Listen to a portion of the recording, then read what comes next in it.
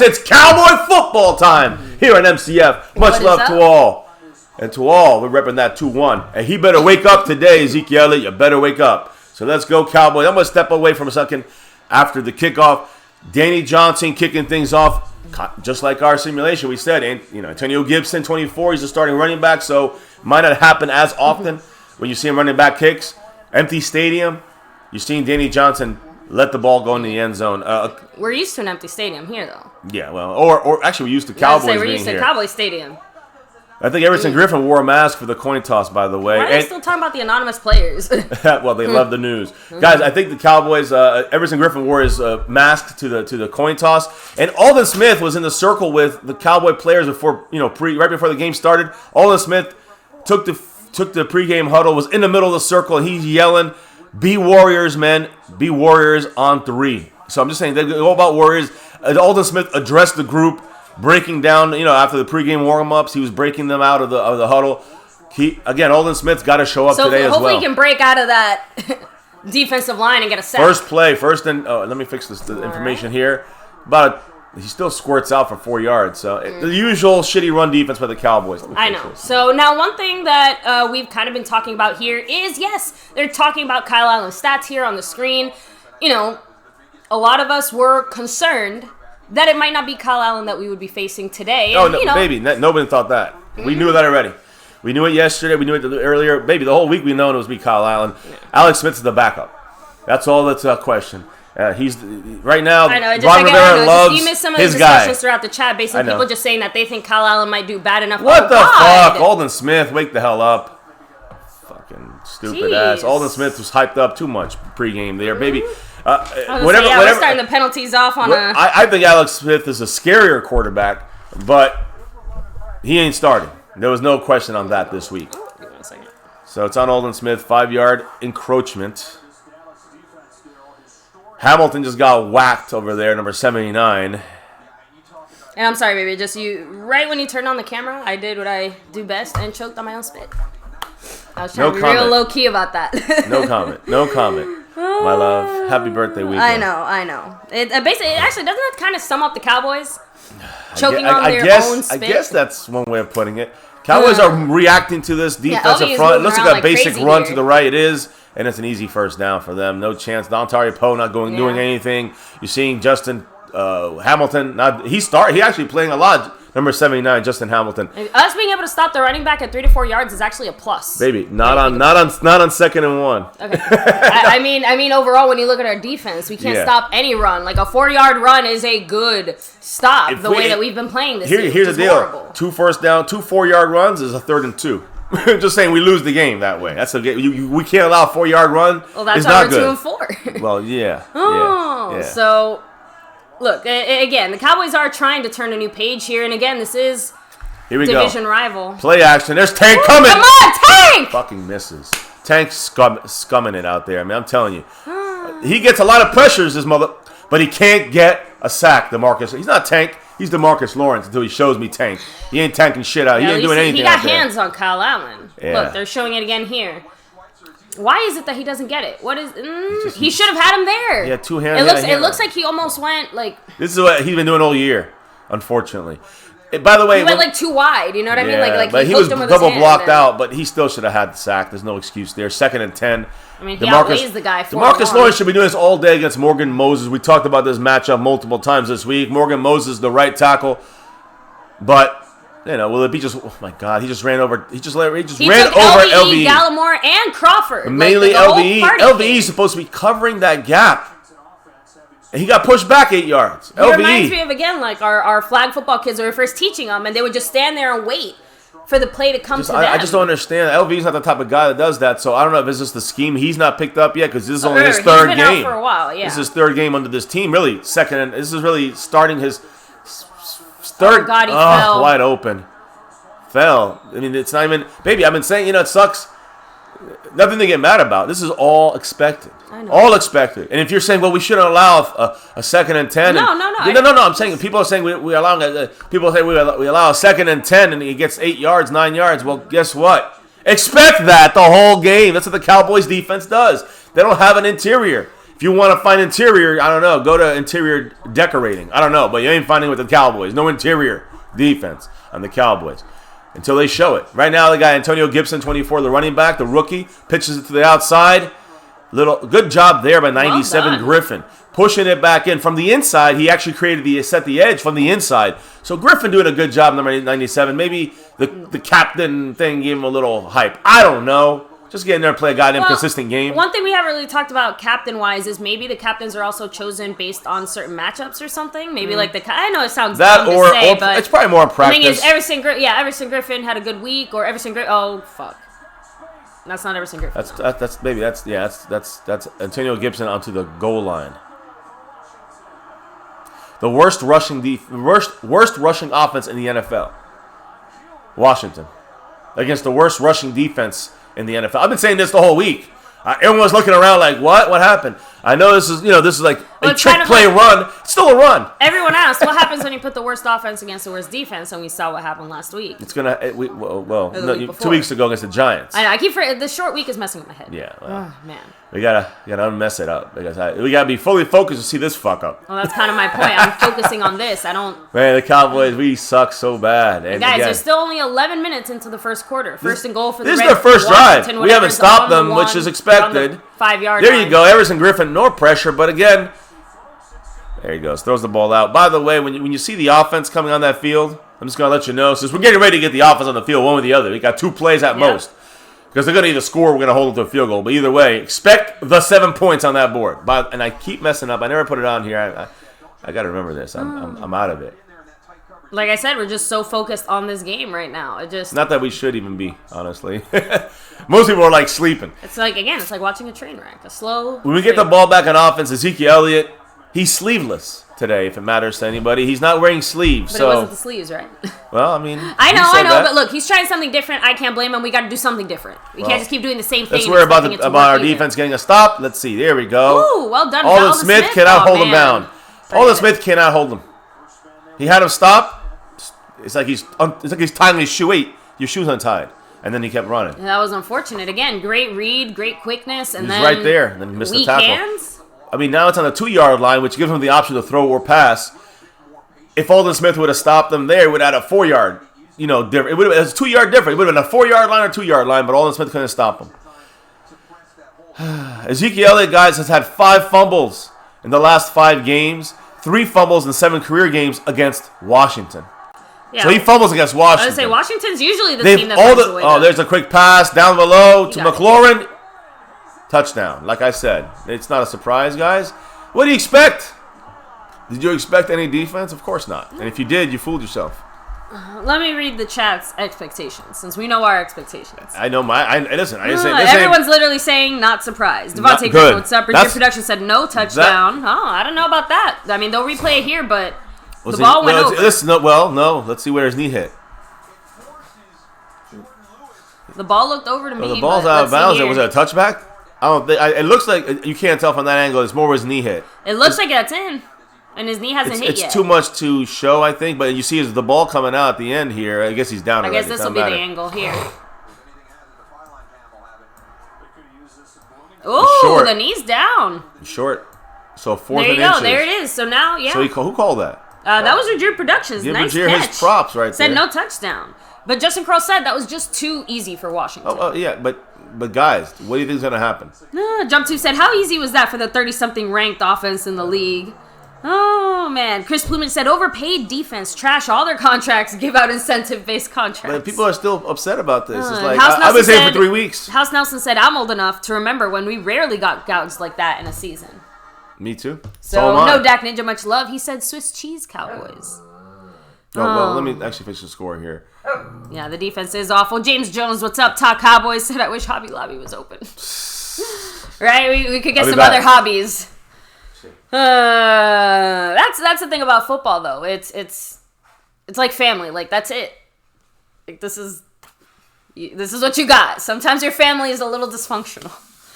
Oh, man. Scorpio said, I've seen enough. Our defense is trash. Shakir Latif said, let's go Cowboys. We need this win. It's a divisional game.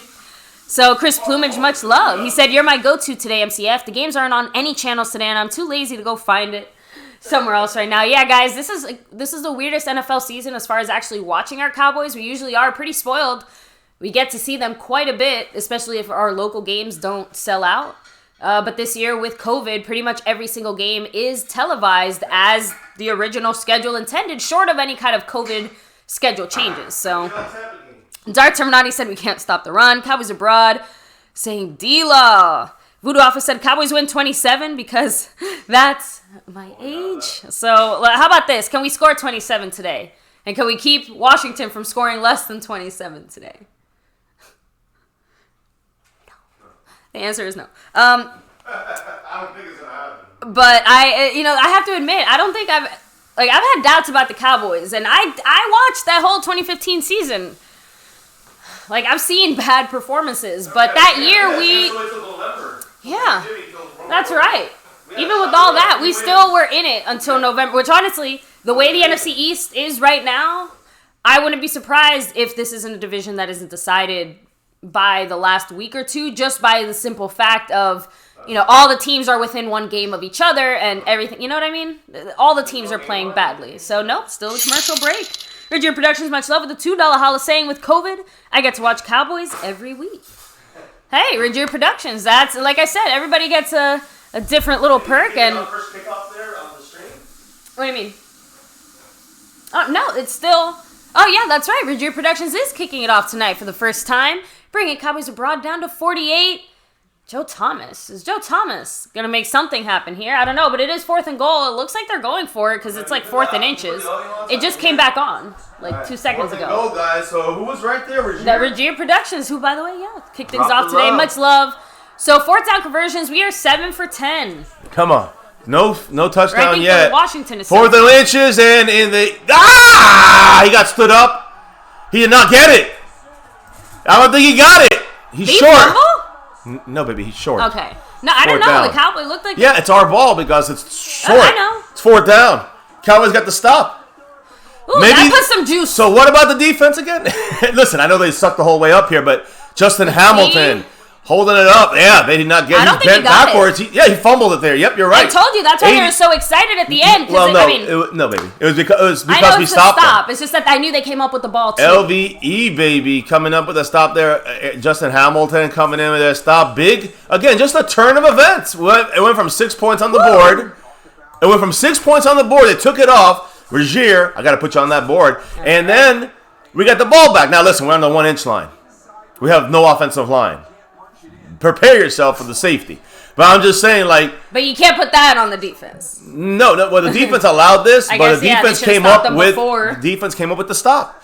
I will take any stop by our defense, and so will you. You will take the stop. You will accept the spot. You will kind of like how an ugly swallow your medicine. An ugly stop is still a stop, especially if it keeps points against our defense, you got to get the ugly stops, and that's an ugly one. We take it. There's no ugly stop when you get a stop on defense. Who is that? So, we got Dalton Schultz as a fullback. That's a free play. That's them. Free play. That's on Washington. I think was that intentional? Was that what they were trying to do? Yes, that was intentional. But much love, Regier again with a double drop. He said with the $2 holla, it doesn't matter how you start, it's how you finish. And that's why I said an ugly stop is still a stop. It does matter how you start. Because the Cowboys, when they start poorly and they start with turnovers and start down 19 or 20 points, guess what happens? We don't have this guy in the game. We don't have any establishment at anything here in this game. Without starting properly, yes, on the defense. So we're out of the end zone. There's no effing excuses. We're on the 5.5-yard line. Look, let's keep this energy. Like, run the ball. Run to Zeke. Now here's Dalton Schultz as a fullback. Then he goes out. Shoots out as on the line of scrimmage, an inline blocker. Still a run as Zeke pounds forward. Just 3 yards, 2 yards. What can he not do today? Fumble. Cannot fumble. You can lose yards. You can have an ugly run, and you cannot fucking fumble, Ezekiel Elliott. That's why I'm wearing your shirt. And by the way, I think this is Connor McGovern's first official start today, by the way. Like, I know that's kind of small in the grand scheme of things, but Connor McGovern, finally. Yes, start. And again, Zeke, guys, he doesn't have the sleeves. He has 5 fumbles in his last 5 games. He lost 4 of them. He has 3 fumbles in 7 career games against Washington. Lost 2 of them. They've all been at FedEx Field. It's rainy, sloppy. Zeke's got a hold on his ball. Come on, Zeke. Hit that first and more. Now, here's what we got. When he's falling down, he's got a hold on to that ball. First down.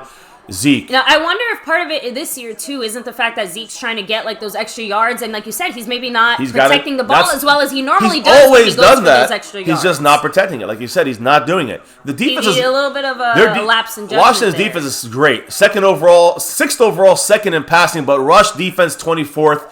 That's why Zeke needs to have a good game. They have a great defensive line, but not as good as you think with their linebacker help. Not really there to stop the run.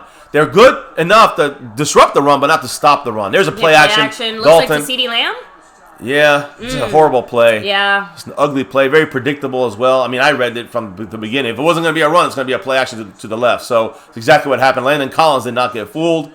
So anyway, but just one little last note about Zeke and his fumbles. I'm talking it out now, getting all the bad shit out. Get it out. But he has gone 4 straight games against Washington without a fumble, even though he's had a lot of fumbles in FedEx Field. There you go, just in case. So Andy Dalton, guys, averaged 2.5 seconds before a throw last week against the Cardinals. The ball has to come out faster than that against this Washington defense. As you saw there, you take 2 seconds or over, they got you covered. They're on you. So you got to take advantage of Cooper, CeeDee Lamb off the line of scrimmage. Michael Gallup, Zeke running, getting about 3 yards. So it's 3rd and 7. 3rd and 7, 3rd and long. Man, I don't know. Come on, guys, come on. I'll tell you what. Next break, I'll tell you what McCarthy and Jimmy Johnson said. Sorry, 3rd and 8. Jesus, we forgot to account for the. Look, we're on the struggle bus here, but we forgot to account for the Dallas Cowboy yard. By the way, Noah Brown is out there. Yeah, he was out there for a couple Michael plays. Gallup. So where's Cooper? I don't think I see Amari Cooper. Do I? Is that him? That's the question a lot of people always asking. No, he's not out there. No. They're blitzing, fumble, safety.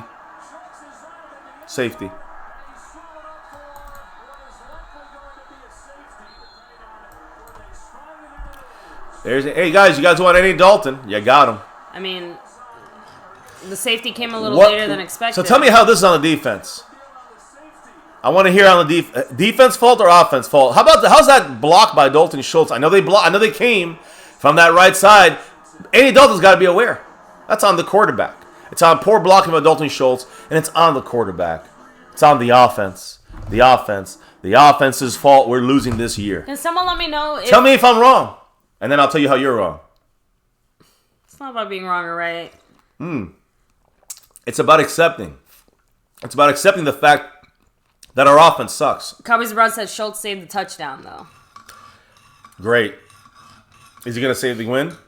Let's see. I mean... No, Dagny just said, my life is depressing enough. This is bullshit. You got to expect this. It won't be depressing if you accept it. Shay said, I'd rather be studying pharmacology. We're driving the kids back to school. This is how desperate things have gotten, guys. We're getting an education. Jimmy Johnson. Instead of watching our Dallas Cowboys. Jimmy Johnson on Fox News, on NFL on Fox before the game, said this about the Cowboys players being anonymous about their attacks on the coaches. Although Dalton Schultz is not aware that he's going to have a double block on it. He misses his block. Andy Dalton is unaware the blitz is coming from the left side. He runs out there too slow. He ain't Dak. He ran out there too slow. This is. Can you blame Kellen Moore on that play? I mean, no. Maybe the play before that you could play was a shitty play, but I see a few people in the chat saying fire Kellen Moore. I have to admit. I mean, that's a blitz. That has to be something where Andy Dalton has to see it. We complain when Dak missed it once in a blue moon. But are you going to get upset when we have to bring this offense a little bit more simplistic because certain players can't execute certain things, right? Because if Andy Dalton could do everything that Dak Prescott could do, we would have had more points at least last week. Andy Dalton cannot come back. Because the offensive line has been crap, you know what I mean? Like all these things, so it's not just like a Dalton to Dak thing, right? Although, to Andy Dalton's small defense, he even lost Zach Martin, okay? So I hear you, but I'm just saying, it's not. Dak's running around for his life back there and still got us back in games. Andy Dalton's running around for his life and he can't move. He can't even see a guy that he knows is coming from behind him. And we're unfortunately seeing him make specifically quarterback mistakes, right? It's not just other players not executing or things like that. He's missing reads. He's not getting, he's not feeling the blitz. He's not feeling the pressure. You that's can't very bad quarterback. That. That's bad quarterbacking. That's not bad coaching. That's bad quarterbacking. Virgin Production said, I have the Cowboys winning anywhere from 1 to 3 points. I mean, I don't think we can. I think there's still a chance we can win. I just don't look very good. A lot of people are saying put in Denucci. At this point, might as well, right? No joke. Well, okay, but then why? Move. Okay, so the same logic. Why not put in Reggie Robinson? Obviously, the Cowboys are making certain decisions. I agree. Whether we like it or not, when it comes to those things, right? Because if it was up look to at this punt return all the way to the 37-yard line. Because, well, why not? I mean, you got to punt. The ball usually lands. I mean, you got Chris Jones out there punting. Well, Noah Brown made that play. Not his fault. He had to make it all the way on the 37, but.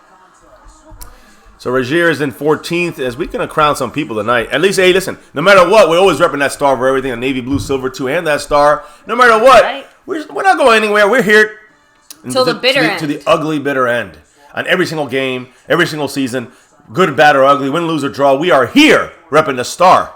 Right there, Mike. Over everything. We thought we were going to be the Phoenix this year, rising from the ashes and embers of the empire that we burned down. Wait for next week. Wait for next year, I guess, for that burning down. I think it's still burning. So this is the burning. We gotta jump. We gotta rise next year. There's Hamilton. My name is Justin Hamilton. What else we got to do in live, guys? We're here to entertain. Hey, I got to touch on my fantasy points. Yeah, like I care anymore about that shit. So I would say even fantasy has lost a little bit of its spark this year with so many. I'm just saying with so many games rescheduled and this and that. Like it's.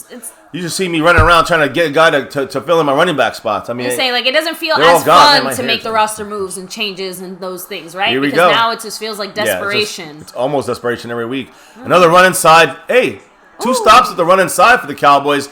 Got 2 yards on first down. Got a half a yard on second down. So it's 3rd and 7. 3rd and 6. I forgot about the Cowboy yard. It goes both ways. Yeah. Oh. Cooper, again, everyone's realizing that for some strange reason, that 3rd down and that sack fumble right there, no Amari Cooper on the field. What? No Cooper. I said it. I'm like, I'm looking at the players, I'm looking at the numbers, and I'm like, Noah Brown shouldn't be there. I'm assuming he was there maybe same thing for Little Jay said last week. Or something? No, same thing, but it's weird that they would put Noah Brown in there. No, Noah Brown's not there for blocking. He's there to go up for a pass. 3rd and 6. Can the Cowboys get a stop here? Probably not. Some blitz, a little pressure. I mean, of course. I mean, guys, we're not gonna get stops. That's just the way you gotta accept it. Are you gonna accept it? It'd be nice to get a stop. I think McKissick looked like he just pooped an egg or something.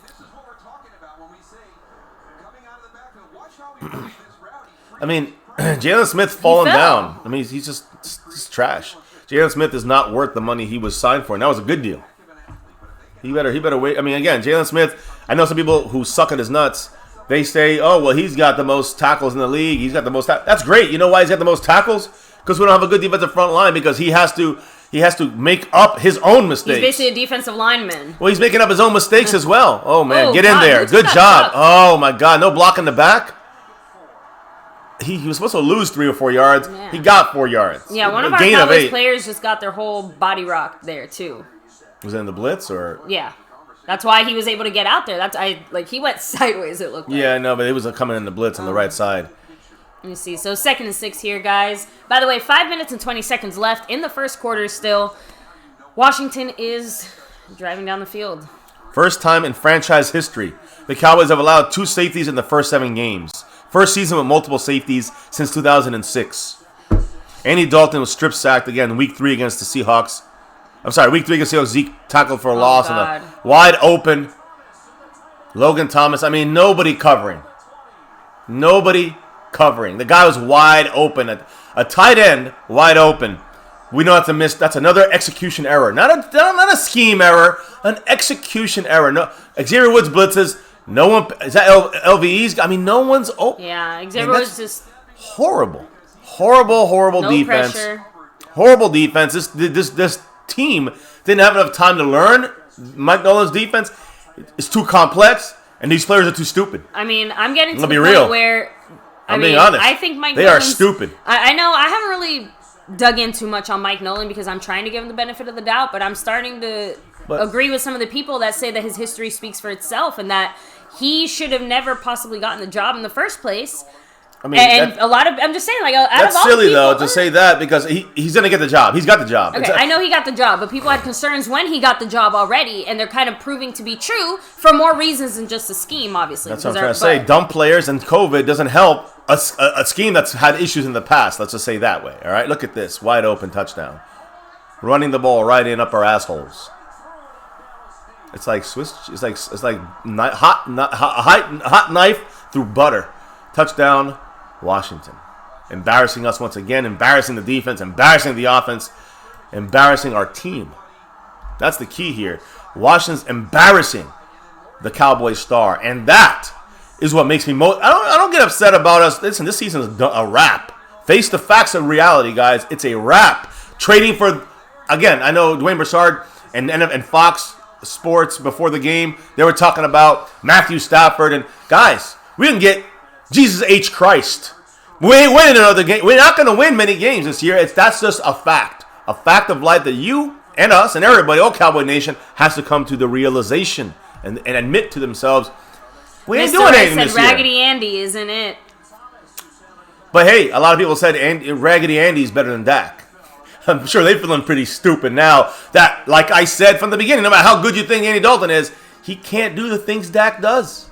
Plain and simple, and it's obvious. Half the chat is saying time for Ben Denucci, and I don't disagree at this point. Simon said it from a couple weeks ago. Got to give him credit. He said, put him Ben Denucci. Let's put him in. I take back the Schultz praise. He missed the block in the first place. So, in that last play. Fred Wood said blocking. And Dalton and Andy Dalton has to be aware. Well, and that's what I'm trying to say, Fred Woods. He said the blocking is simplistic, the quarterback awareness is simplistic, and that's as generic as a playbook can get. What is Kellen Moore supposed to do? Right. When I don't like Kellen Moore's some of his play calling, which is very vanilla, very predictable. It's gotten worse as the season has gone on. But the fact that these players on defense cannot learn a scheme and on offense cannot feel basic awarenesses, whether it's blocking by your second string tight end, whether it's feeling the pressure from your second string quarterback, I don't give a flying fuck. I can't put this on necessarily the offensive line after what we've seen so far. Can't put it on Mike on Kellen Moore so far. Cap52 said, "Who the fuck still trusts Mike McCarthy?" I don't trust anyone at this point. Anything, anyone. Like, nothing is real. Reality has ceased to have meaning because that's what I'm trying to say. It just...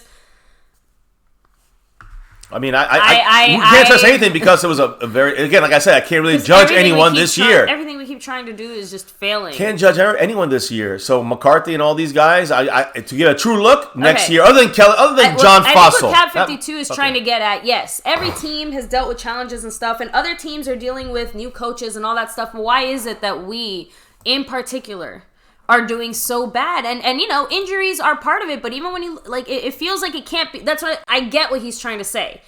You have to hold Mike McCarthy accountable for some of the overall bigger picture and small picture choices, like Fossil still being allowed to, do certain things, right? Like him maybe not being as active and heavy-handed with Kellen Moore. I was just about to say, productions with another $2 Hollis thing. I blame the O-line. Hurt, and you're down to one backup. Well, that's not the O-line's fault. That's not the O-line's not. I know the O-line is the issue to the offense not going. Even that was a slow progression too, though, and that's what I'm trying to say. Even before, when we had the O-line good and we had all these other things, that we like, it just has been consistently bad, and it does feel like a lot of the coaching decisions that Mike McCarthy has been making have backfired on us. The issue with McCarthy's coaching is he's trusting his coaches.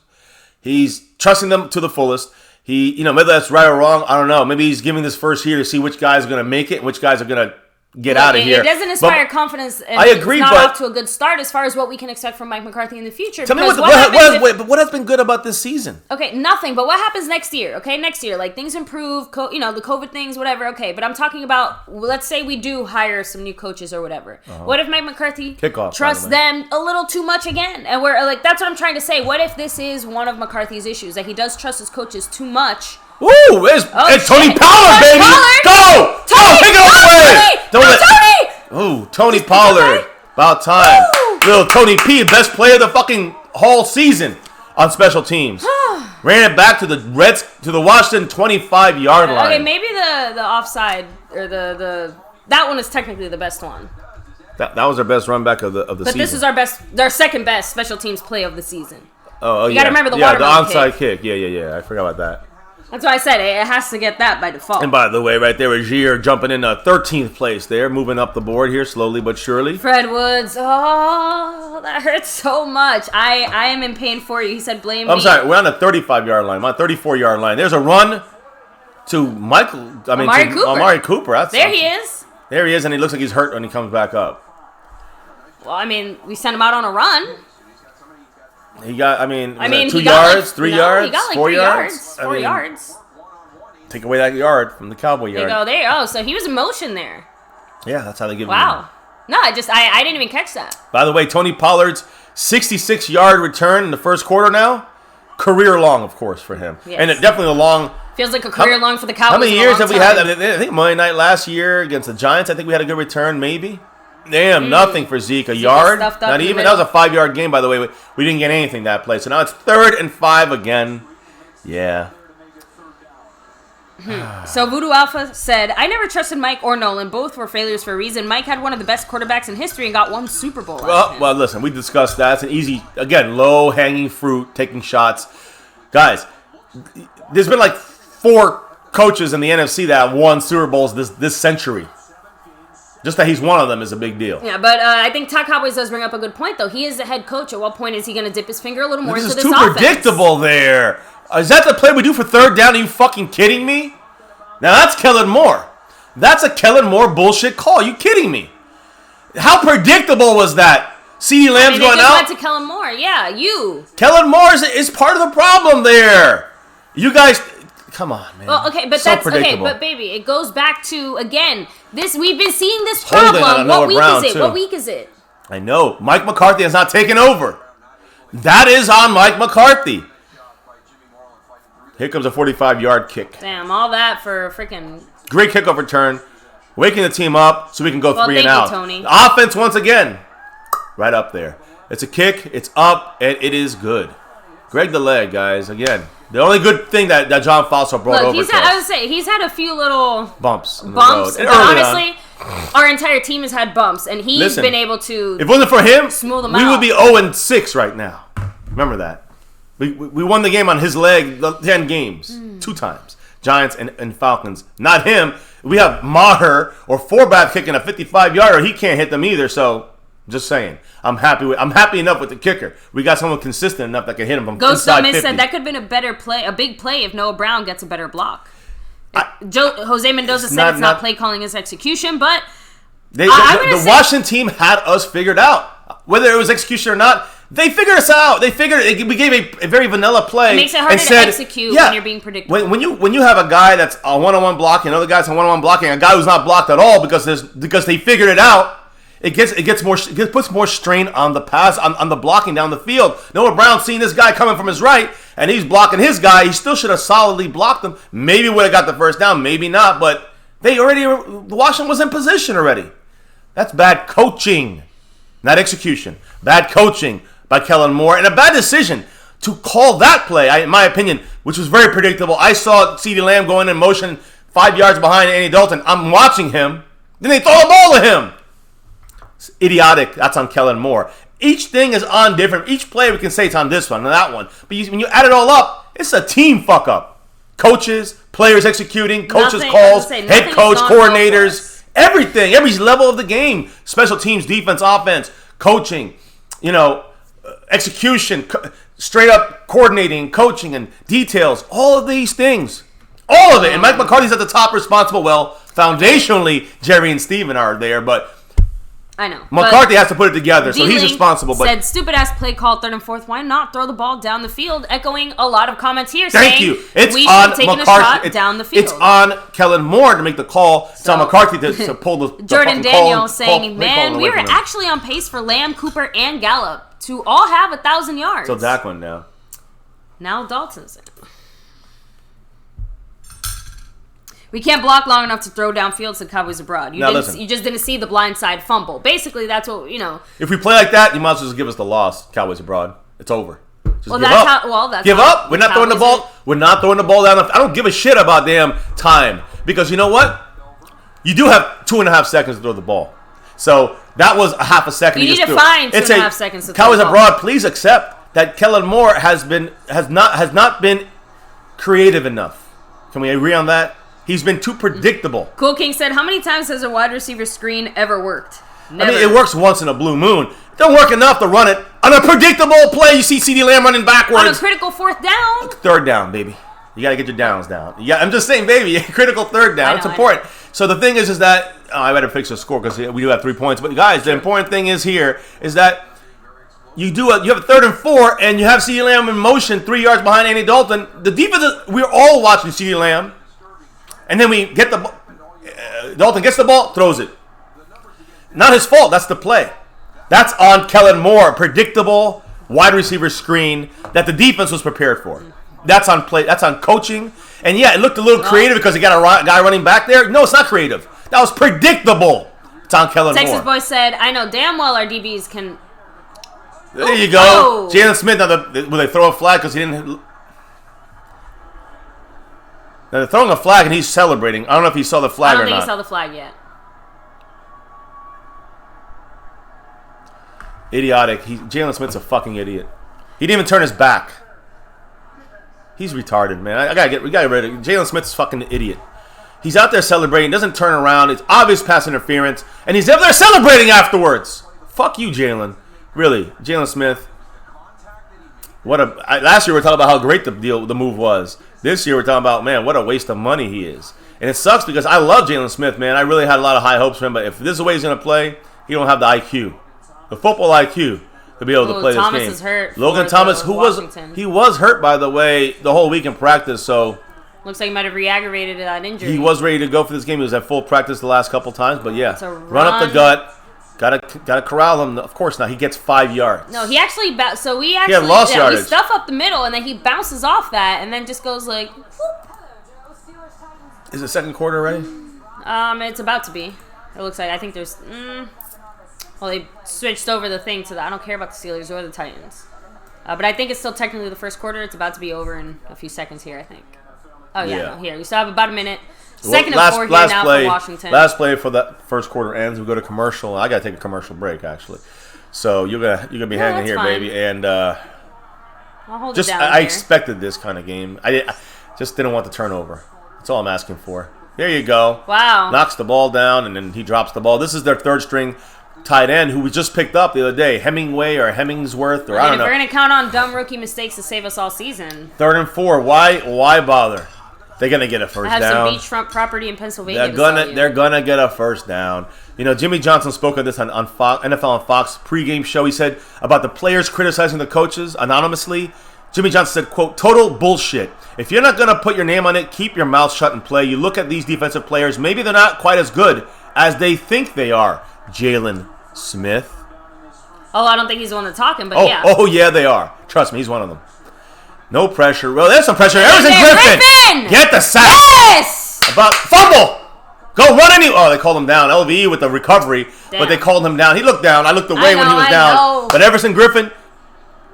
Team captain. Maybe he got to put his motherfucker in a captain every week. Or maybe, again, he did have a great practice or a great week in practice, and it's reflecting, at least in the game. There he goes. Morgan Moses, no chance there. Good job by Griffin. Getting a little respect back from Cowboy fan base. A little more of that worth that I saw from him in Minnesota when that ground caused a fumble. I wanted Griffin here, and he has a lot of high upside, I thought. But what a disappointment. I was really wrong on him.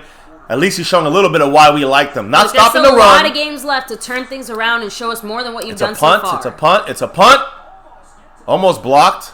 No blocking in the inside by them. It's interesting. Oh, my God. What CD, what the fuck you doing? Smart to stop it. Bounce back. Smart to stop it going forward. But if in the rain, if it bounces off your helmet, it's a fumble. It was a risky way of going I guess we're not in the second quarter yet. We got to wait till one more play goes by.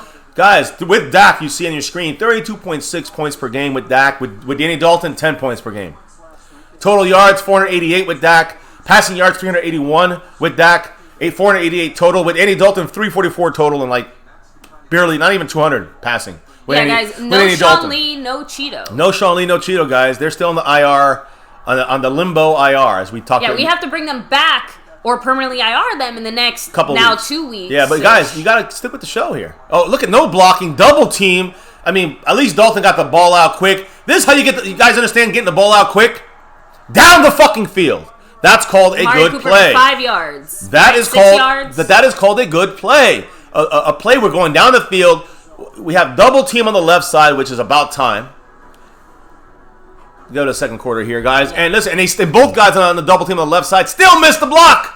You believe that? They still missed their block and put pressure on Dalton. Keep missing it at this point. I mean, Siri Cupid, much love. Siri. $10 Hollis saying linebackers are trash. Yeah. We need Anthony Hitchens back. I love Anthony Hitchens, man. I'm telling you. Back. You got a Super Bowl now. Say way back in the day, I was really sad to see him go. I thought that the Cowboys should have been a little bit more aggressive. At the time, I know it was too much money, but I feel like now in hindsight, we're seeing, no, it probably would not have been, but our cap was very different back then. We were still dealing with the Dez and the Romo hits, so I understand at that moment why Anthony Hitchens was the one that got away, but he could have been really valuable right now, especially during this kind of weird transition with like Jalen and LVE and Sean Lee, not like, you know what I mean? So it is what it is, though, but our linebackers are definitely one of the reasons why our run game has been so bad. Like, it's not just a D-line. Like you said, why is it that Washington can't stop the run? Because they're linebackers. Why can't we stop the run? Well, a lot of it, again, it goes to the defensive line. The defensive line, but it's also the linebackers that fill the gaps. And the Washington team doesn't do good at that, and neither do we.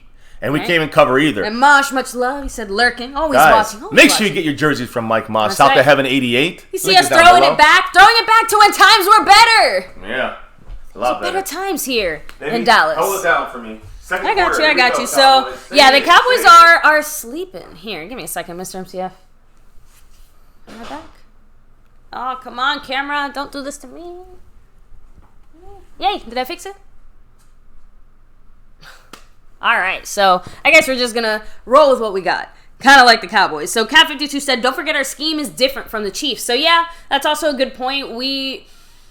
It almost feels like maybe one of the reasons why so many players do so well when they leave Dallas is that we try to play them in a scheme that maybe doesn't suit them, right? And this year, as much as the Cowboys want to say that, oh, we're not in a transition year, we're not doing whatever, we're trying to play 3-4 with the 4-3 and no talent. It's just not going to work. So, you see, Mosh said we made the correct move to not overpay for Hitchens. And like I said, at the time, I agree. It just feels like in hindsight, it would have been nice to have a linebacker. Since we don't have a linebacker. Oh, are you joining me here? No? Okay. Still by myself here. So, the Cowboys are the worst in the NFL when it comes to turnovers this year. Again, just stats on stats on stats. Oh, let me see. Oh, man, Perk, we're giving you way too much life. We're losing yards in the passing game. We really negative 11 yards passing? Let me see. Ezekiel Elliott with the run and doesn't quite get it. Damn. Well, now it's, what, 3rd and 1, 3rd and 2? Kicking off the second quarter here. Give me a second, guys. I'm bothered by this camera. Come back. Come back. Damn it. Let me see.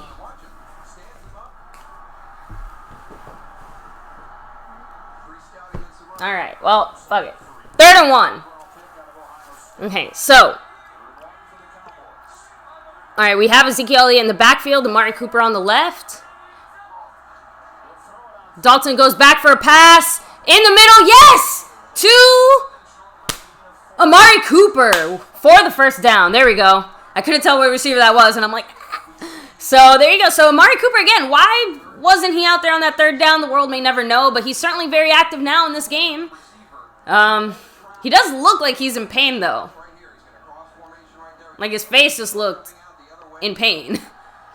So, look, well done by Andy Dalton there. Let's just keep it moving. So now, 1st and 10 for the Cowboys on the 32? No. There you go. Sorry, guys. On the 27. So, let me go ahead and just hit up the chat here for a second. So, Justin Crow said, Dak still leads the NFL in passing and top 3 in total touchdowns. So how long will it take for somebody to pass Dak Prescott? Because I think it'll still take probably another week. Let me see. Yeah, we still haven't really seen Randy Gregory on defense. Like I said, guys, I don't think he's going to play too much. Maybe he was out there on special teams. Maybe. We'll have to go back and see when we look at the snap count. So 2nd and 5 here for the Cowboys, under 13 minutes. It looks like Andy Dalton changed the play. We're getting awfully close to delay game. Play action. Passes it to the right. Dalton Schultz falls down but keeps going. Gets the first. Woo! Picks up about 15 yards there, but, I mean, he almost tripped as he caught it. So that almost ended up being like a 2nd and something. There we go.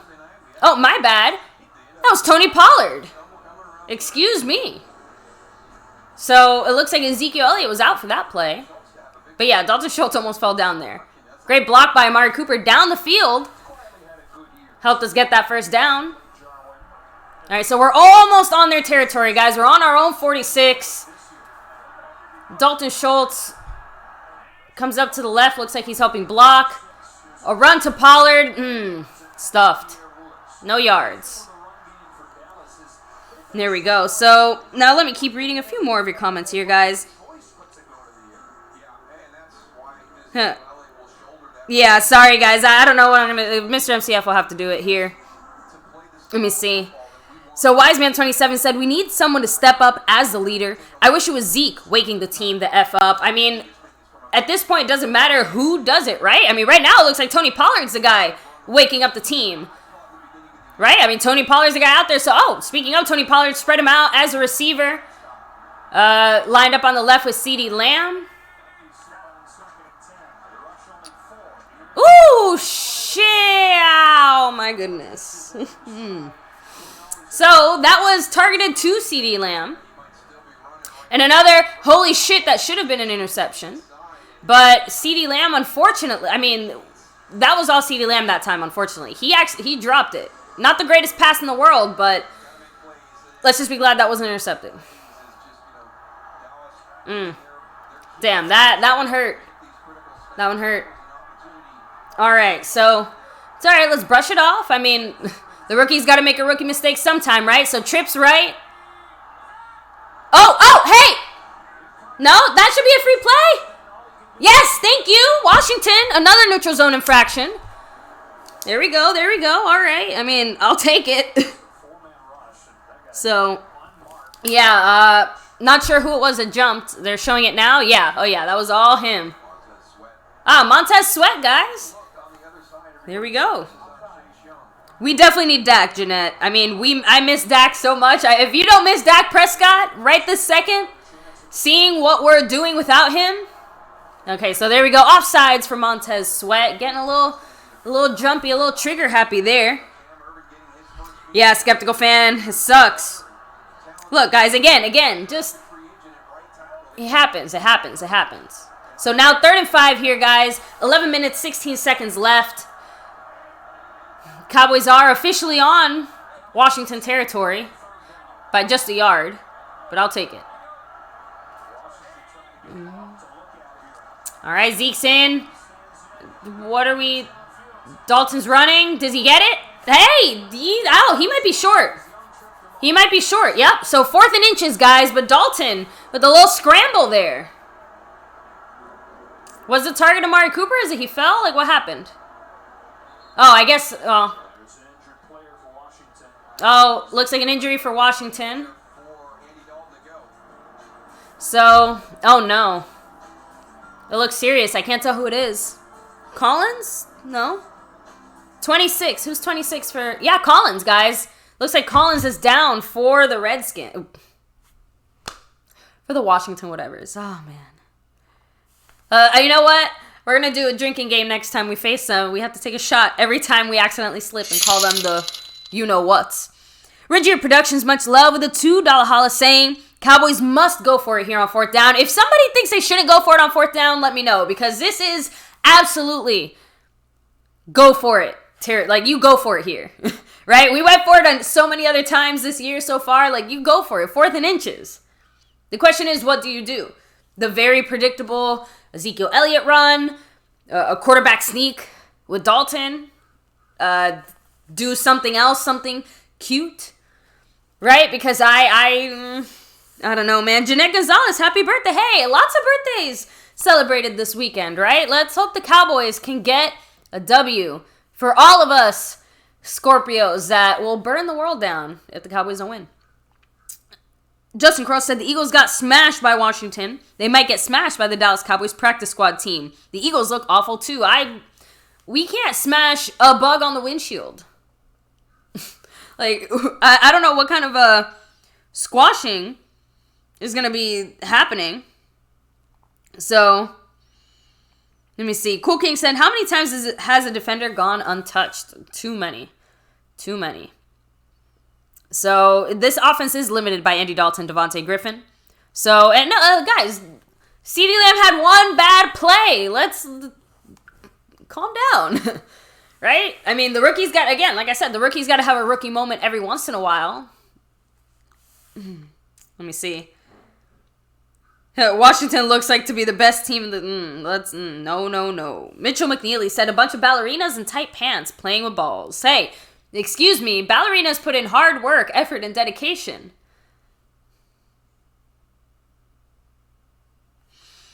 Cowboys Brad said, bring in Barbecue Woods for the full back dive. Hey, I'm down. That's what I'm saying. We need inches here. Inches. Who can get me? I'm going to stop there. Trish, also a Scorpio. Much love. Come on. So, let me see.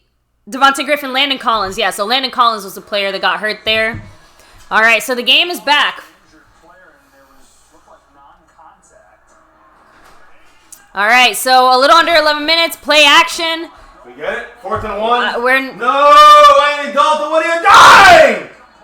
What the fuck is that? So remember how I said we had 3 options? We chose the 3rd option. We got cute with it. And now we turn over the ball midfield. Now again. Go back. Go back. Maybe. It's your turn to go away. I'm kidding. I know. I've been watching. Unbelievable. Again, what's the play call there? Is that McCarthy making the call? No. It's Kellen Moore making this McCarthy call. made the call. He went to hit. Let's go for as it. 4th. Kellen Moore. Now Kellen Moore figures something out, and that's what Kellen Moore comes up with. So let's blame that on the defense. What do you say? So on a big 4th down play, shouldn't the head coach, the offensive-minded head coach, maybe say, hey, that's not how it works. Look at the playbook. That's not how it works. He's telling. That's the job of Kellen Moore. That's the play Kellen Moore came up with. That's it. It's on the defense. OV with the I mean, stop. how many points has the defense given up? 7, right? Oh! It's a fight with McLaurin and Trayvon Diggs. Trayvon Diggs just punched him in the face. As Carolina just scores here and makes it 14-10. Who cares, though? We don't care about them. But I know that there was a punch there by Diggs and McLaurin. They didn't call a flag. Yeah, we got our camera back here. Good. Yeah, when he came back. Or I think it kind of slowly came back. So here we go, guys. Gibson has 75 yards already. You know that no Washington football team player running back has got over 60 yards this year. He already has over 60 yards. He had like 78 by the time we went to... Yeah, first quarter. Going deep, wide open, McLaurin, touchdown. After Trayvon Diggs punches him in the face. There's a flag, though. There is a flag. 52-yard touchdown if it stands, which probably will. Unless it was a hold on offense. They're declining it. It's a touchdown. It's on us. But why wouldn't it be on our defense? Our defense sucks. Our defense is now giving up 14 points. Well, 13, I guess. Trayvon Diggs, that's 100% on you. So it's on Diggs? Yeah, declined it. Well, he got burnt. Illegal contact? Illegal contact because he got fooled by the route.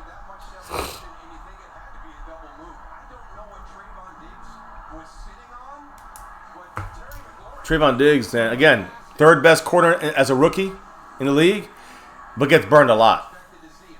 He's going against every single number 1 this year, even though it's on the defense, even though it's on Trayvon Diggs. Kid's a rookie.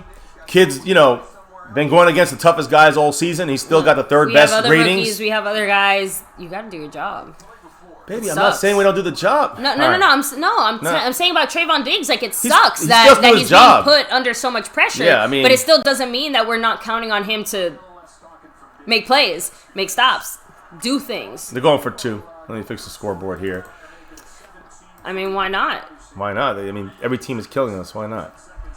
There, quick throw in the middle, touchdown, easy. Oh, he lost it. He dropped it. Wow. Great stop. Who did that? LV with the hit at the end. I don't know who hit him. Trayvon, Donovan Wilson. Does it really matter though? Does it really matter? Points, baby. The defense kept 6. They've kept 8 points off the board as well.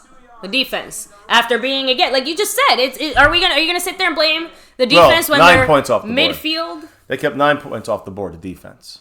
And you're right. We gave up the ball with 6. Again, we gave up a ball. Where was it? You're right. Because I just came in the middle of that. Right on our we are 1 yard. Right. So we gave up the ball again because of a 4th down. Poor play by the offense. Poor play by Kellen Moore. Defense sucks. I get it. I understand that. But so that's what you're still giving your shitty defense have to defend against half the field. Now, yes, should he allow a big touchdown like that? The rookie getting burned against the best opponent every single week. I mean. That's all. I'm gonna leave it there for that. I'm gonna leave it like that. Scorpio, everyone's saying that should have been a handoff to Zeke. That's called offensive issues. Face the facts of reality. Defense sucks nuts.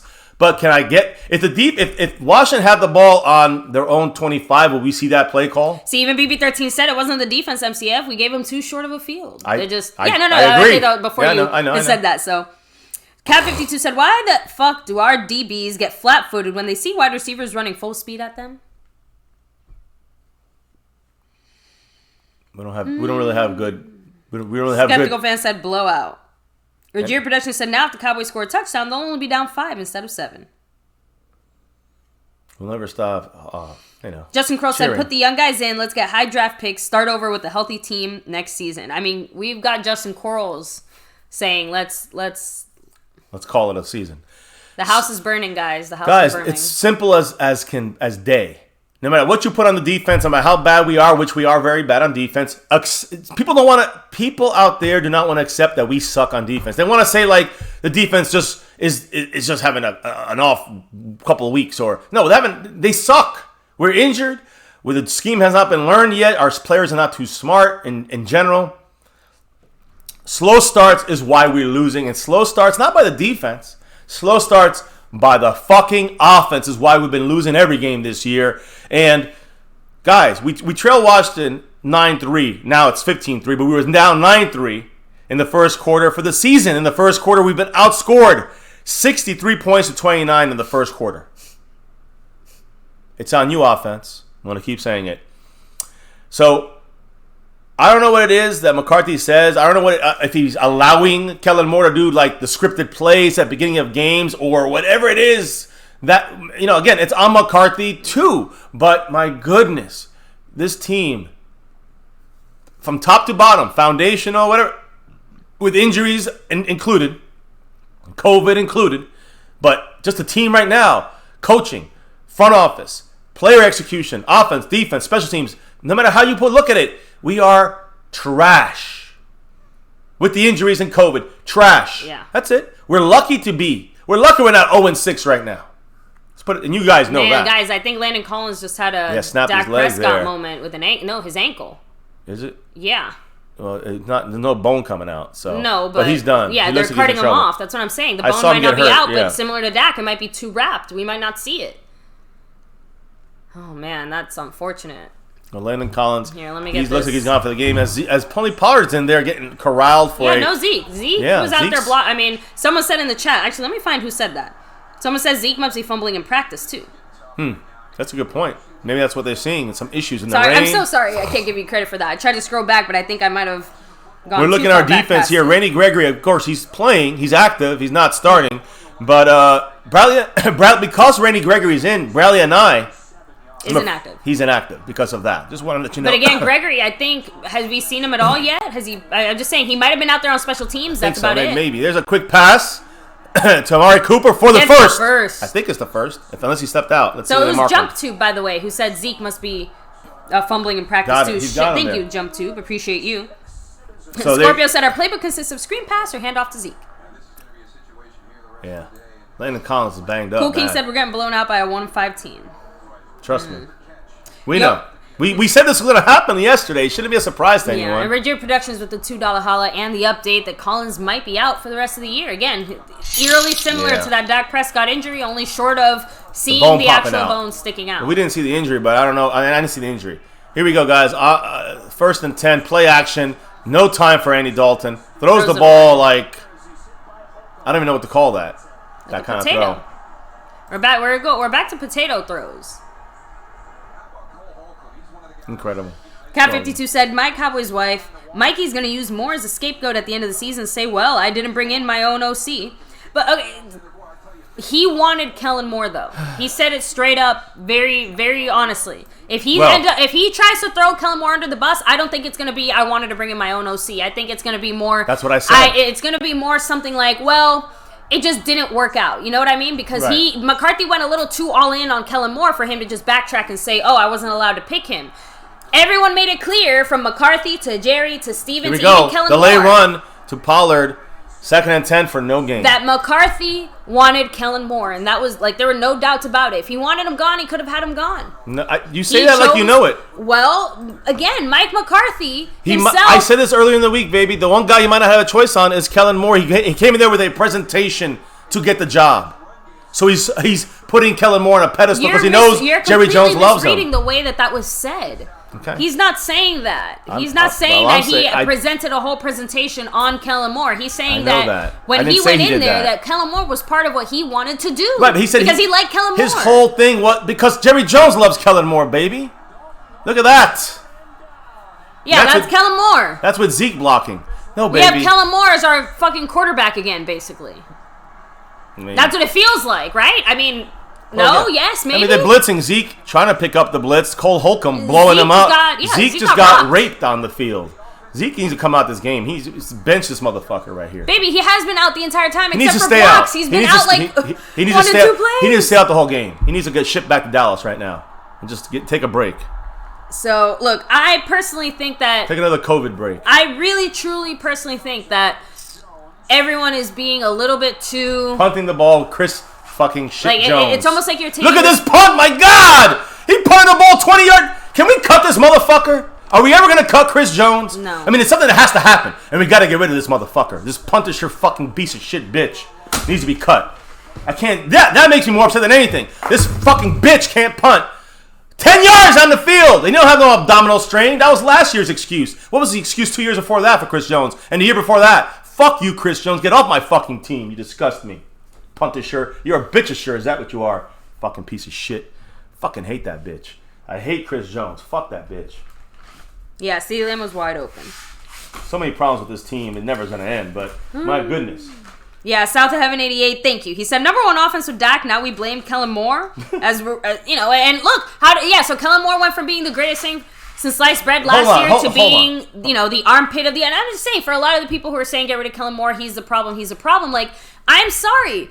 But I think too many people are trying to punt this kind of responsibility on Jerry Jones. So then why is Nussmeier here? Does Jerry Jones love Nussmeier that much too, or is it that Mike McCarthy wanted Nussmeier there because Mike McCarthy wanted Nussmeier there? I'm not saying Jerry Jones didn't say, hey, it'd be real nice if you kept Kellen Moore, but I also think that Mike McCarthy said, hey, I would love to keep Kellen Moore enthusiastically and happily. I don't think McCarthy had an issue keeping Kellen Moore. Whether it's because he wanted a patsy and a fall guy, whether it's because I don't care what the motivation is, but Mike McCarthy wanted Kellen Moore. Don't tell me differently, because that's what he has been saying since before he came to Dallas. Okay. And yeah, let me know when I can talk. I'll talk. Baby, you talk all the time. I know. Let me know when I can talk it again. That's all. So, and much love to Perk Nowitzki, saying Cowboys have given up the most points through 6 since NFL merger. Yep. I'm not saying that last part. It's out to heaven. It's all good. We can leave it on there because you know what? Hey, Mosh, it's facts. It's facts. We suck. I always rip the star of everything, but also be real, Mosh. We suck. Our team stinks. And no matter what you say, it's not going to change now. You want me to talk about Kellen Moore? Kellen Moore, I don't give a fuck what the reasoning was of McCarthy. I don't give a fuck if he did it because he really believes in Kellen Moore or he did it so he can get the job with the Cowboys through Jerry Jones. I don't give a damn really what the core reason is. What I'm seeing now, and you could go to Mike McCarthy and you can say, well, Mike McCarthy should step in, and maybe he should. I'm going to give him another year before I start saying it's all on McCarthy. That's idiotic. What I don't think is idiotic is that Kellen Moore was inconsistent last year. Correct? Yes. Inconsistent. He had games where we had great games and other games where he couldn't get 10 fucking points. Again, that's let me finish my speaking Go here ahead. because this is Kellen fucking Moore, good and bad and ugly. And you're seeing it now when you don't have everybody executing. Who does that sound like? When you don't have all your guys stepping up, when you don't have perfect execution, you don't succeed on offense. There's a hold right there on Tank. They did not call a hold on Tank. They dragged him to the ground. That should be a hold on Tank, by the way. I mean, they held Tank and pulled him to the ground. No fucking flag. But Kellen Moore was inconsistent last year, no matter how much you suck his nuts, guys. No matter how you do it, he was inconsistent. And that's what we're hoping that the head coach can help make that consistent. And I agree. He hasn't even farted in Kellen Moore's direction. We don't know what he's done. But I know one thing we have not seen is the offense not being consistent. Injuries, all that stuff is one thing, but there's sometimes no injuries, and it's just a bad play call. The play calling has been inconsistent. Like that's what I'm saying. Those other play calling is right. I'm not talking about fumbles and missed blocks. No, play calling is ugly. It's not. Sometimes it's nice. Most of the time, it's predictable. That's when look at this. That's when you have Kellen Moore have that Garrett Linehan-isms that I see throughout. I still see the vanilla hand kind of mindset, and I don't know. McCarthy's job is to step in and say we got to change it up. But once you install your offense.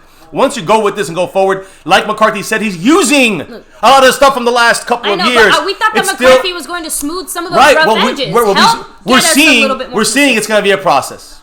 But the point is, McCarthy, we might not see Kellen Moore here next year. We don't know what we're going to see. He's only on a 2-year deal. This is the second year. I will say this about Kellen Moore, though. I cannot 100%. He's got some bad play calls in there. There's a blitz coming. There you go. Stop him. What are they doing? Why would you almost get hurt like that? There's a flag as well. If it's a late hit, I'm walking out of here. If we give up a first down, I don't know.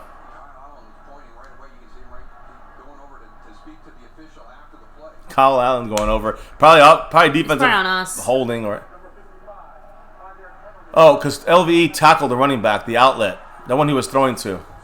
First down. All right. So, but what was that penalty? LVE. He just basically pass interfered. I mean, I don't know what they called it. That's what I'm saying. I don't know.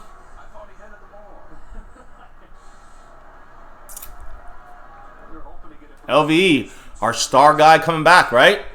Playing like shit. Perk Nowitzki. I literally just put penalty question mark. A dumb Washington fan. But we appreciate you. I'll put you on the board here just because I got to put you on there based on... Oh! It's still incomplete. Got to take another shot for... Should have been an interception. No, I don't think so that time. Yeah, that hit his hands, baby. They're showing Anthony Brown there for a reason. I don't know if it hit his hands, but... See? Didn't hit his hands. He was burned. There. No. Oh. It was just the offense dropping the pass there. Anthony Brown still should have what? Be more aware of the ball, man. You're cute, baby. I know. Why do I expect our players to do anything? How dare I have expectations? All right, so 2nd and 10 here for Washington. Obviously, it looks like a pass. Delay game? Yep. Or timeout by them. Flag. But they'll probably pick it up and say they call timeout. There you go. Okay, delay game on Washington. Yeah. So they go back a little bit as we're still down 15-3.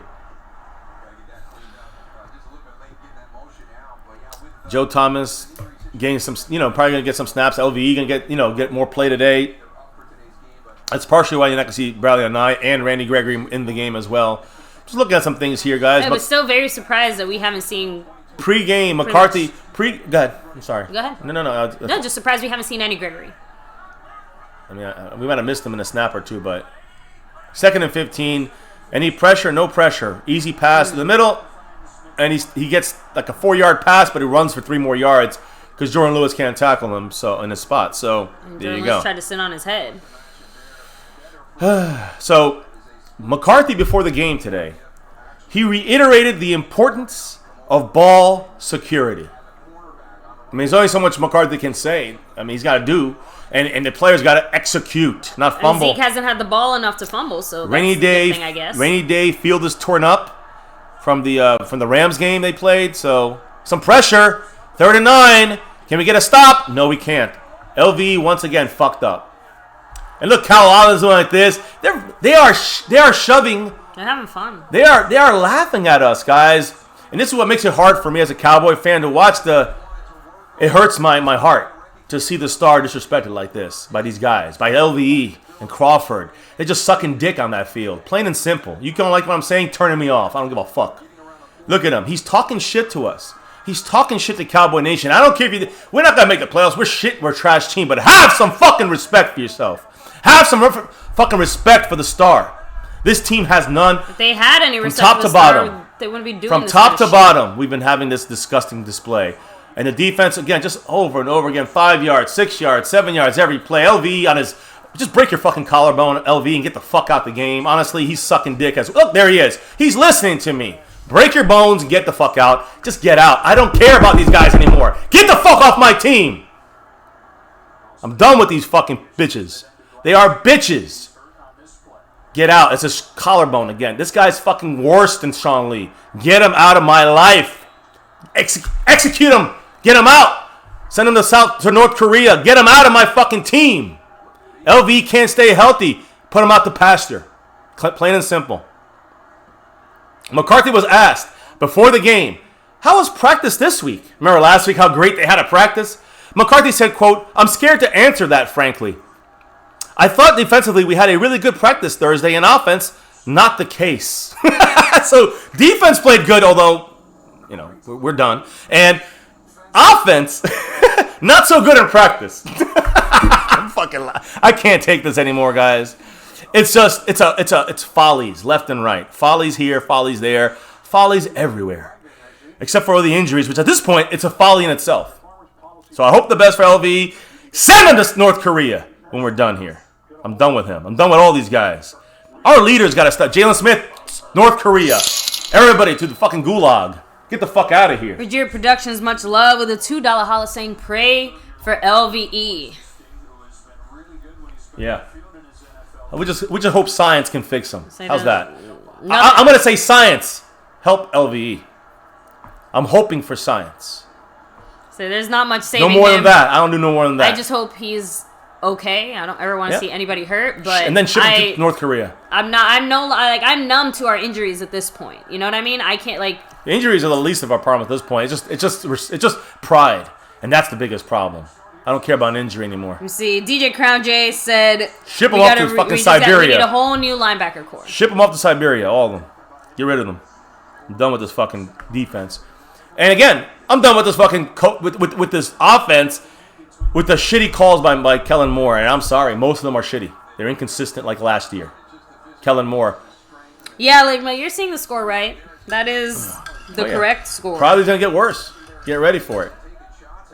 LVE's on the sideline getting water, so he looks like he's fine. Good for him. But after this game, ship him off to an island. I think here's the problem, though. This is one of the reasons why we were able to kind of hang the Exile last him. 4 years. First because and we 10. didn't. There you go, Dorrance Armstrong. Finally. No. I guess not in the grasp.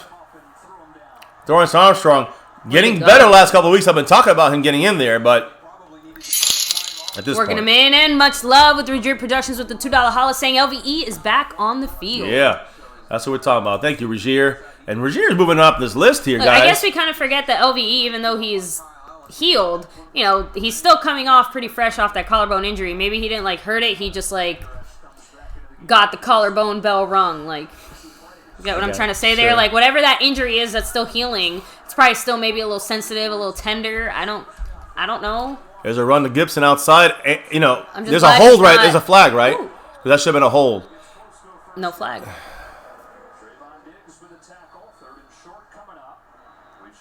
Alden Smith is hurt. Yeah, Alden Smith missed. He's the one that was at fault for that play.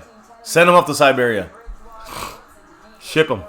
Ship them all out. The whole team. LVE, Alden Smith, everyone out of here. His knee. Oh my God. Is his leg sideways? Who? No, it looked like, I don't know if it's just We the way talking that about the the replay or TV. Alden No, Smith? here, Alden Smith. I He's didn't couldn't fine. tell by the No, angle. that's It looked like his leg was scared me. because it looked like his leg was like you know how your leg's supposed to go like this. Yeah. It looked like the bottom half of his leg was just a little bit off. That's why I freaked out for a second. I couldn't tell if it was a camera angle or what. I'm gonna assume because if not, then something happened real bad with his knee. Let me see.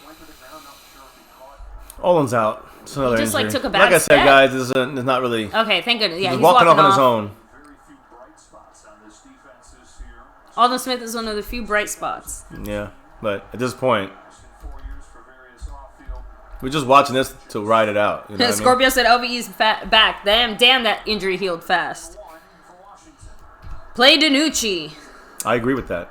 At this point, just have Denucci run out and throw the ball, Yeah, and they're not calling any holding calls. That's the third holding call that either you called or the chat called, and they just still nothing. They're doing this, the referees, but they always do. We know that. Let's stop bitching about it. 3rd and 1, play action. They're going to go for the Logan here, and Jalen Smith misses the touchdown. It's all on Jalen Smith. I forgot we tackle like this now. Jalen Smith is. Do you like me tackling you? Jalen Smith is horrific. There's nothing to do with scheme. This has to do with players. Players suck. Again, that's why, Jimmy Johnson kind of said it. A lot of these players, anonymous players, are probably bitching. Let's get these guys out of here. Look, even Mike Nolan is sitting there with the most dumbfounded look on his face. Like, he cannot believe. He's saying to himself, what is wrong with Jalen Smith? Other than we've signed this asshole. Wait, look at this. What's wrong with Jalen? I'm sorry, this is how we tackle. Yeah, it's like a big. He's like feeling up Logan Thomas. I told you he'd get touchdowns. Joe Thomas can get felt up by a lot of other people. Logan Thomas. Logan Thomas. I thought you said Joe Thomas. No, baby. Logan Thomas, as you can see, he's their touchdown leader now. He has 3. Freaking Antoine Woods is out there running his ass off. At least I've he's seen trying. more effort from Antoine Woods this year than I've seen from some of our starters this year. Again, like I said, guys, offense turning the ball over. The defense just can't stop anything. And this is this is what happens, guys. They don't have to go for 2. Why bother going for 2? If you're Washington, oh man, he almost missed that. Why bother even going for it to go 2? You're gonna blow us out, Washington. We're down again, guys. How many games in a row are we down by 17, 18, 20 points? How many games have we been down like this? 3 minutes and 8 seconds to go before halftime. Don't get upset at Randy Gregory because he's not playing. The coaches aren't playing him. Yeah, it ain't Gregory's fault. Daryl Worley is still out there. Why is Reggie Robinson still inactive? Again, we cannot control the coaching decisions the Cowboys make. We can go all the way back to like the earlier weeks, and we're talking about the offensive line and some of the questionable decisions that they made there that then led to the downfall of the rest of the offensive line. Dontari Poe does nothing. I think a wet paper towel might do us more. And we haven't even seen like Dontari Poe. I'm gonna say it like this: we haven't even seen Dontari Poe in the game a lot. You can say a lot of things about Marinelli, but he had Randy Gregory in the game as much as possible. Justin Crowell's good point. He said he was our best pass rusher, so he made sure he had as many snaps as possible. I hear you, but I just wonder if he's really ready. So all these other players that basically had a week with all the COVID. Remember, Randy Gregory's been back for a month, basically. A month. An entire 30-day span of time where Randy Gregory's doing football shit. Get him on the field. We have guys that came in 3 days ago, a week ago, that are out here playing. Regier. No more excuses. With a $2 haul. I agree, baby, but this team is... Regier said, get this game to 22-6, a 16-point game, and I'm fine. Guys, I'll be here for the ride, but 22-6, 22-10, 22-13, I am fine. Mr. Wright with the best point of the day. He said the good news is at least we're not losing to the Redskins. Yeah, we did beat them the last time they had that name. We did wipe the floor with them. At least we got that, I guess. Go Cowboys. Yo, what's up, said I hope we trade a couple big name players.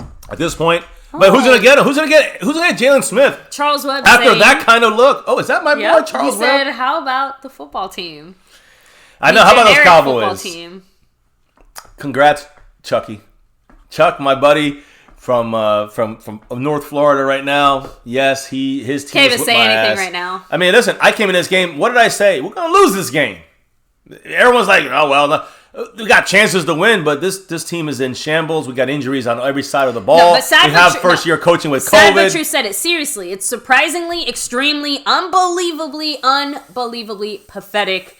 Even the Jets are winning now. This goes beyond we're expecting bad. There's any bad expectation you had, take that and double it, and that's how bad we are, because no one could have ever expected us to be this bad, even knowing we're this bad. Even Chuck said we were going to win this game. At the beginning of the year. You know I said that. You said that, Chucky. But when you lose your whole offensive line, and you have a new coaching staff and COVID with injuries. It's not an excuse, it's facts. Just change And then everything. you have your star players like Ezekiel Elliott fumbling every game. When you have your star players like Jalen Smith, star player, missing tackles, missing coverage, playing like a fucking high schooler. What? Nothing left to do. We suck. I said it. Cowboys suck. But one thing I will always be, Cowboy fan for life. Never a dirty Washington football team fan. Never. Ever that. As we run with Tony P up the gut, or is that Zeke? Zeke Elliott with the run. Now we want to establish the running game. Oh, wait. There's 3 minutes for the half, and we're down 19. What should we do? Let's run. Now people are like, we should run Zeke more. Why do we run Zeke? Why do we run Zeke? Because the offense gave up the fucking 3 touchdowns and defense can't stop shit. That's why we can't run Zeke in the second quarter and beyond. It's over.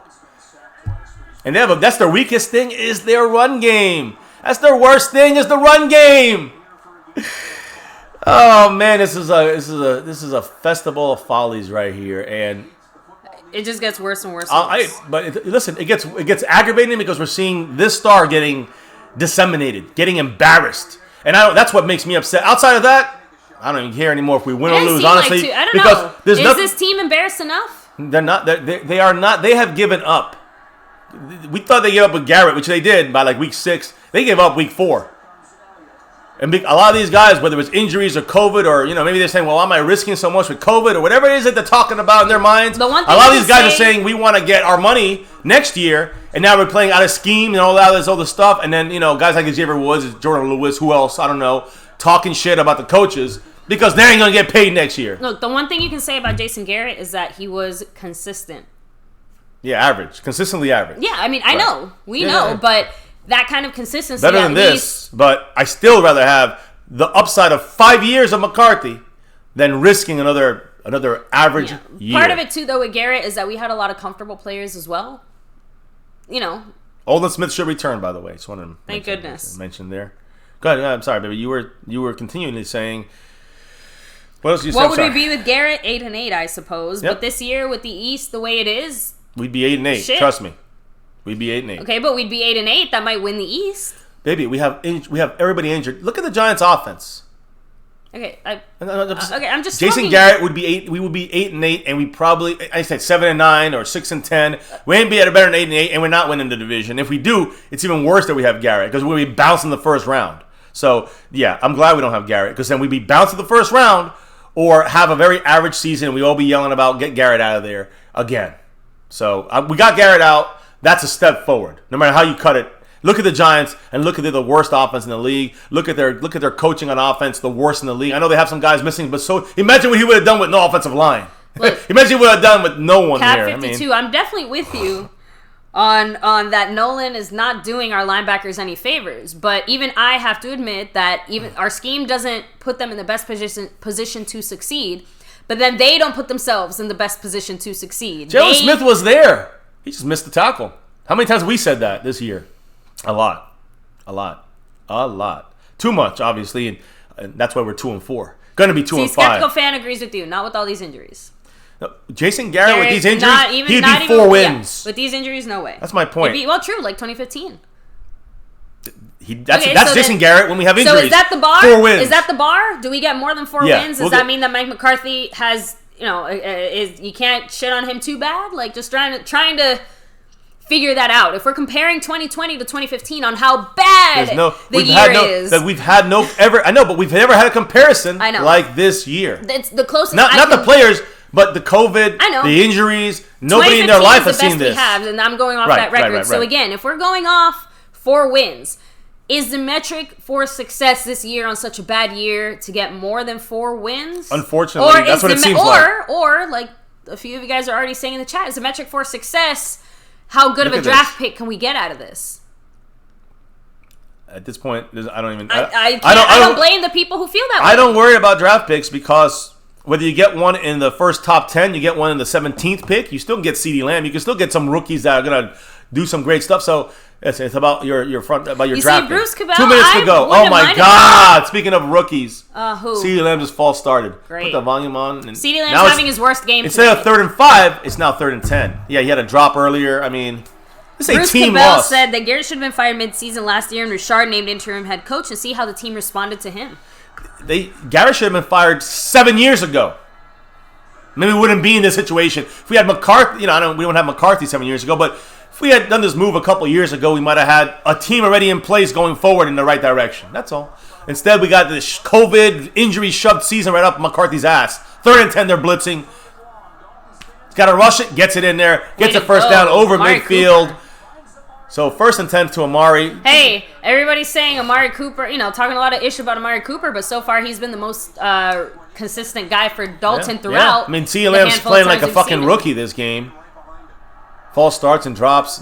And Dalton, quick throw there. Dalton Schultz did he catch it? No, he dropped it. Piece of shit. I thought you saw it come out. I saw something. I wasn't sure if he came out, if he dropped it. It looked like if he put it down real quick, yeah.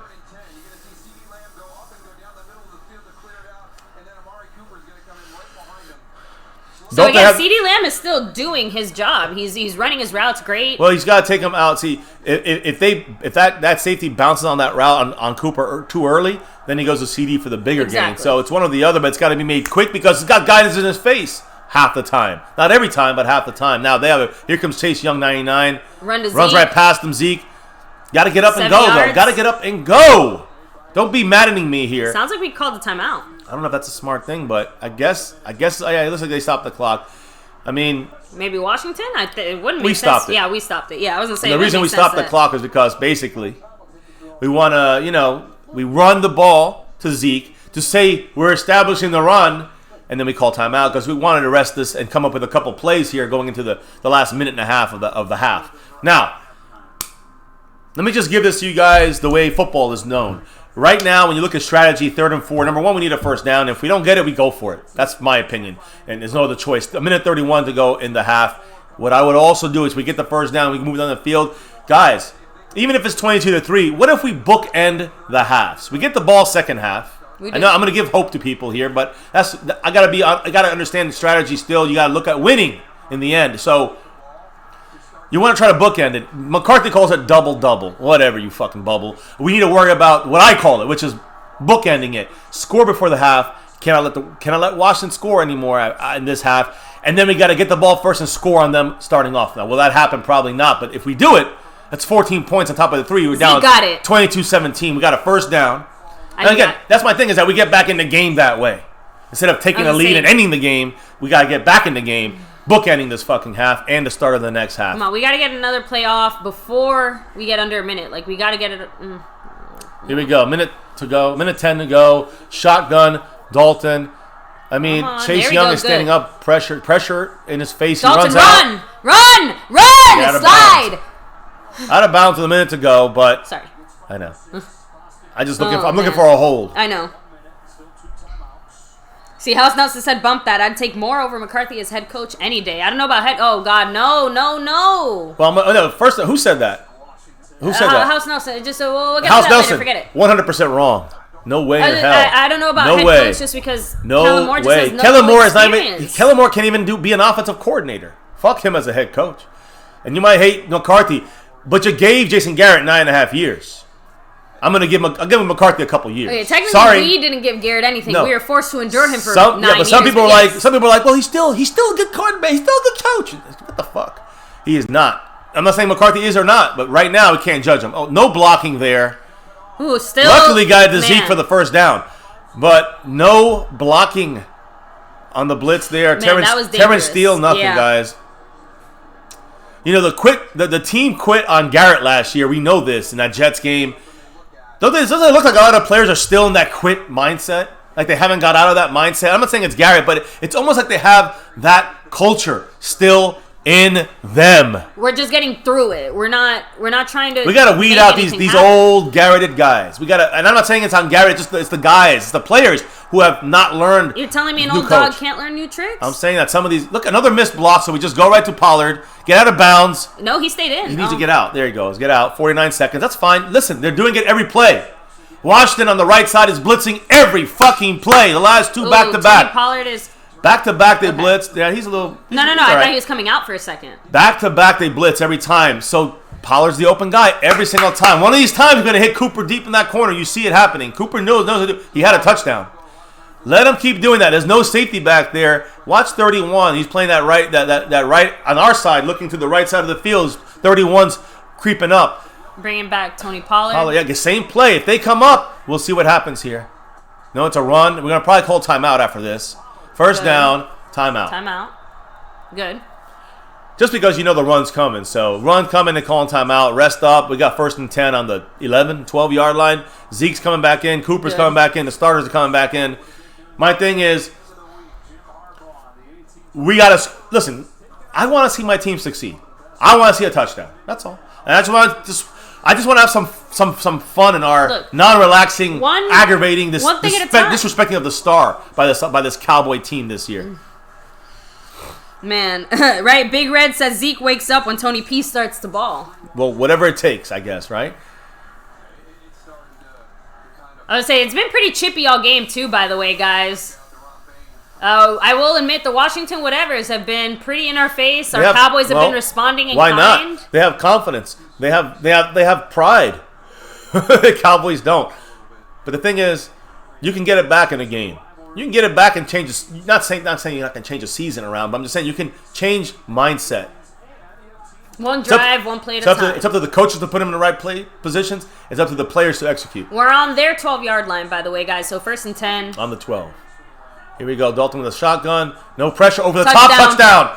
Dropped by CeeDee Lamb. It was knocked out. It was good defense. Good defense by Shazier Everett, but that was in his hands. It was in his hands. And he had him. And that should not be PI, by the way. Ooh, good enough. Man, good enough play by that defensive player. He knocked it out. Yep. Look, honestly, CeeDee Lamb didn't have a chance. He hit very well timed by the defense there. Just God damn it. Hit his hands at the 39 seconds, 2nd and 10. Here we go. We're gonna stall out and kick a field goal. You know, the Washington whatevers have done a much better job blitzing in the middle. Game planning for CeeDee Lamb. What does he do? Interception.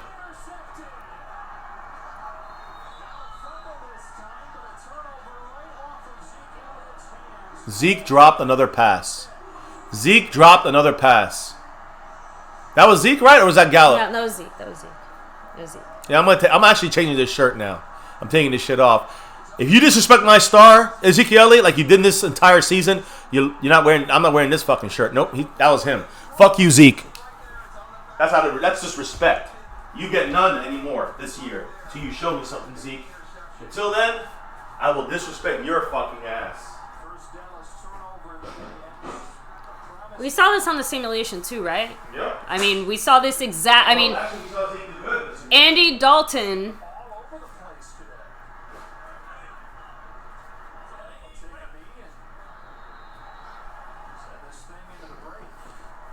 Let me hit up the chat.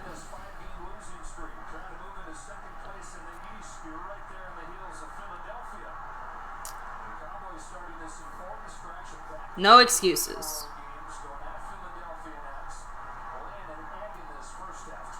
Ugly pass. Could have been better, but still. It was a bit. Look, I'll admit the pass was a little bit behind him. But I still can't help but put a little bit more on that on Zeke. A teensy bit. Just a tiny bit. Just a little bit.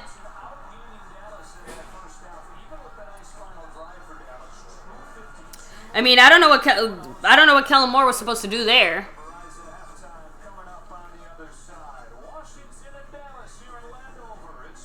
Well, Cap 52. I mean, look. I can't disagree with your point either. I mean, we expect, CeeDee Lamb is out there, but again, CeeDee Lamb, Ezekiel Elliott. CeeDee Lamb is a rookie. Ezekiel Elliott. You're number one. You're all pro. You're starting running back. You're number one offensive player. So, yes. Obviously, CeeDee Lamb's supposed to make that catch, but maybe Zeke should do something. You want to know about real running backs? How about Emmitt Smith? I miss Dak Prescott. How about Emmitt Smith? How about that's a real running back there, Ezekiel Elliott. So I guess basically the debate is kind of now, look, it wasn't the greatest pass. It was a little bit behind him. But now I saw I'm it. just saying, now it's the back and forth. Doesn't matter. You know, He hit his hands here. But when your He should make receivers the aren't catch. making those catches. Zeke. Is Zeke our best player on offense? Overall, is he our best? Everyone's talking about got to take over as the leader, right? Because we know Dalton isn't. But it's Zeke's job. It's Zeke's job. Yeah, and Spoonie Dog, I get that too. A rookie who's caught a million balls, who's been so crazy consistent, and then he shows up this game and he's having a rough game. Why are we blaming CD though? He's the least of the problems. Ezekiel Elliott he still needs has the to be least benched. amount of drops on this team, CD Lamb. Yeah, but Zeke has the most amount of drops in the NFL. It just cost us another fucking. He didn't fumble this one. This one he just popped up and on a chance to score and make it a closer game just for the fuck of it. Give us a little love. Give the fans a little bit of the respect we deserve. No. Fuck the fans. They embarrass the star, and our best player on offense is doing this. I got nothing else to say. Dalton threw it a little behind. Zeke been practicing all offseason about catching the ball. You catch that pass. I don't care if it's here, or here. And bitches out there will say, well, Dak he threw it here, not here. Yeah, Dak could have thrown a better pass, but it hit the guys. If he throws it up to Yao Ming, that's different. But if he's throwing the ball and it hits him here, or here, I'm sorry. It's on the receiver. And that same thing goes with it. Dalton had some real bad passes today. He's played some real bad football, Andy Dalton. But that was good enough to be caught by Ezekiel Elliott. No excuses. You're one of the best running backs in the league. No, I'm not saying that about him anymore. I'll say he was. This year, he's lost all my confidence. Baby, you see what's on now. I'm going to just wear the old school jerseys from now on because they deserve the respect. They showed the star with respect. Not these fucking scrubs, man. They're playing like a bunch of bitches. I can't watch this. I mean, I'm watching it, but I can't stomach it without having some of that old school blue. Yeah, we still haven't seen Randy Gregory. I don't know what's up with that. I guess he's there for play special teams. Just saying. But yeah, we suck. I mean, honestly, I haven't seen anything this bad. I mean, again, since 1-15, No, but at just least we were trying in 1-15. In 3-13, we were trying. These guys were at least hungry, looking to save their jobs with the Cowboys or somewhere else. This team don't give a fuck. This team does not give a fuck top to bottom. On the field and execution, on coaching. They don't. I mean, again, Nolan at least adjusted, but the players aren't executing. Kellen Moore to me has been playing some vanilla offense, but the players are not executing. The Lunatics is executing a $2 holla saying, no fire, no direction, no fight. Yeah. Damn. These are things that Jason Garrett used to make shirts. I guess these punk ass bitch players need a shirt that says fight, period. Because without that, they just don't know how to fight. I mean, is that what we need? Are these Garrett trained fuckers that we got on this team? Cut them all then. Cut them all. After this year, there's going to be some wholesale changes by the players on this team. There's going to be some players gone. A lot of players are going to be gone this year. And McCarthy's going to take over, I think, a little more next year. Cap 52 said, don't forget the O-line Emmett had. It's unfair, MCF. As far as what? Emmitt Smith actually had talent. You know that the offensive line Emmitt Smith had with Stepnowski and Newton, these were throwaway players. Larry Allen, of course, great, and but most of these guys were either drafted or thrown away players. They're not expected to do good back in the 90s. And Emmitt Smith did good in the 90s, but also Emmitt Smith did some magical stuff in the field. It is fair. Ezekiel Elliott cannot hold up. Listen, this is not about block. Stop making it about the offensive line. Yeah, Ezekiel Elliott fumbles the ball. That's on him. Ezekiel Elliott fumbles the ball 20 yards down the field on his best play of his season this year. He fumbles the ball down the field against Cleveland. Stop making excuses for the scrub. He's playing like a scrub. We're going to call him out for being a scrub this year. Ezekiel Elliott, get better. Or you just suck. Or you just came in for the money and you took Jerry Jones to school with the money. That's all. Simple as that. No, he's having a bad year. Zero God Loading said, look what happened to Cincinnati last year. They tried to make a quarterback change, but the line was still horrendous and nothing changed. Randolph also said to help the O-line, you have to go quick. You have to go to quick passes on first downs. And he also said that, let's look at the big picture. The play calling sequence on the last drive is what we needed to do. Pass on the first to set up the run. Yep. And that has worked all year. Who said that? 'Cause that's right. Randolph. Right, so Randolph. And who's not doing that all the time? Kellen fucking Moore. That's all. He's doing it sometimes, but not doing it enough. Look, I agree with him on that. I agree. I don't want to sit here and like compare past teams to future teams, but I think that we can all agree that not only does this team really suck, it feels like at every level when it comes to our coaching, can't make it happen, our players can't make it happen.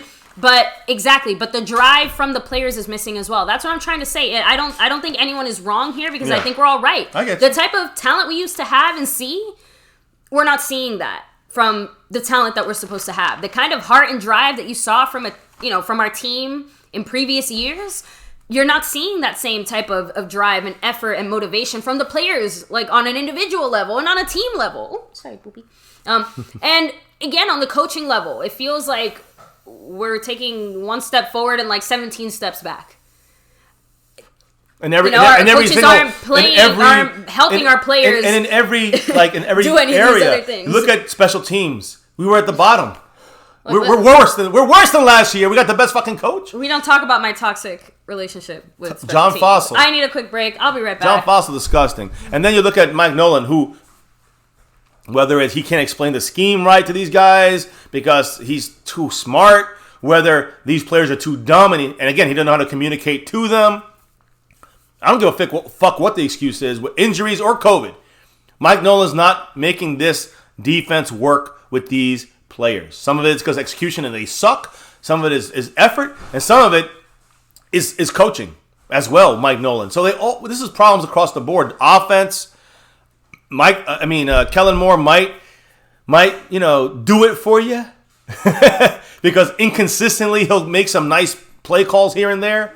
For the most part, his inconsistency is what is hurting us. Sorry, I'm going to read Rand's comment because I think he brings up another great point. Kellen's only calling plays because they're in the book. He has no feel for the game. The players know the game plan sucks and it's demotivating them. It's not letting him off the hook either. Not letting the players or Kellen off the hook, but basically Kellen Moore knows how to call and have great plays, but he doesn't have a real feel for when to call them. The timing and the flow of the offense. Can I be fair about one thing? Which is one of the things we've complained about Kellen Moore and his consistency. Wait, answer me this one question real quick.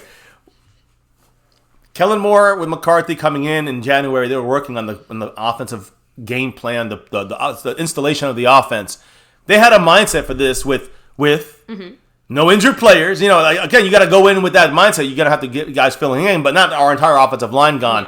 Including retiring center Travis Frederick, including all these injuries you're seeing all year from the preseason, the training camp time to the games. Every game we're losing guys not just for a week or two, we're losing them for the season. So what I'm trying to say is I don't think even from week one with Noel Collins, we never got to see Kellen Moore's thoughts on the field. You know what I mean? We never got to see what he wanted to do with McCarthy's and Kellen Moore. They talked about it together, what their thoughts were for this offense. We never got to see the best of this because from the beginning, we had injuries to our offensive line that we had to keep Zeke in more and less Pollard in the game. And that right there is the first steps of not running Kellen Moore's hopeful offense. But two things.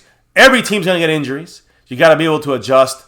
That's a problem with this team from the beginning, from the Garrett years. And again, Kellen Moore is not adjusting that much, in my opinion. And then the other thing is, I understand you have to, head coaching also comes into this when you make a decision like Terrence Steele, even if you're trusting your coaches like Joe Philbin. But the head coach has to take, I think, whether he's allowed to or not, I don't fucking know. But if Garrett did it last year, McCarthy can do it this year. And he needs to, again, go in there and make the right changes. Justin, with Zach Martin out now, that's actually 60% of our salary cap that is out this year. Incorrect. Something, right? Isn't it 60? 40, no. It was 40 before Zach Martin. No, with Zach Martin, it's 40%. Not on that field today. Okay. Of our salary cap, 60% is on the field. Okay, gotcha. Yeah, but again, the 40% that's not on the field, you're talking about guys like Dak Prescott, Zach Martin, Tyron Smith, Collins, it's only like 6-7 Blake guys. Jarwin. No, it's like 10 guys, but like Jarwin, Gerald McCoy. Gerald McCoy is actually not included in that. Remember? No, I'm including. I know you're including him, but he's not included in that 40%. Right, technically. But there's a portion of his cap that's hit this year as well. We're not even seeing that, right? So just so many guys on offense. I haven't gotten to the defense yet. It's not on that field. Now I'll be back. But Sean Lee and which is like $4.5 million, and Chidobe Awuzie not on the field. So all of these guys not on the field, and not excuses, but the truth. I mean, a lot of that money not on that field. A lot of these guys supposed to help the other guys, whether like Jalen Smiths and LVEs, You need these other guys like Sean Lee and Cheeto, I guess, to maybe make this defense run a little smoother. I don't know. Right now, you look at that score, 22 points. And yes, the defense gave up 22, but not really. 2 points was from the offense directly. Another one was a turnover, which gave them an easy touchdown as well. Of course, the defense did give up, I think, 2 touchdowns, was it? And the offense gave up points at the end of the game. Again, turning the ball over with Zeke on the goal line, basically. So it happened yesterday in our game when we threw it to Dalton Schultz and he fumbled on the goal line. Remember that? Incredible how accurate it's kind of panned out to be in an unfortunate way. And except that we actually won the simulation. Even Madden who shits on us, we getting shit on by reality worse. So, man, this is a ugly ass game. I mean, why am I still on second quarter here? Right? Should be halftime. HT, right? How about help us? SOS. We need help. Let's see who's in the chat, guys. I'm sorry I've been kind of out of it, but 180 people. Yo, best couple ever. Hey, awesome, man. Thank you, Chase. Appreciate you. Chase Roster. Cat52 says, how are our coaches so fucking bad? I'm with you, Cat. I don't know, top to bottom, man. Justin Quarles. Remember, guys, you got the special emojis. You got the 4 DAC. We also got, emojis are out there. We got the new what the fucks out there, the WTFs. No vertical push, says Justin Quarles. Great point. And we're not seeing that at all. But really, can you say anything about that now with the fact that we have to basically throw the whole game? We have to pass the whole rest of the game pretty much. Gibron11 said, it's like last year all over again. Ron the Don Smith with a $10 holla. Much love to him. What did Ron... Oh, I guess I'm the one doing it. Ron the Don said, quote, MCF, I just want to say that what the hell's up with our Cowboys? And I hate to say this, but Mike Nolan needs to go. He's not aggressive, and I can see that. But I understand some of this on Mike Nolan. I don't think it's enough yet to just say fire him. I'm looking at the players' execution with the injuries and whatever, and the scheme adaptation.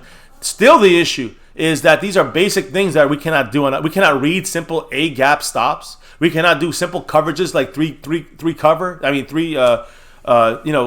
3. Darryl Worley gets lost in that. I mean, I'm sorry. I can't put most of this stuff as on the players over Mike Nolan. So I love the comment as far as, that the feeling of what's going on in that field. I mean, I don't know what the fuck is going on with this team. Coaching as well. But Mike Nolan, aggressive or not, I mean, I don't know if we have the personnel for that, but more importantly, I think that there's more execution issues than coaching issues. There's coaching issues, but execution. I'm still chewing. I want to get this out real quick. Rand out there's biggest point is that Kellen Moore has failed to adjust the way he runs our team with the fact that our offensive line isn't the same. Correct. He's still running our team like a power team. Right. Well, we got to run it a little bit differently. And also, we're running this. Lots of sweeps, screens, and short passes on first down. We got the ball, Zeke running for 3 yards. I hear you. Just the thing is that we have to see things like. We have to see things like I think our offense be a little more creative when it comes to that. I think our defense has to be. Our offense. Listen, our offense. I know you're saying about power sweeps and things like that, but not doing the power game mindset. We have to adjust for Andy Dalton being the quarterback with his broken offensive line. That's it. Dalton shoots it in there to Dalton Schultz. Dalton to Dalton right there for a first down. And we got some special guests that want to make an appearance here, at least for the time being. Little G over here to my left. Little J here, kind of to my right. There it is, representing the MCF. They can't believe that this has been going on. We get them a little break now to experience this abuse, as you're seeing on the screen right now. But yeah, under 14 minutes here as we're in the third quarter, down by 19 once again. Multiple turnovers costing us points and giving them points. CeeDee Lamb dropping another pass. Another drop by CeeDee Lamb. Well, there goes his record-breaking streak, if that's going to end. Right? I mean, he has 5 catches in his first 6 games to start his career. No other guy's done that in the history of the NFL. He could have done it again today if he had just caught like 4 passes that dropped out of his hands.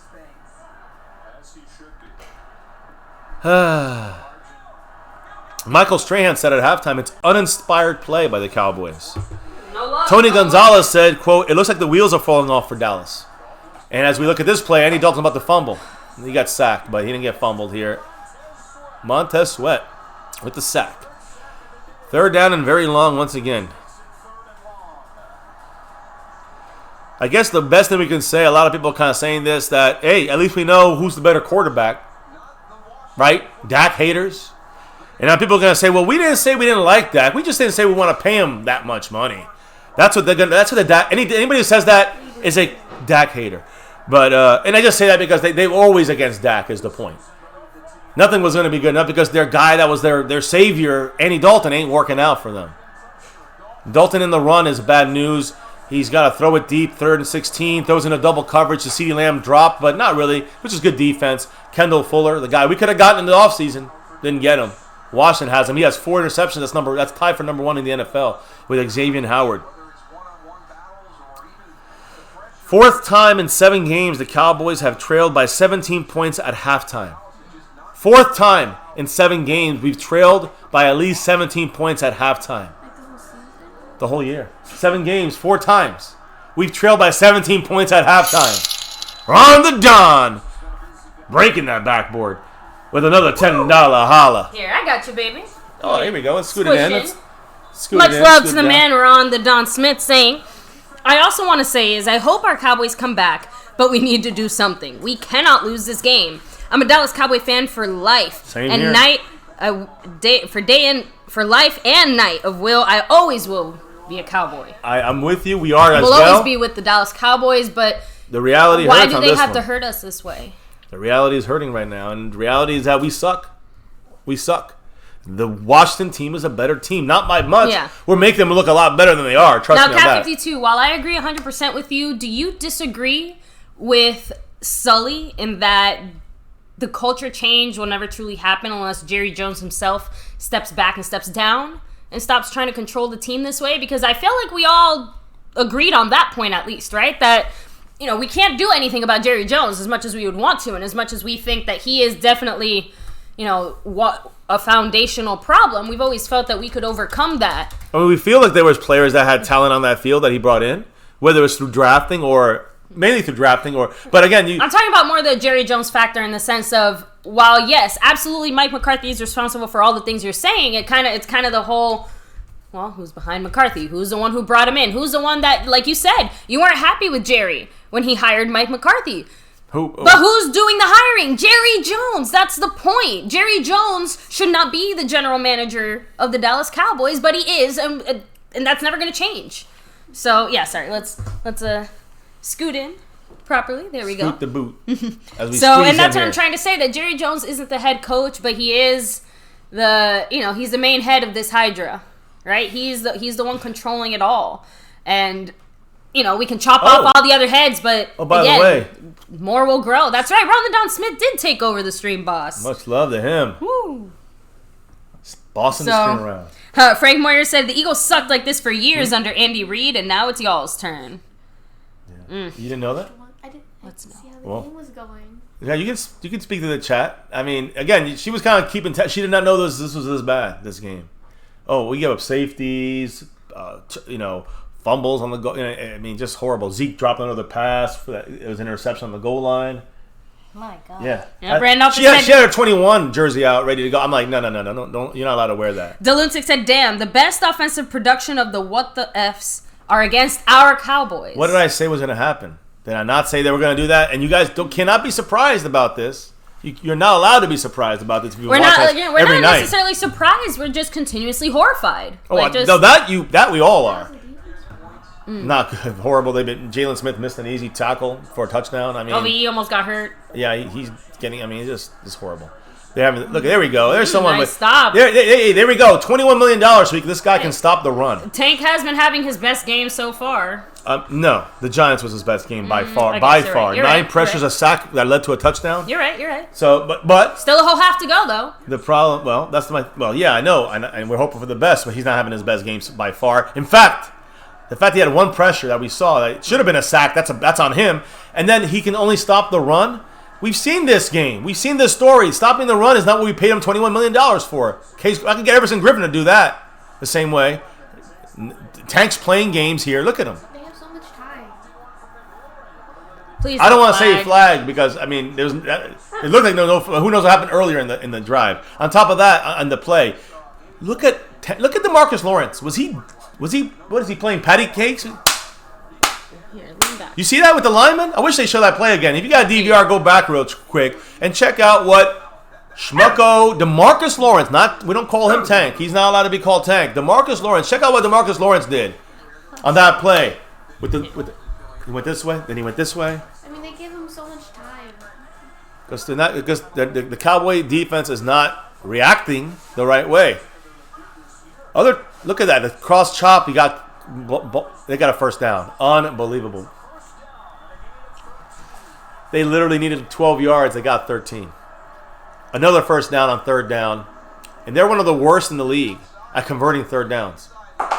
Anthony Brown on coverage.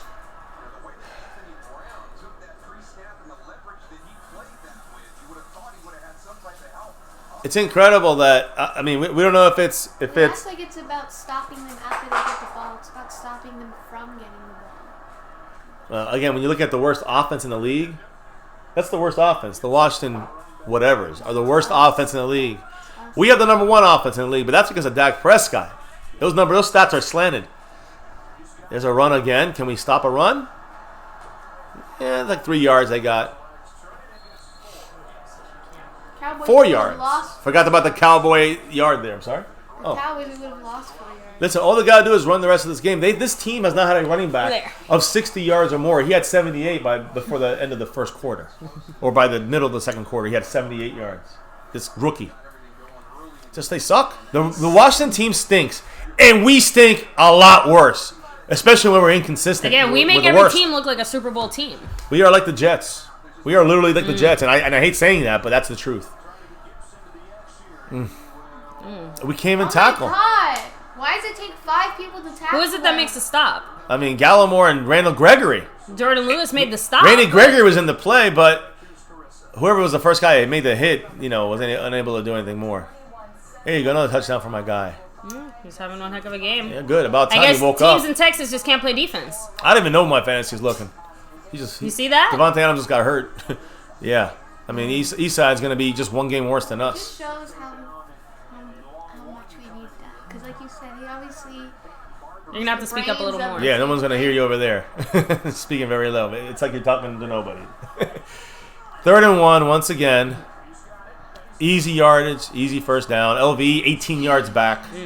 What were you saying? But louder? You already said it. It just shows how much we need Dak because he's not just the quarterback; he's the brains of the team. And he can escape bad, broken offensive lines. Like Dalton's dead. He's a sitting duck. That's my issue from the beginning with any Dalton. He can run and still pass or keep going.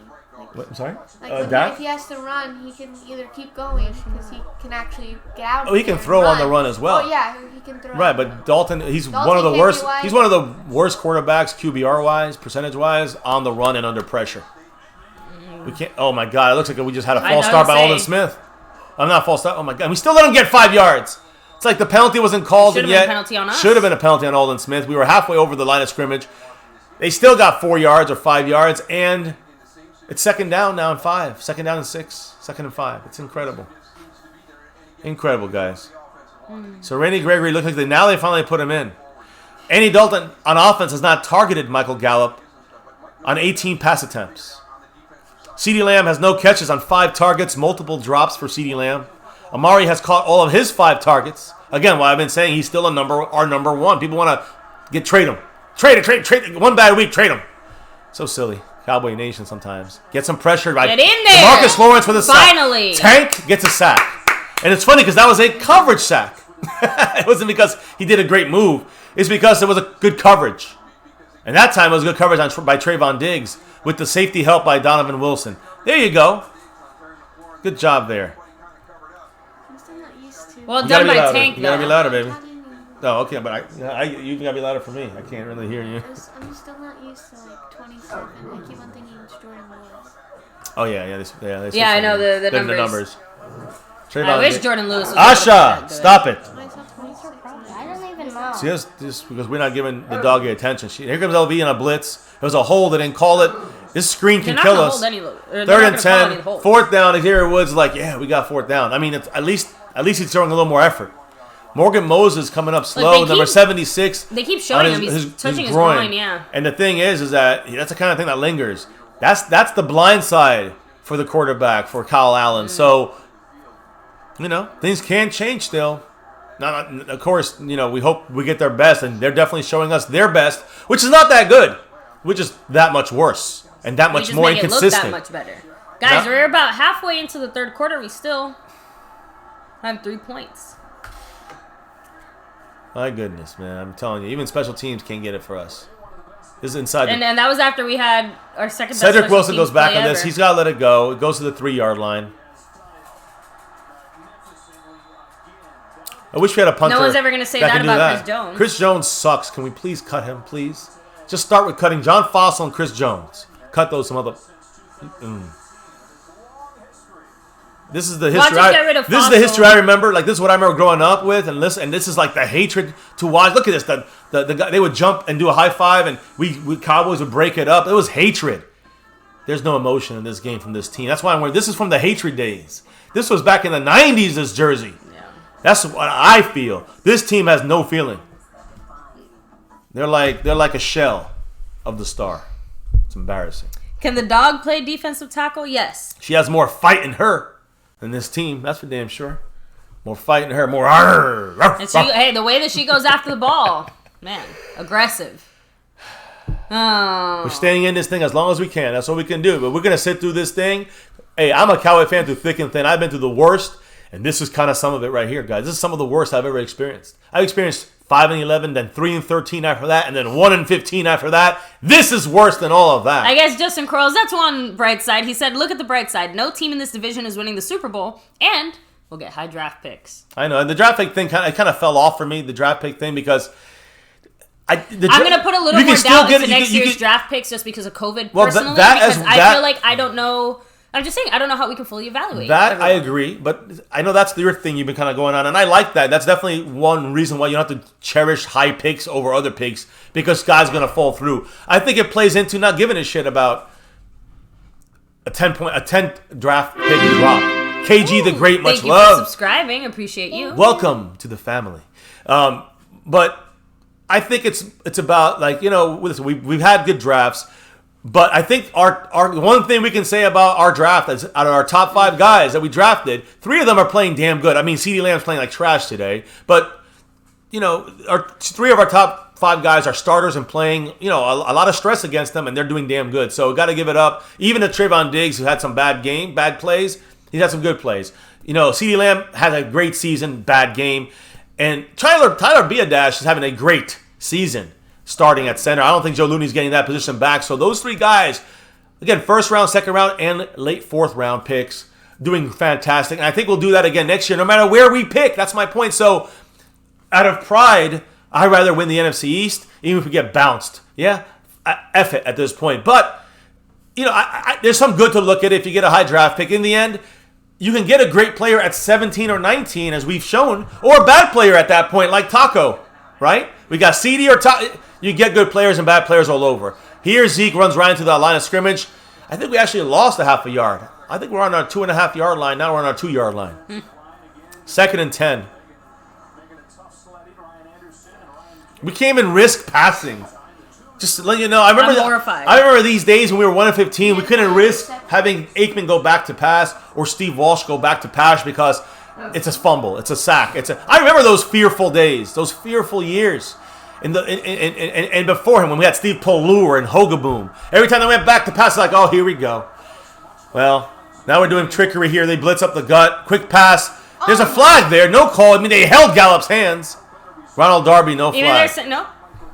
Darby came up looking for the flag. The refs are like, we're on your team. It's all right. We got paid. Chill out. Snyder paid us. That was Michael Gallup's first target all game, I think. You got what happened? Because the more everyone plays with the dog, no, I'm not you. But I'm saying, I'm trying to keep her contained here. That's it. So, 6 minutes, Dougie Fresher on in the third quarter, 6:32. In a shotgun, in our own end zone, 3rd and 10. Get ready for something bad. I just have bad feelings here. You want to see the blocking is working. Steps up, runs. Andy Dalton running for it. Oh! That's a penalty! And oh my God. Andy Dalton just got knocked out. I don't see a flag anywhere. There's a flag. Get the Denucci in. He can't even move. Oh Guys, he's got a concussion. They knocked his head off. Regier Productions, much love for the drop.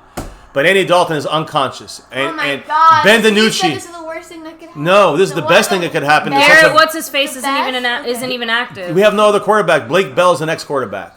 Andy Dalton's out for the Blake Bell, our tight end. Yeah, that's what I'm asking you. Regier Productions, $2 holla. Andy Dalton. Yeah. Oh, he's out for this game. Cheap shot by Bostic. That's a concussion. His head hit the ground. Bounced off the ground. This is why people need. Okay, so at this point, you know what? It's not the coaches. It's not Jerry. It's not. At this point, what? I'm just on this play. No. I'm saying overall, like. Oh, from here on out. No, just. What are you talking about? The football gods have smited the Cowboys this year because holy crap. No, I'm just saying, like, we're losing everyone. Yeah, I know. No, okay. I know you're saying Andy Dalton might be out for now. What if it's more serious? No, I mean, he might be out a couple weeks like Zach Martin. It's Denucci time. That's all. Some people got their wishes. And, we were saying that beforehand, Gilbert right? We're everybody in the chat, and you included, saying, and me included, I'd rather have Denucci in at this point. We got our wish now. I don't see Dalton hurt. I don't see Andy Dalton hurt. The point is, we wanted the whole point of that is that we want the Cowboys to make the decisions that help us win, like the decision to put in Denucci as an actual coaching decision, not as an injury substitution. Right. That's the core problem. We've had Andy Dalton basically in about a little less than 2 games. That was such a cheap play. Cheap shot. Defenseless, got hit in the head. I mean, it's a 15-yard flag, first down, and Denucci. The cart is out for Dalton. Oh my God! So they're strapping him off. Did you not see him twitching on the ground? That's what I'm trying to say. Like this is when his head bounced off the ground. That's a cervical injury, unfortunately. Hopefully he'll be back. Hopefully he's gonna come back sometime this year. But usually, like Zach Martin's injury was a concussion, but it was like a knee to the head by Zeke. It wasn't like he was a little but he got up on his own exactly power, right. He wasn't like knocked unconscious to the point where he's we immobilized. even saw him try to work back. He was on the stationary bike. He was going through the other concussion protocols to see if he was able to play. Andy Dalton's unconscious, and he's going to be in a neck thing and the whole thing. It's going to be horrible. Once again, another week, man. That's what I'm trying to say. What did I say about our? I mean, this was an offensive line. Put in Blake Bell? Yes, our offensive line. Our offensive line is going to hurt every quarterback, but that wasn't on the offensive line. That was just him running in a cheap shot by the Washington WTFs. Yeah, WTF, man. That's a cheap shot. That guy should be thrown out of the league. He should be thrown out for this game and probably suspended. Is that Bostic, by the way? I think it was Bostic. Here, I'm going to put it up a little bit so we can hear. Look at that. Watch the hit. What? Right, that's bad. And there. That was aiming for his head. On top of that, look, even Fuller knows it. Even their own team knows it. That they shouldn't have done that. Bostic, they should throw him out. There he is. Yeah, no, but that's a brain injury. Look at him. He doesn't know where he's at. He can't focus. I was gonna say, he's not there. What number is he? 7? Denucci time. Yep. I swear to God, refs, call the holding calls. Call these penalties. That's not even about the penalty. That was going for his head. That was like he was aiming for his head. That's like a dangerous. That wasn't like an accident. That wasn't like the car came out. The car came out, but he walked off on his own, trying to do his man thing there. He got thrown out the game like he should have been. Good. Jeff Bostic, get the fuck out of there. And that's the thing to me that kills me. They are disrespecting the star. Denucci got a lot of snaps this week. Remember that. Oh my fumble God. By Zeke. That wasn't even like a good. He just threw it at him. It's a pitch, but I'm just saying, Zeke fumbled it. It wasn't even a good pitch. Yeah, that's what I'm saying. Just throw it at him. I can't get mad at him. This is his first snap in his life. This guy was a 7th round pick from James Effin Madison. I'm just saying. Exactly. I think it's somewhere in Florida. Actually, I'm not really 100% sure. James Madison. I'm not sure. This is such a small school. My point, maybe it's not Florida, but my point is about Denucci is that this guy is, he looks great running around And in college video, he's nervous as hell. He probably won't listen. They're gonna go at him, come at him. Oh no! Oh! That's what we're talking about! Denucci! With the hoochie coochie! That was blown I want coverage zero there. judgment if I cry because this is too much for me. Wow, Denucci We can't keep losing our guys. I was like, is this a and then pick doing shit six? Like this. Denucci the Poochie. Oh my God, here we go. Run the ball to Zeke. For Dak and for Oh my Dalton. goodness, look at that one-handed snap. Look at that. Oh, and he ran right into the sack. Well, And then he he got thrown protected head the first ball. into the ground. Oh no. What's up with this team? Okay. Tim Settle gets another half a sack. Look, he protected the ball.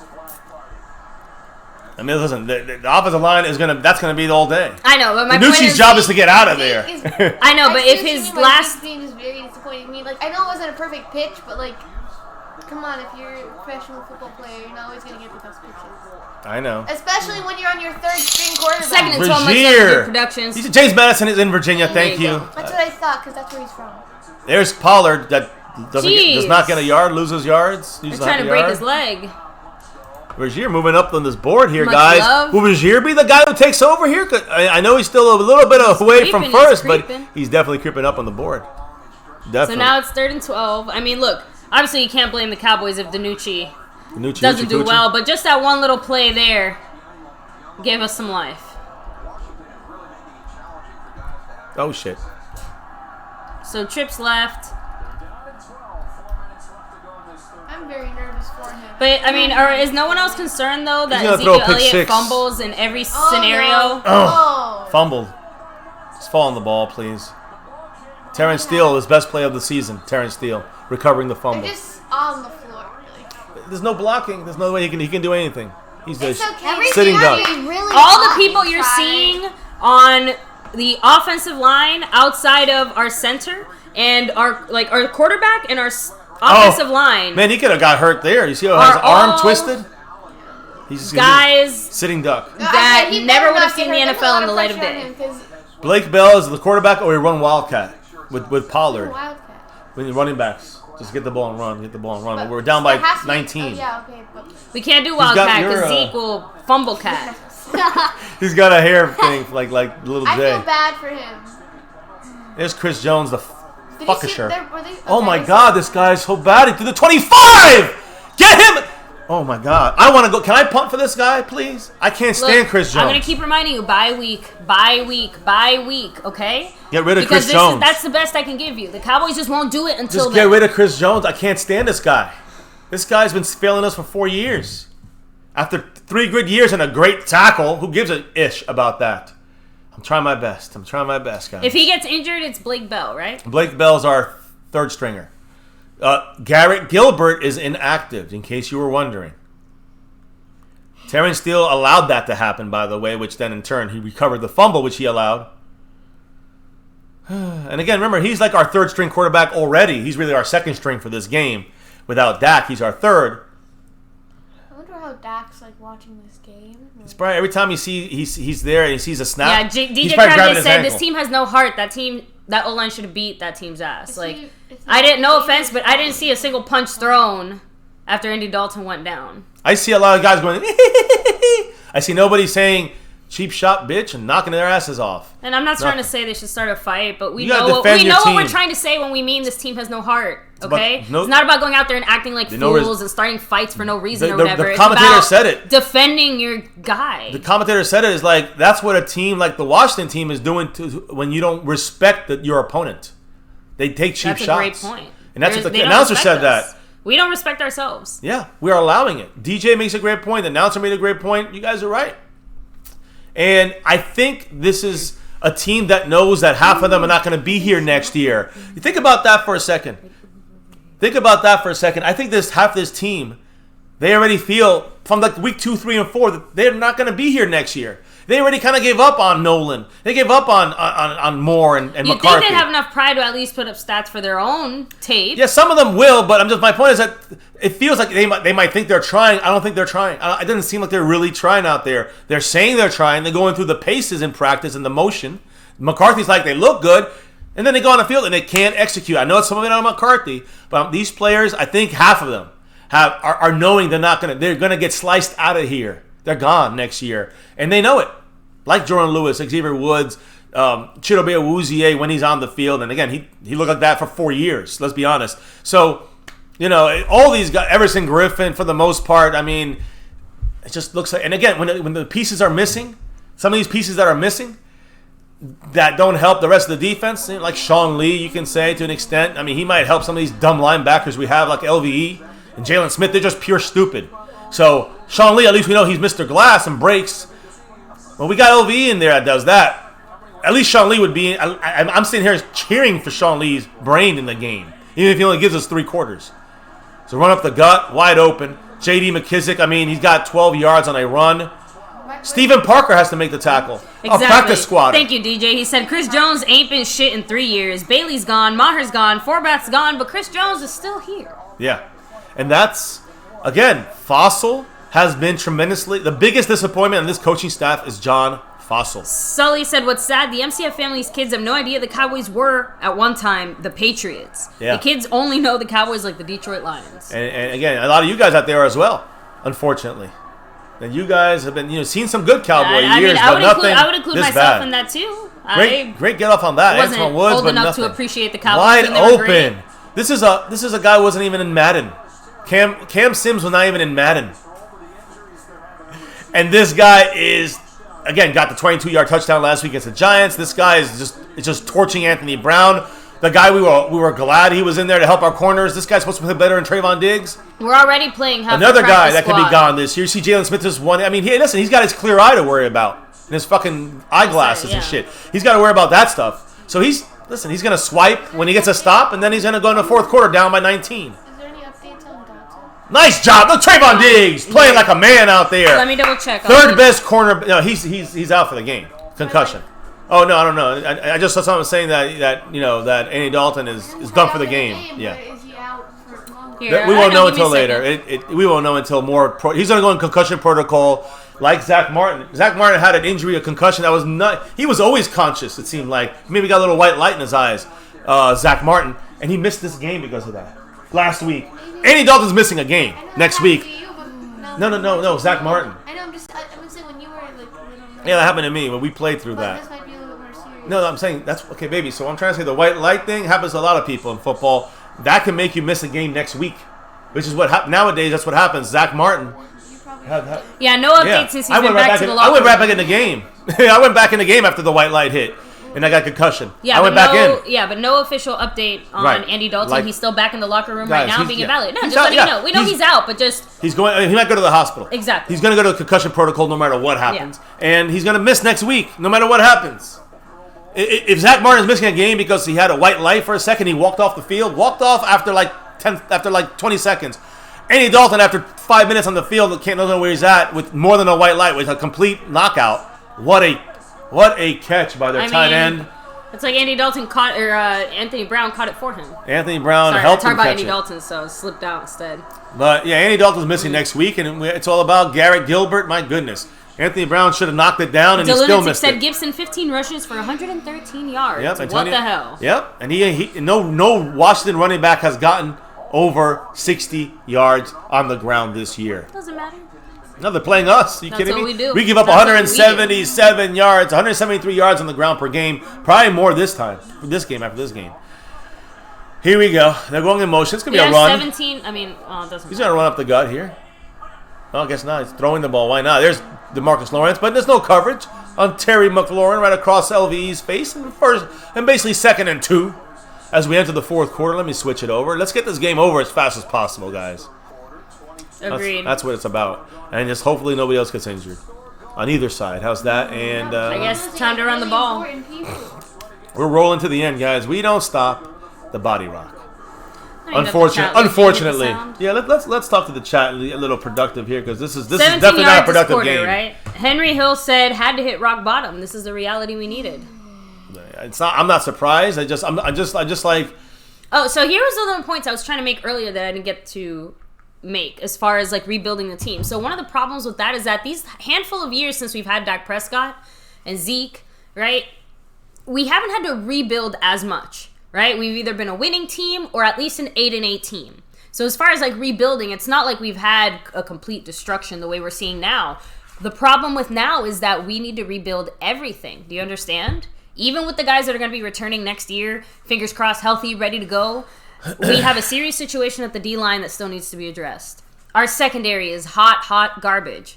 And we're going to be losing. A lot of the players that are there, they're all going to be gone. They're trash. So free agent moves, bye-bye draft anyways. picks. The I don't point care. is, a whole rebuild is coming there too. Linebackers, as Can we the really kids afford to say, rebuild it? looking real sus. Okay? So we can't afford to necessarily rebuild, but we can't just leave it alone, we can't just right? overlook So it. now, okay, let's go back to the offense, right? Because it's not just the offensive line. Our receivers are thankfully, I think the receiver's probably the only position. If we gotta worry about we can't worry about running back. We can't. can't worry about receiver, and we really can't worry about linebacker And right hopefully now. we don't have to worry about Sorry. quarterback either. Dallas Right. Cowboys. But I'm just saying, like, offensive line depth, we got to worry about. And you know, I guess we'll get Blake Jarwin back, I guess. But I'm just saying, Look, like, I would say tight end you still have to worry about. Even if you get Blake Jarwin back, yeah, but I we think signed him you for 3 still- years. It's like we're paying him $5.5 million every year. He's our starter. We're not gonna. We might want to bring in another guy. I'm maybe. just trying to say that you still have to look at it. That's all. I'm just saying, but what is more important? The defense has to be restructured and still got to rebuild it next year. No, I'm not done, baby, because we go ahead. forgot about the cherry Punter. on top. Special teams. Punter got to be. We got to find another punter. But that's not draft. That's just free agency. That can be done tomorrow. That's gonna be done. We don't have to wait the next year for the Punter? I mean, Okay, kicker, we're fine for now. He's the reason we were two. Him and Dak are the reason why Let's we move won up 2 the games. pike then, and just again, special teams. We definitely have to replace the special teams. John Fossil, coach. get him out. Bones. He's dead. He's bones. Get him out. And at this point, like I said, I wouldn't be surprised. He's the bye week fire. I wouldn't be surprised or upset if we moved on from Kellen Moore and Mike Nolan. That's I fine, don't too. think we will like last as of year. now. I don't think we will as of now. Because I still think that everyone's kind of going off of the, the little COVID chance there, yeah. COVID. But don't rule anything out. Especially if Mike McCarthy feels that even with all of this, that maybe he just, at the end of the day, just wants to try something different. Because maybe it's personnel, too. First down. One of the reasons that he said he wanted to keep Kellen Moore was that transition because he wanted Dak Prescott to be consistent, right? No more Dak Prescott this year. No, right? Next year, obviously, Dak Prescott, fingers crossed. But my point is that maybe Mike McCarthy does choose to go in a different direction when it comes to the offensive coordinator next blow year it all up. anyway, because Blow his it all main up. excitement about keeping Kellen never Moore know. now was because of Dak. I think that you know what I mean? I think it was the I Kellen know. Moore and Dak Prescott combo. I think too many people. I guess unless he leaves the Dak situation, which I don't think he will. I think that Dak in the offensive line is the reason why this whole team is not working this time. Please. This guy looks like Tony Romo. Trayvon Diggs almost got his first pick, almost got an interception. We almost have a lot of things. Yeah, don't isn't we? that what we always say, baby? I mean, it happens all the time. Trayvon Diggs had an interception there. Yeah, there's a reason we haven't turned that into a drinking game yet. We'd be drunk. We'd be dead. Every game. Wide open, Logan Thomas. Stephen Parker completely moved out of position there, but And Sully, Going you're with bringing the up that rolling uncomfortable quarterback. point. That's why I said, why would Dak Prescott want to be a Dallas Cowboy? Again, when we're talking about teams like possibly the Saints offering him something, right? Or other teams that are, on the brink. here we go. Running up the gut, 2nd and 10. Nice hit there by LV. About time he does something. He's had a few I mean, he a got few a couple good moments in the game. It's just, again, the But whole defense when is so... when he's going to walk off injured is the question, right? After he makes a good play, he's going to hold his arm or some shit. So, by the way, Andy Dalton right now, guys, still being evaluated in the locker room for the concussion. Again, I have a feeling they're trying to evaluate if they need to send him to the hospital or not. Yeah, I'm not I lying. agree. That's why I said we have to see how it plays out. The best case scenario is that, he doesn't have to go, but I think they're going to want to check out his spine, like you said. The way that At least his neck. That's what I'm saying. The way that he fell back, the way that he was hit, and along with the concussion, I think they're... unless... I know they have plenty of imaging and things like that, so if the doctor feels Here we confident go. there was no damage... 3rd down and 9. That's a hold by Morgan not throwing Moses. They any didn't call it. holds. He's throwing into the end zone. Almost intercepted by Trayvon Diggs again. God damn it, Trayvon Diggs. There's a flag as well. Probably defensive Watch holding. it on. Be on us. Probably on us. Or did they finally call the hold? It should have been a hold. They held Morgan Moses, number 79, is that his number? Held. Yes, it's going on Washington. It was a hold on Tank. They held Tank. So he was just ineligible downfield. The lineman ran down the field. We declined it 4th down, and they kicked the field goal, 25-3. I actually stopped writing down the penalties, by the way. Yeah, it just doesn't matter. That's what I was saying. Like that's why I said a couple weeks ago. Who even cares? Penalties are the least of our problems, honestly. That's yeah. Someone passed away. I forgot what it was though for the Washington team. Since we're not Washington fans, I don't know. Maybe Chuck's watching. Let us know who's the guy who's 49 that passed away. Why are they wearing the 49? I'm assuming they passed away. I thought it was some kind of like team thing in lieu of the fact that they're because they're the Washington football team. No, I don't think so. I don't know. What did you say? The 49. Oh no! Did we just give? They blocked it. No, I think we were offsides. Yeah. We gave him a first down. Special teams again. Why even? Maybe I should write down the penalties. Maybe I jinxed us. No, it doesn't matter anymore. Hey, listen. Zero God Lodi said Byron Jones was more important than y'all think. Why? He wouldn't have made a difference. Just saying. CJ Goodwin tried again. That would have been a 2-point. It's not like Byron Jones was going to get that would have been a 2-point play for them, though. CJ Goodwin a good play? Yes. It's a decline. Oh, special teams, yes. Yeah, special teams number 29 is the best player, but he started way too early. And the thing is that listen, he's trying to make a play. I mean, it doesn't help us at all if it's offsides. But the point I'm trying to make is that the Cowboys have everything they try to do a little bit better. They mess up worse. It's like just go for the regular thing, CJ. I know he's trying to make a play. I get it. Just too bad that that he has to suffer the consequences of being aggressive and trying to make a play, change something, make something happen. When he did it against Cleveland, it turned into a 2-point conversion for them. I mean, follies. The football follies, like in the 80s and 90s. If you remember those days, NFL films, football follies. We're seeing that in our season.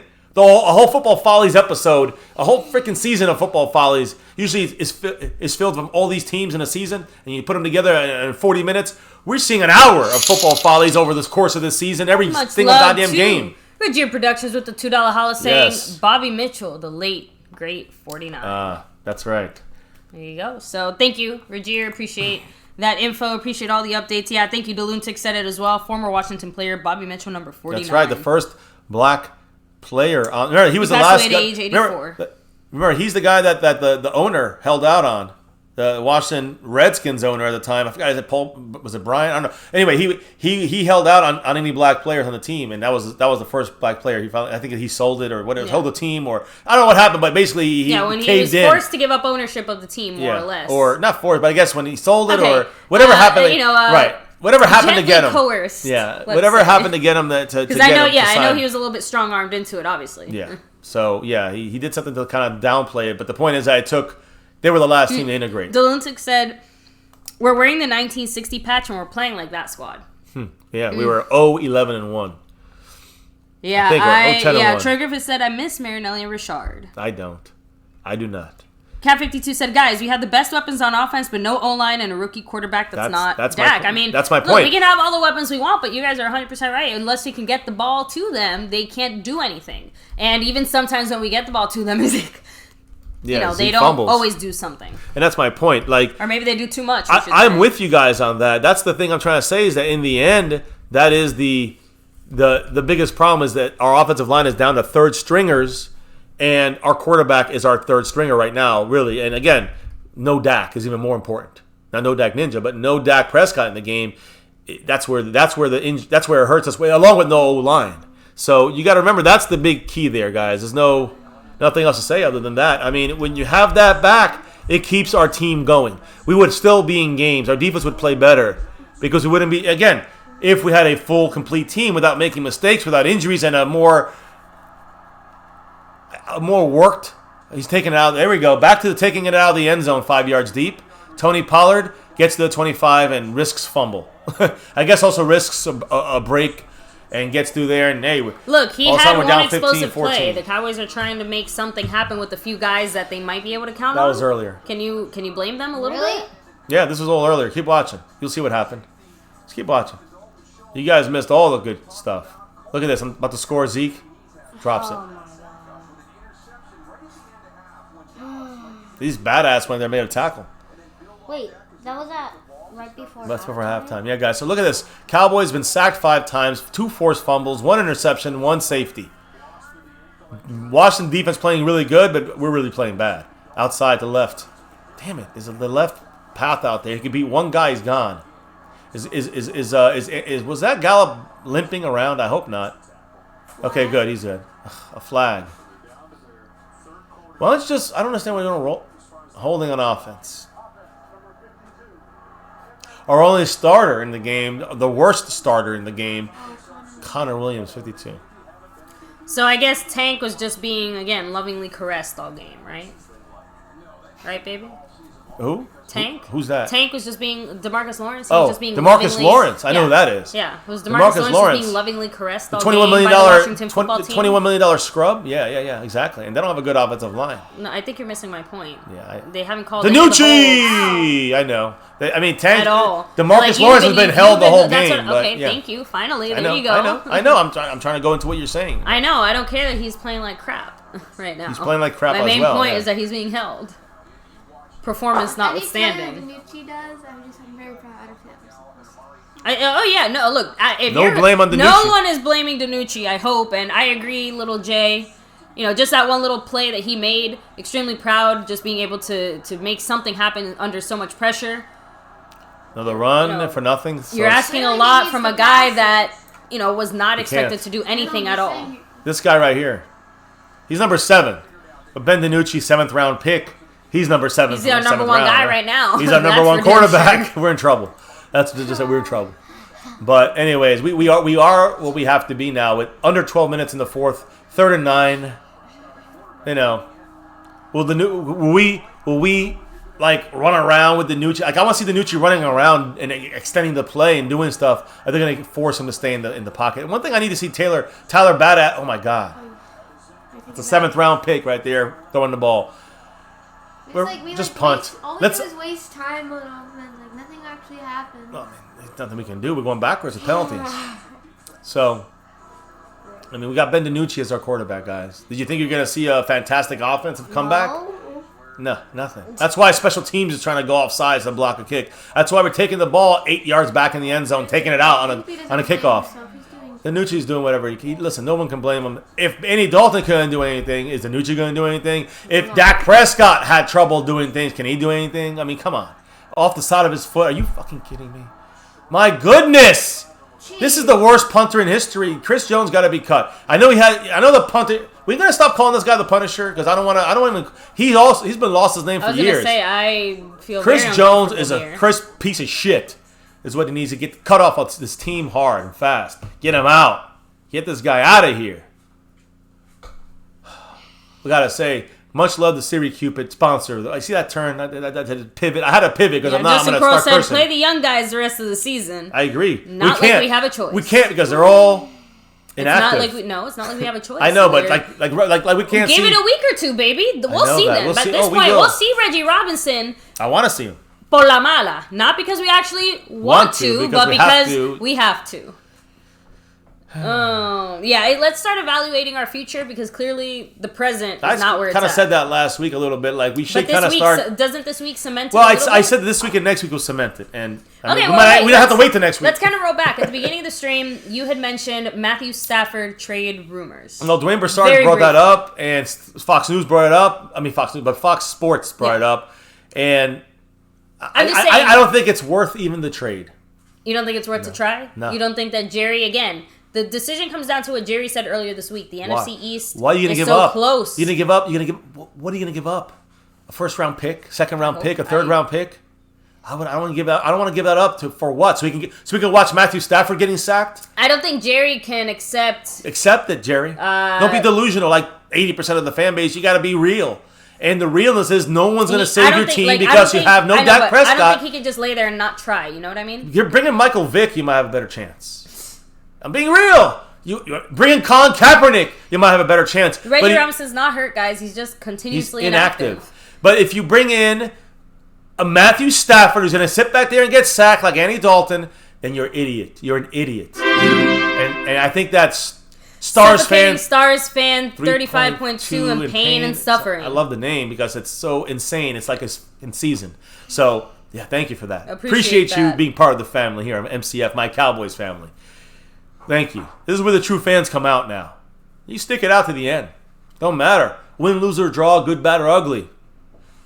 Look, star of everything. It's the ugliest it's ever been. Look, the good news is we will look very different next year. That's true. It is very hard to. We hope if there's an off season. If there's no off season, it'd be similar to this. You know what it feels like? Again, it feels like COVID. We know COVID at some point, all this craziness has to end at some point, right? And we know that day is someday in the future.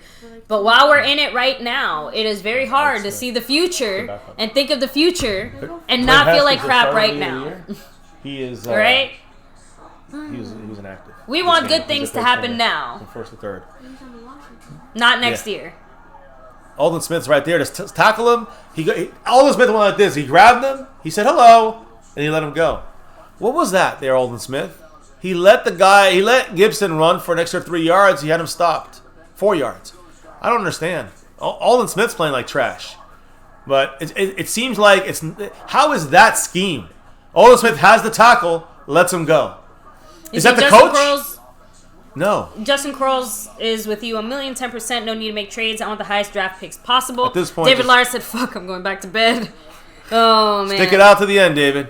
Zero God Loading said he can't get over how bad Dontari Poe is. Like, he just can't get over it. Dontari Poe just standing there looking like he just took a big old dump. Like, his big fat ass. Touch anyone? He's just sitting there. He's thinking, how am I going to kneel next game? He's thinking about that. I know. I usually don't want to bring it up, but the guy's an asshole.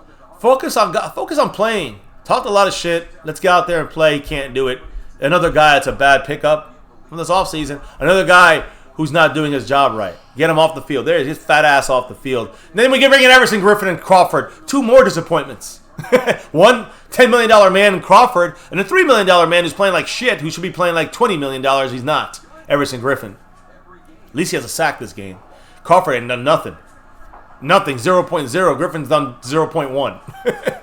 I mean, that's how bad we are. Man, can't stop the run. Stephen Parker, practice squatter. There you go. Good job. He's going to call an alligator roll. F you, 41. That was a good tackle by 40. Practice squatter, making it 53. Got to give respect to number 40. He's at least playing. Look at DeMarcus Lawrence. At least he's pursuing DeMarcus Lawrence, but always taking those bad angles. Why? Why? You getting $21 million. Why? I don't know. No answer. Are they going like quick huddle on us? Oh, no, okay, they're not. 10 seconds before they snap. They're going to run right. They do. I knew it. They should have known it. They got 2 yards. No, she can't. They're not. I'm just waiting for the next stupid penalty to come up for the Cowboys to give them another first down. Look, I just want this game to end as quickly as possible. Yeah. Like you said. I mean, this is what happens when you turn over the ball on offense the whole first half. That's it. That's it. It does look like a slip inside.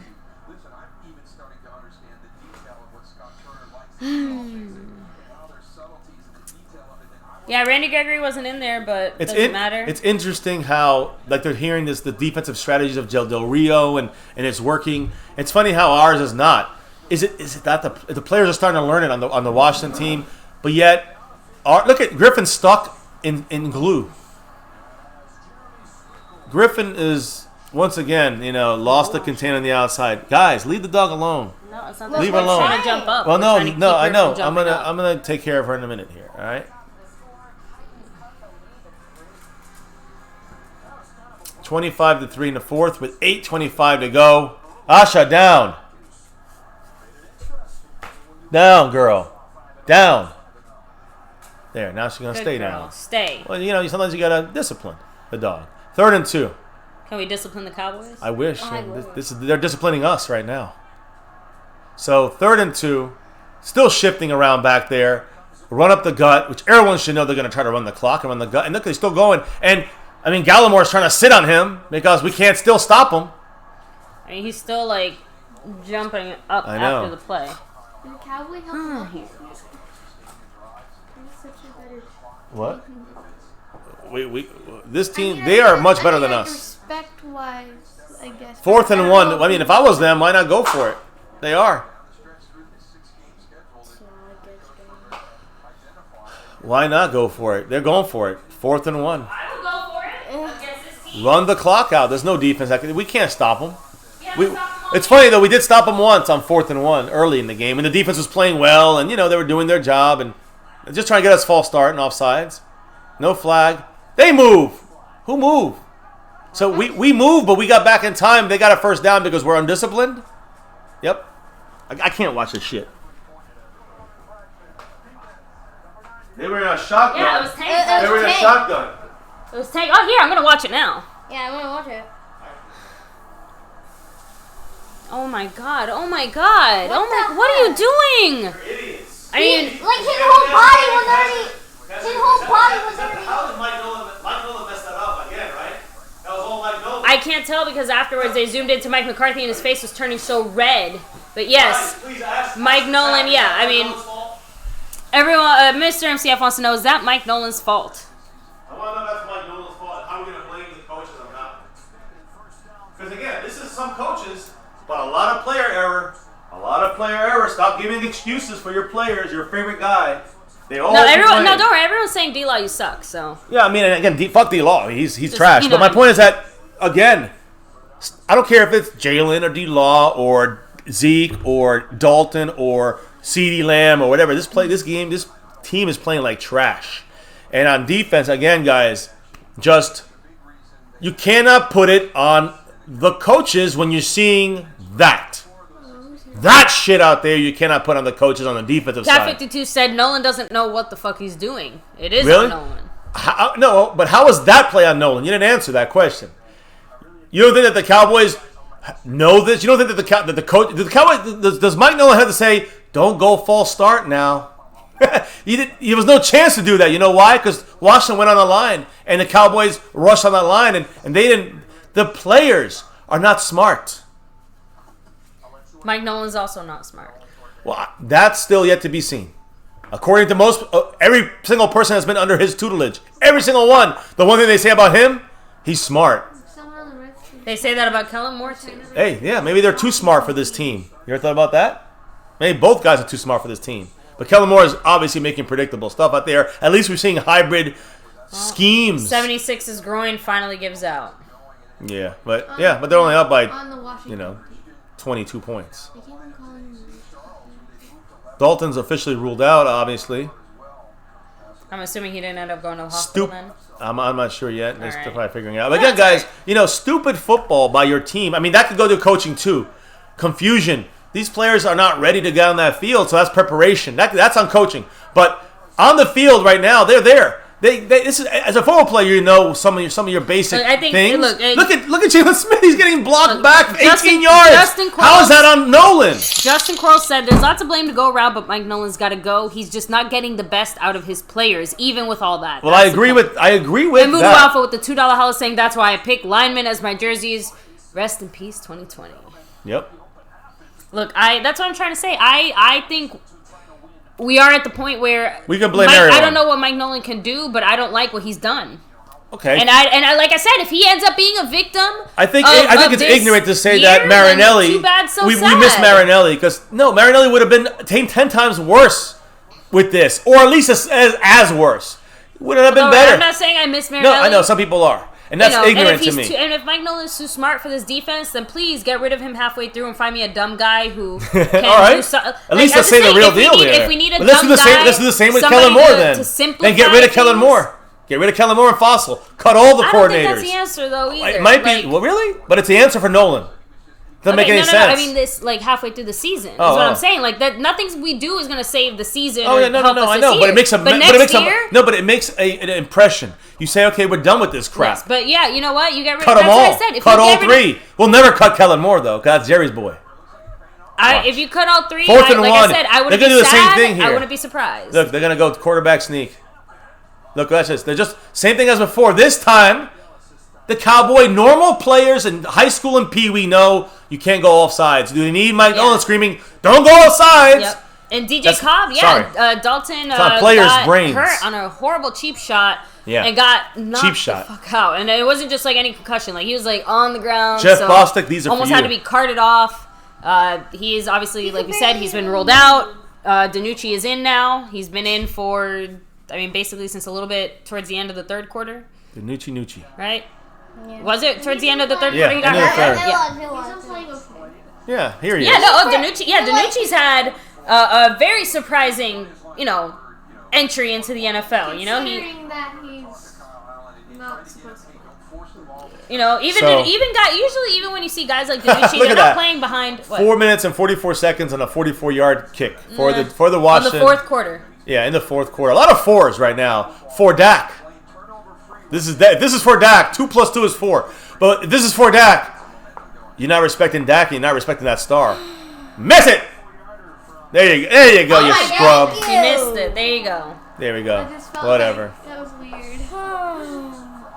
I said it right when he was kicking it. Our loss won't be so bad. Yeah, no, nothing is going to save this loss. That was weird. How it was like, You remember how the number was 27? Do you remember that? Yeah, maybe because it was for Dak, he missed it. You see? There we that's what go. it felt like. That was weird. There you For go. Dak, baby. You know the deal. You see, Justin Crow said, I never liked the idea of going 3-4 with our 4-3 players. Scorpio said, we used to fight harder after the second half under Garrett. There's no motivation from the coaches to fuel the players after the second half. And I've seen adjustments by these teams, but maybe the fueling is not part of there. it- You're but right. Part of it too but is also from injuries that, and scheme not part learned. of it is from the consistency. Again, there are players that were Garrett guys that played for him. Like, we're not going to deny it. But right now, Mike McCarthy doesn't have Mike McCarthy guys. Oh, what a move by I'm telling you, what a move by Pollard. He could almost been gone there. Pollard made a move that he should have lost 4 yards. No. That was his move is what did that. Obviously, will not return, and some housekeeping. Third-string quarterback Garrett Gilbert is inactive today. Denucci. Okay. Sorry, I thought they were going to update us more on They might. We'll have to see how everything No. plays out. All right. Still 4 Yeah, minutes I left. didn't know if they were going to update a little bit more as far as Andy Dalton's status specifically. This is only the 5th 2-5 record we're going to have in our history. In our history. The 5th time in our 61-year history the Cowboys have had a 2-5 record. Is that one of the worst we've ever done? Hmm? Is that one of the worst we've ever done? That's some of our worst. Some of our no. I remember we were 0-6 and 0-7. Yeah, I remember when we were those years. Yeah, Mike Z said coaching needs to go, all of them. COVID or not, no excuses. Brody Lewis said we would have won if we didn't lose Dalton. I disagree with that. Yeah, No way. No We would have had a way. better chance. We have no offensive line. We would have had a better Yes, chance. we definitely could. Oh my goodness, Denucci. Ooh, he Denucci tried. gets the Saki. He tried. The same thing would have happened to Dalton probably. Yo, Dalton would have fumbled. Andy Dalton would have fumbled and give it like he did before. I'm just going to Thing is, we need Dak. not spoil my... Look, I mean, you can't blame. Look, I mean, why is Terrence? But look, with Dak, that still happens. I know, but Terrence still. Steele, number 78, is getting pushed You're into telling me the there's quarterback. no free agents available at I'm all? saying Greg Sonata is better than this scrub, Terrence Steele, but that's on Joe Philbin and on Mike McCarthy for trusting him. Maybe listen, McCarthy did his every drive McCarthy did his wait. job. McCarthy did his job in paying all his buddies back. Now cut everybody, cut the whole goddamn So, staff, yeah. 120. and on the 19, cut the whole damn staff and start off with real guys. I I don't think know people what got to some say. paychecks You this year. got your thanks. Now you got one more shot in a real season. You better fix your shit, McCarthy. You better fix your coaching staff because even though I appreciate some of the way he runs the things, I don't appreciate the way he's kind of actually changed from Green Bay. I don't see any West Coast offense. I don't see him really. He's delegating and trusting his coaches too much. We criticize Garrett for that. We got, again, this is only 7 games from McCarthy and the worst possible start you can have, whether it's coaching, players, COVID, injuries, whatever it is. And so this combination is the worst we've seen in our history. It's an embarrassment. But I still cannot say fire everyone or at least fire McCarthy unless McCarthy fires everyone, including Kellen Moore. Jerry Jones won't let that happen, though. Guarantee you on that. Guarantee. I will bet my paycheck on that. I agree. The Cowboys will not. Obviously this game we're just giving up. So kids, you guys can get your last words in here. Yeah, might as well. Yeah, Let's I mean the start game's wrapping things up, yeah. but Cowboys are punting. There's no need to try. Yeah, they were almost at the 2-minute You warning can watch here, if you so- like, but I might eat some. yeah, go ahead. I'm gonna eat because this We're gonna eat, is- like a late lunch here soon. So This is upsetting my mood. I was actually looking 2-minute forward warning. to this game. Well, you weren't here for the first half. you Yeah. weren't looking that much forward to it. But the point is that He's 2-minute around in the warning. background. It's like a little ghost. And then when I saw it was Yeah, I know. 3 to 23, It's their backup tight end. I was saying, So- you have to remember, Lil G was here when the safety happened behind the scenes. Yeah, I know. He just, I know. and he just kind of... No, I wasn't actually there, but I heard you guys talking about it. I literally just. So Hit up the chat. That's Come on. as we're gonna crown. Looks like Siri Cupid's still gonna edge out everybody else for that 3-time sponsor of that's the week. right. 3 weeks in a row for the 3-peat. Siri Cupid, guys. I think Siri got that. Rhonda Dawn's gonna take it as right now 90 points. We gotta get that 90 off though. Can't have that DeMarcus Lawrence on there. Rhonda Dawn Smith, much love to him. And again, Siri gonna go 3 in a row. We'll see what happens. And you're looking in the Cash App. Rhonda Dawn is the Cash App Dawn. And Alexander Williams right now, the only guy dropped, and they're the 5 on it. That means he's gonna take that crown into next week as we kick off Monday. Another week right here on My Cowboys. No matter what happens, we'll be here. Win, lose, or draw, good, bad, or ugly. Off season, we're gonna be here every day, whatever. For the star. If these Cowboys, if they're showing us on the field, we have the right to criticize. You don't like it? You want positivity? First of all, open your eyes. Get with reality. And then leave the channel. If you don't hear enough positivity. There ain't nothing to be positive about, except we need Dak Prescott. He's obviously much better than anybody else. I really want to hear from every single person who wanted to see Andy Dalton because they genuinely thought Andy Dalton was better than Dak Prescott. With this offensive line, with this team. They said that with this. It's not like, well, the offensive line and the calls, they're going to blame other people. But that was with Dak had the same people. Exactly. And Dak got us back in games. He made mistakes, but he got us back in games. And we've said that. Can't do that. So if you want to help the defense, help this team, Dak and Zeke can't do that. But when Dalton can't move the ball, when he can't escape the pressure because of and Dak can. That is just telling you right there off the bat how much better Dak is than Dalton, and how much Dak is better than most quarterbacks. Would Tom Brady survive? Would Aaron Rodgers survive? Maybe, but no. Dak Prescott survived and made us the number 1 offense in the NFL, overcoming the predictability bullshit from Kellen Moore in the beginning of games. When I know people like Cowboys Abroad are going to say, well, we had Kellen Moore. He was really great. Look how good our offense was. But no, we were not good because we were predictable in the first half of every single game this year with Dak Prescott at the best we could. So the excuse is still lame because it's still on the coordinator not getting the best out of these guys, being consistent enough, and Dak having to do everything to save this team every single game. Now we don't have Dak. It's over. It's a wrap. We said that when the moment it happened. Go back and listen to what I said. Facts being spoken. The moment Dak snapped his leg, I said it right there.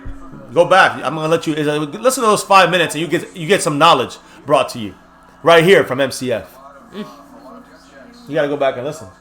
Like you said, Too much Dak for me to didn't repeat. survive though. He got injured.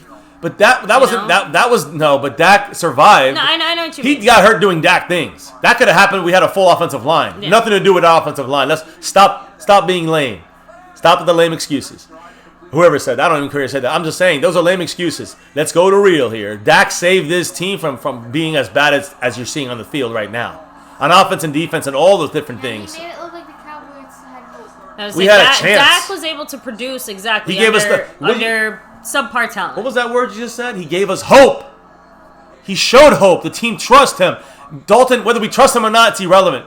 It's irrelevant. It's not their fault. He can't do it. He can't move out the pocket. He can't do It's that. not all their faults. It's just Dak is the quarterback. It's different. Well, Dalton's the quarterback, but It's like Dak. You know what I mean? Dak is. he's the leader. Quarterback. He's the leader It's of different Dallas. When you lose other players, but when you lose your quarterback, Your starter. you lose your whole team. As you can see. Yeah. And it's not all the time. Again, that happens with the Eagles. But Wentz is a backup style. Really gonna start a fight at the end of the game now. But wasn't that like the first year or two? Second year, Wentz? third year, Yeah. second year, I think. I guess. Okay. I don't know. So you have sometimes you get lucky. Special. The Giants won a Super Bowl as well with losing Phil Simms, and they used. Oh man, Hostetler or Antoine whatever. Woods is fighting Dorrance Armstrong now We're because in he's being held back from fighting the Washington whatevers. Like, final. Wait, why did it already end? We are in third place. Wait, but why did it already end? Maybe they ran the clock out. Oh, I didn't. Yeah, I thought we that's still had like. No. both teams running the clock out. It's just they didn't there's a even give up. bother. Well, I mean, I wouldn't either at this point, honestly. I mean, if you're the Cowboys, just go 3 and out and punt. I mean, you don't want to injure Denucci. Poor Denucci in there getting crushed every play. So right, thank you, Zero God. Right, like Dorrance Armstrong's just trying to keep Antoine Woods from getting fined or suspended or who knows what. Could Threw a Antoine, punch at his own teammate. can Antoine Woods be one of those guys that maybe talk a little shit there about Maybe at the this coaches? point, I mean, I'm just saying. throw the whole team away. Thank you. Because Antoine Woods will be gone next year, too. Just facts. At least we didn't F get for shut facts. out. Yeah. Man, that even hurts more. 3 points on that. 3 points. And we dropped 2 touchdowns. I mean, that was yesterday's simulation. I'm getting confused. I'm getting confused with the simulation, how realistic it is, except for the fact that we won it. IQ Logic, yeah. Dak is expected to come back 100% from this injury physically. Next year, yeah. Again, mentally, obviously, might take him a little bit of time to like regain full confidence. But Dak seems like a relatively confident guy, so I think once he knocks a little bit of that rust off, he'll be look good to go. okay. But of course, the question is, will they run him the same? And that remains to be seen. Hopefully, he makes smarter quarterback decisions when it comes to Dak, right? you know, Dak? like because like you said, that was all Dak. Right, that was Dak's decision Voodoo Alpha also to get said extra these yardage. players aren't ready to acknowledge the world hates them as soon as they put the star on. You will get every team's best effort. If you're drafted to play in Dallas, you better get ready to defend. Hey, I've seen 3 out of our 5 top rookies doing damn good stuff out there. I mean, not today, but overall, they've been having a great season. Yeah, the ones that are the stars are the ones failing us. That's facts. Whether it's, Ezekiel Elliott giving up points again today. Whether it's, Jalen Smith, giving up a touchdown today. These are LVE out of position and falling down, getting hurt again. I'm just saying these guys, our best players are the ones that are failing us. DeMarcus Lawrence gets 1 sack, but It was really a coverage sack. DeMarcus Lawrence is not able to even do more than a little bit of pressure, some run stops, and a sack barely. These are our best guys. I'm not talking about third stringers. I'm not talking about practice squad guys. I'm talking about offensive line, which is demoted and trashed up and broken down. I'm talking about our best guys left on the team. And this is the score they give us. That's plain and simple. When you're looking at the best guys failing us on offense and defense. You said a lot of dumb things, but that's really dumb. He said experience will always be better than non-experience. Dalton had 0 with the Cowboys compared to Dak, and that's why Dak looked better. That was pretty stupid, Rattlesnakes. That was pretty dumb. Andy Dalton is nothing compared to Dak Prescott. It's time to accept it. I don't know who you are up back in there, if you're 5-star or one of the other former, we know many of the Cowboy haters that are out there. I don't know if you're just an undercover guy. Either way, I don't care. Look, because Dak Prescott is up here. When you're comparing him and Andy Dalton, Dak is up here. Andy Dalton is not even on my screen. Mike Nolan's not the only reason our defense sucks, but he can go right along with the rest of the shit-talking players. Listen, in the end, it'll probably be what happens. He's the easy target, and maybe he deserves it, maybe he doesn't. My point is... How does this defense break apart this quickly and so badly, though? That's what I'm trying to say. Right. Our coaches can't keep it together. Well, again... Mike Nolan can't keep it together. You said the reason why. You even said below that. Maybe it's linguists and the other guys, too, that along with Mike Nolan, because Mike Nolan is just kind of letting them do what... I think you said a good point about the fact... I think you said a good point about the fact that the Cowboys... When it comes to the defensive, like the explanation of things, from is he too smart, if you want to call it that, for the players, or maybe too smart for the NFL? Or what I like to say, maybe he doesn't know how to explain it. The communication of breaking things down simpler for the players to understand. You can have all the knowledge in the world up here, right? But if you don't know how to explain it correct. And how to get your message across, it's how you unfurl it and unfold it to your team so they can learn it and absorb it. If they can't do it, he's not a good teacher. Then then we got to get rid of Mike Nolan. But right now, what I'm trying to say is it seems like Mike Nolan is making adjustments, trying to do whatever he can with the broken defense we do have already starting off with. And then these guys can't win one-on-one battles. They can't win, simple pass rush things. Cannot stop the run. Just simple gap assignment stuff. I do not blame Mike Nolan. In a very high school defense, these guys should know this, yet they can't do it. So... It might be on the coaching I know it is, on Mike Nolan, but it's also on the players. If living in Dallas is the only requirement for having knowledge of the Dallas Cowboys, then, again, we're in serious effing trouble, aren't we? Then Gotham guy with the $2 holla saying, I guess it's batter up for Ben Denucci. I guess it depends on what happens. I'm going to say Garrett Gilbert will probably be activated and starting ahead of him. But on top of that, I still wouldn't completely rule out the Cowboys getting other guys. I mean, they have to get another quarterback in no matter what. But overall, I don't know about Matthew Stafford because you said they might have to give up too much for something like that. But Blake Bell's not coming in. I mean, we got to have it. Whether it's Denucci taking the first team snaps or Gilbert taking the first team. We don't know if Gilbert even knows the offense enough yet. I'm not agreeing with Mr. MCF on the Mike Nolan is somehow too smart for the NFL. Again, I just think that I don't mean that's what I'm trying to say.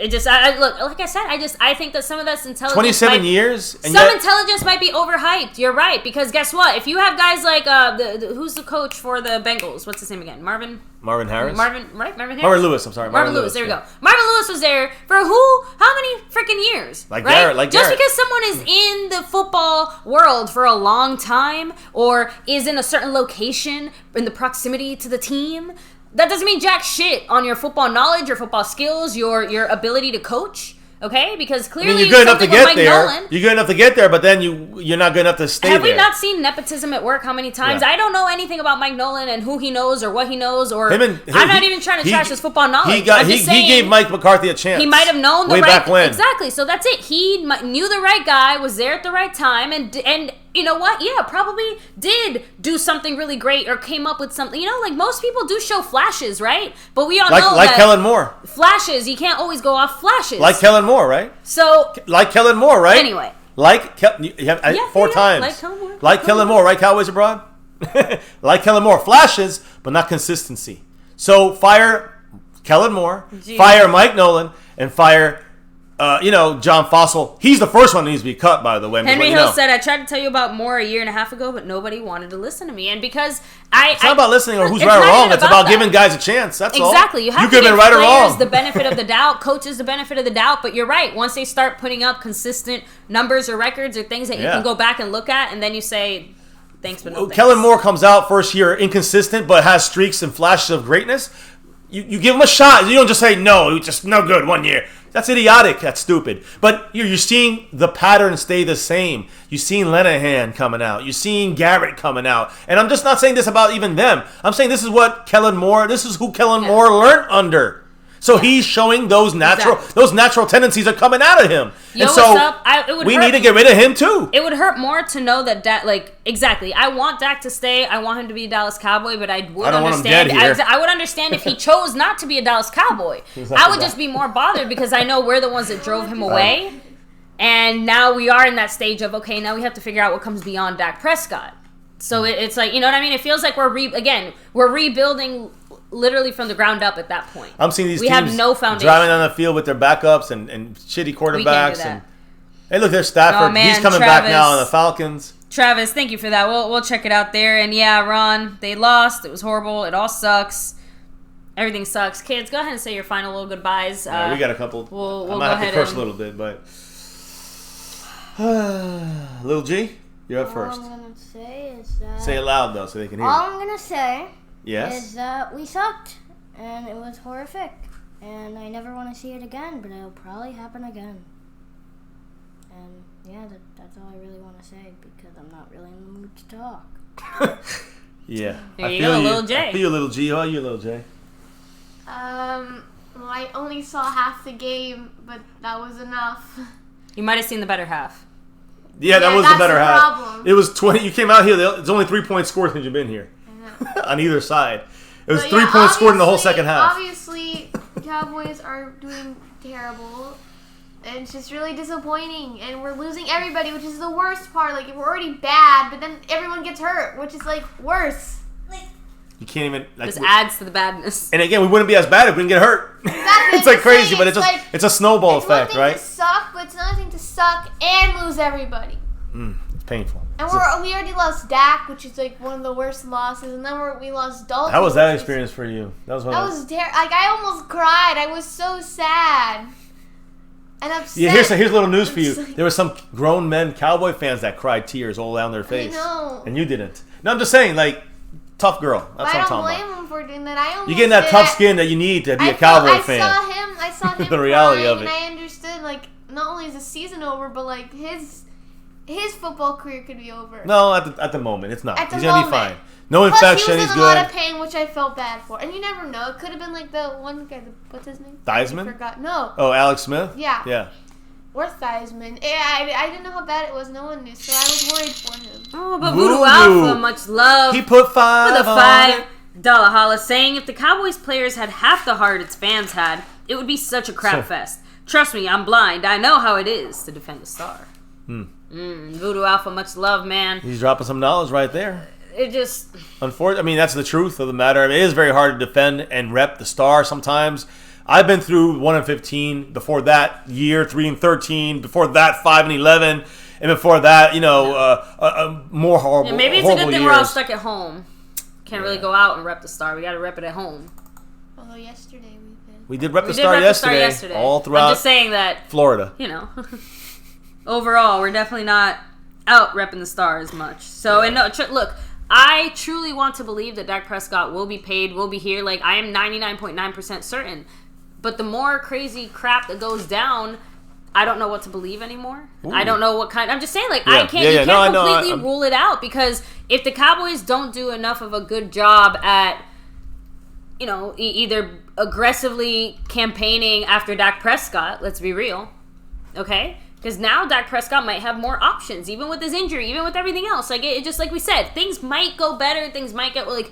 But we still have a whole half of an NFL season to play. So what if you have teams, expressing some serious and genuine interest in Dak Prescott that aren't the Cowboys, that are willing to offer more money? Especially after we can this get injury. a trade, a draft pick or two for him. Especially after this injury, I feel like Sucks you to say can't that. completely 100% rule it out.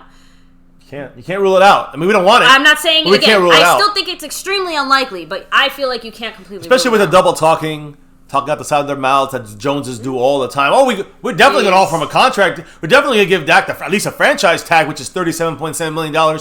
When the time comes and it's March 15th, we'll see. Justin Kroll thinks that, Jerry's paying Dak whatever he wants now. Like, Maybe, you want this the adds yacht, to- you get a yacht. Right, yeah. This you want adds $40 million? Here you go. So this would add to, the this fact that you throw more solidifies money towards Dak. Dak Prescott needs to get paid. As long as we have an offensive line, and you know what? That's the thing, is we don't have to have an offensive line, and Dak still keeps it. The one thing Dak's got to do is stop making dumb mistakes. He fumbles and makes some bad decisions. But this whole some of year that has been but like some of that's the year been of dumb some of that is Kellen Moore. Some of it's bad offensive line. Some of it's Dak Prescott. But broken offensive line, along with Kellen Moore making things too predictable and bad for Dak back there. The house is burning, baby. The house is burning. I'm just saying, but Dak with an offensive line, and of course Zeke and the receivers we have, and even Blake Jarwin as our tight end, I think we have a good enough offense to be number one in the NFL, Kellen Moore or not. I'm talking about McCarthy take over. Last play of the game in the Detroit Lions. Look at this game, guys. Detroit versus Atlanta with 2 seconds to go. And they need a touchdown. Stafford. Remember, Stafford's the guy that everyone's talking about. He's going to come to Dallas for Michael Gallup in a draft. No. Please, no. Because we're going to see Stafford. He has at least 3 or 4 starters there it's like a in race Detroit. to the bottom. 5 starters there. With us, he's got third stringers. He's getting sacked every play. Like Dalton. Sorry. And he might scramble out for a play or two. He's like Dalton and Denucci together. Can you blame the Cowboys for being desperate, though? In No. the sense, can you blame Jerry? Jerry, remember, keep in mind, it's Jerry. Last play of the game. Stafford looking to the end zone. Scrambles out, throws us. Bullet. They win the game. Damn. And now this is what makes it. Oh, the Falcons. Well, if they get the extra I keep point. on forgetting how they lose. This is the third time. Like they lost to the Bears. They were up by like 13, like a minute left. They have to make the extra point. Look, there's- They have to make the extra point.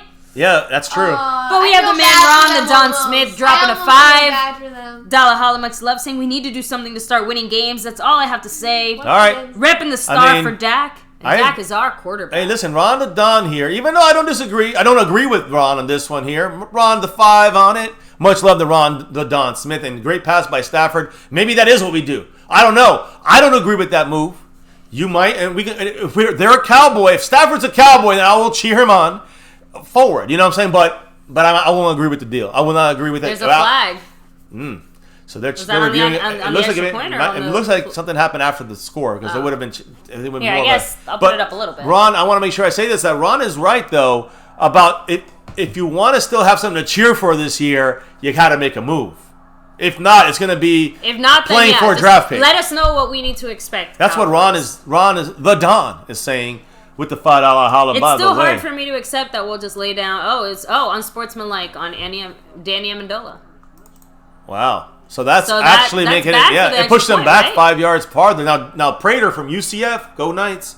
From UCF, Matt Prater is a really good kicker, but you never know. These are the weirdest times, right? Yes. Okay, just give me a minute after this kick. Oh, I love the roof analogy here in the chat. I don't know if Mike McCarthy can. That's the point. There were so many leaks in the roof. I think Mike McCarthy kind of went like he focused on this leak and focused on that one, but then the leaks that he fixed started leaking again. And then we find out that underneath the roof, like the foundation, like the beams are rotting. So now we have to replace the whole roof. Extra point for the win. Oh no! Now we have termites, and there's another penalty. Oh, the Falcons. Penalty. There's another penalty. I feel kind of bad. They're celebrating. It might be on the Falcons. I feel kind of bad for the Falcons because, like, I know we beat them and stuff, so I don't feel bad for that game. But every other game, right there, Ron jumping up. They lose by like. Oh my God! They gotta do it again. The defense. Oh, on defense. Yeah. Wow. Okay, so that means they jumped over the center. I think on that play. So there you go. That's game. Anyway, that's all. And, and again, the crew that McCarthy hired, half of them are sleeping on the job. Half of them didn't even show up. The half that did show up are drunk. Like, we got problems here with the crew. And also, somebody fell off and broke his leg. I don't know. Yeah. Dak Prescott. It's been a rough one, man. I'm going to turn this off, I guess. Or mute this. I don't know. Anyway. I'm fixing this here. Any last words from the children? No. You guys kind of summed it up. I will say in a very logical way. For the most part, you guys bringing the truth here. Season and I miss Dak. Yeah. I think a lot of people echo that sentiment. Where you at, Dak? Where you at, Dak? Where you at? For Dak still though. And again, Yeah, this is I don't want to say I almost don't want to say it anymore because this is for Dak and then we're getting rid of Dak Prescott. If this is for Dak, if this is the way we play for Dak, he's got out of here. That kind of crap. We gotta go. Yeah. So they were experiencing 3 points in the fourth quarter, in the third and fourth quarter, 3 points total in the game, and it was by the other team. Couldn't even score a touchdown. Yeah, that's in the whole game. I know. But Zeke, dropped an easy pass. We had other opportunities to score. Plus Dalton, he's not even that good of a player, but still. Yeah, we don't know how long. I'm looking right now here. Yeah, guys. Cowboys are now in third place in the division, just so you know. Tied with Washington. So yeah, Philly is now 2-4-1. They're celebrating. Right now, the Eagle fans are celebrating like they won the Super Bowl. Think about the mentality. Yeah, think about the mentality, how stupid you got to be. So Philly's celebrating. They're 2-4-1. They're number one in the NFC East at 2-4-1. Washington second with 2-5. We're tied with them, but we're below them because we lost tiebreaker. 2-5. The Giants 1-6. The winners of the East are the losers. If the Giants would have won, we would have been in first place with the Giants and Washington with 2-2 at a record 2-5 in first place. If the Eagles didn't come, the Eagles came back and literally scored 13 points in 4 minutes. Yeah, Chase to win the game. We got to get better. Just. Is it I even? know, just one more quiz. But I know. I'm trying to say I'll Chase and Rhonda, Don, and Chase. Yes. Let's be real. And to my wife and everybody here, can we really get better? The answer is no. We really cannot get better.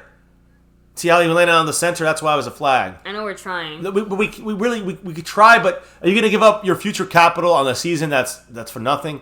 Jerry Jones, like you said, the cash rules everything around me. But I'm not thinking about the future. If you do that, then you could be screwing yourself for the future. But if you bring in Stafford, you're not going with Dak next year. I don't think you're going with Dak. If you bring in someone like Stafford, then we got to start questioning what's the next step for this team. If you bring in, that's why I don't think that's going to happen. I don't see it happening. You got to write it out and take the lumps this year, the COVID lumps, the injury lumps, and then you got to hope that next year they weed out the trash and bring in the adjusted quarterbacks and adjusted coordinators and players that need to make this team better. Hopefully have an offseason of some kind of, regular offseason you can instill and truly teach the players in person, schemes on defense, schemes on offense. And then, with the conditioning that will minimize a lot of the injuries all across the league, especially in our team. You'll minimize these injuries of this COVID offseason. And I think we could have a much better year next year. A much better year, but at least this is definitely going to quell a lot of expectations, at least until the draft or something like that.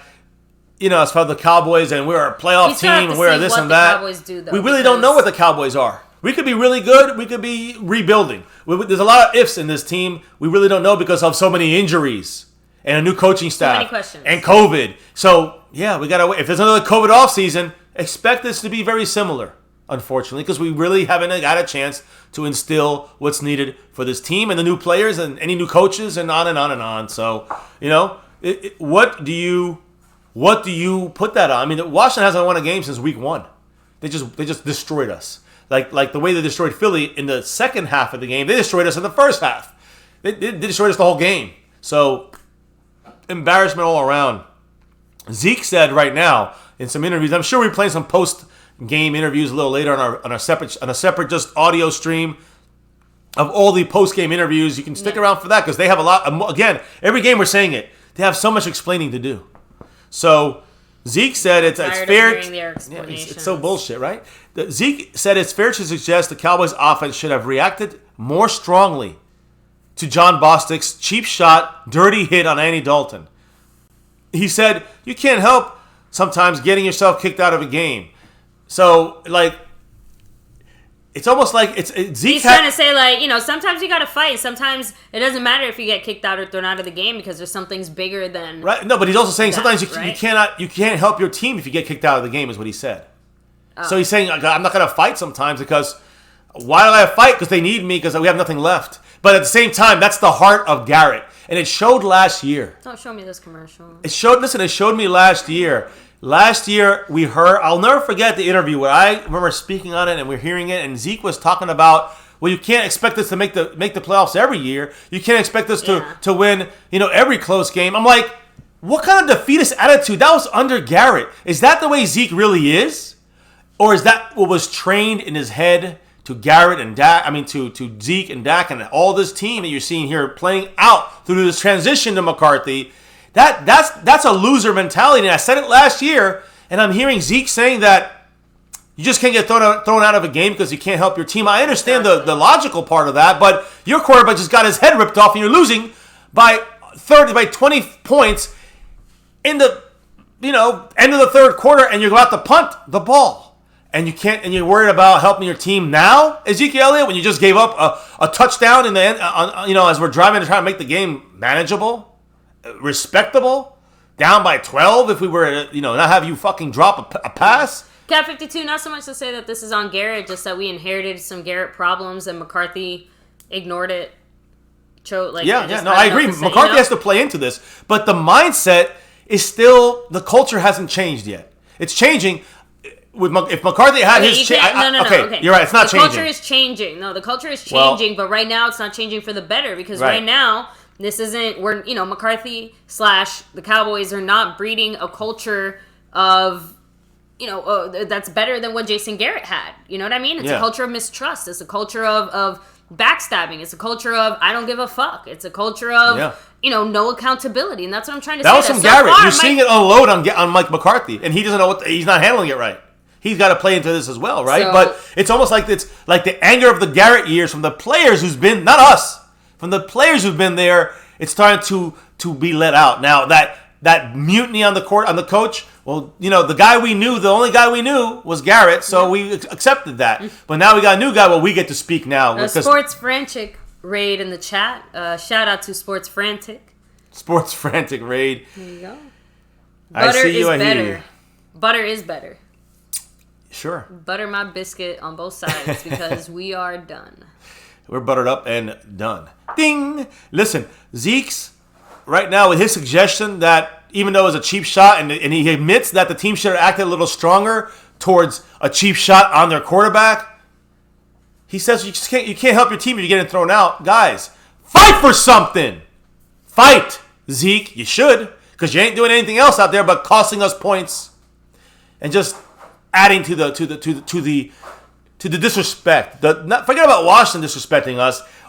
Our players are disrespecting us with this mentality, this mindset. Green Bicycle said the common denominator for the losing culture is dun dun dun dun. Kellen Moore, Jerry Jones. Oh yeah, foundationally, we understand that, and that's what we're trying to say. It is so hard. Like, how tired are us Cowboy fans of fighting through it and past it? Like, does every team have to fight their owner, their general manager, the way we do? Like, don't they just have normal football problems? I don't know. Andy Dalton, by the way, officially now, he did it. Hey, we got Yander. Thank you. Yander boy in the Yander boy. house. Much love, Yander. But just so you know, guys, Cowboys announced Andy Dalton. I don't know about the hospital yet, but he's officially did suffer a concussion. Ooh, I mean, I think, again, Stevie Wonder knew that. And he's entering the league's concussion protocol heading into week 8, like Zach Martin did. So get ready to see him missing at least a week or two. And no Andy Dalton. So now we got to work with Denucci, Hoochie Coochie, and his backup, Garrett Gilbert. Another Garrett finally making an appearance for the Cowboys, right? You knew it was going to happen sometime this year. Yeah, can anyone in the raid play defensive tackle? We need some help. Hey, we'll bring you on here, guys.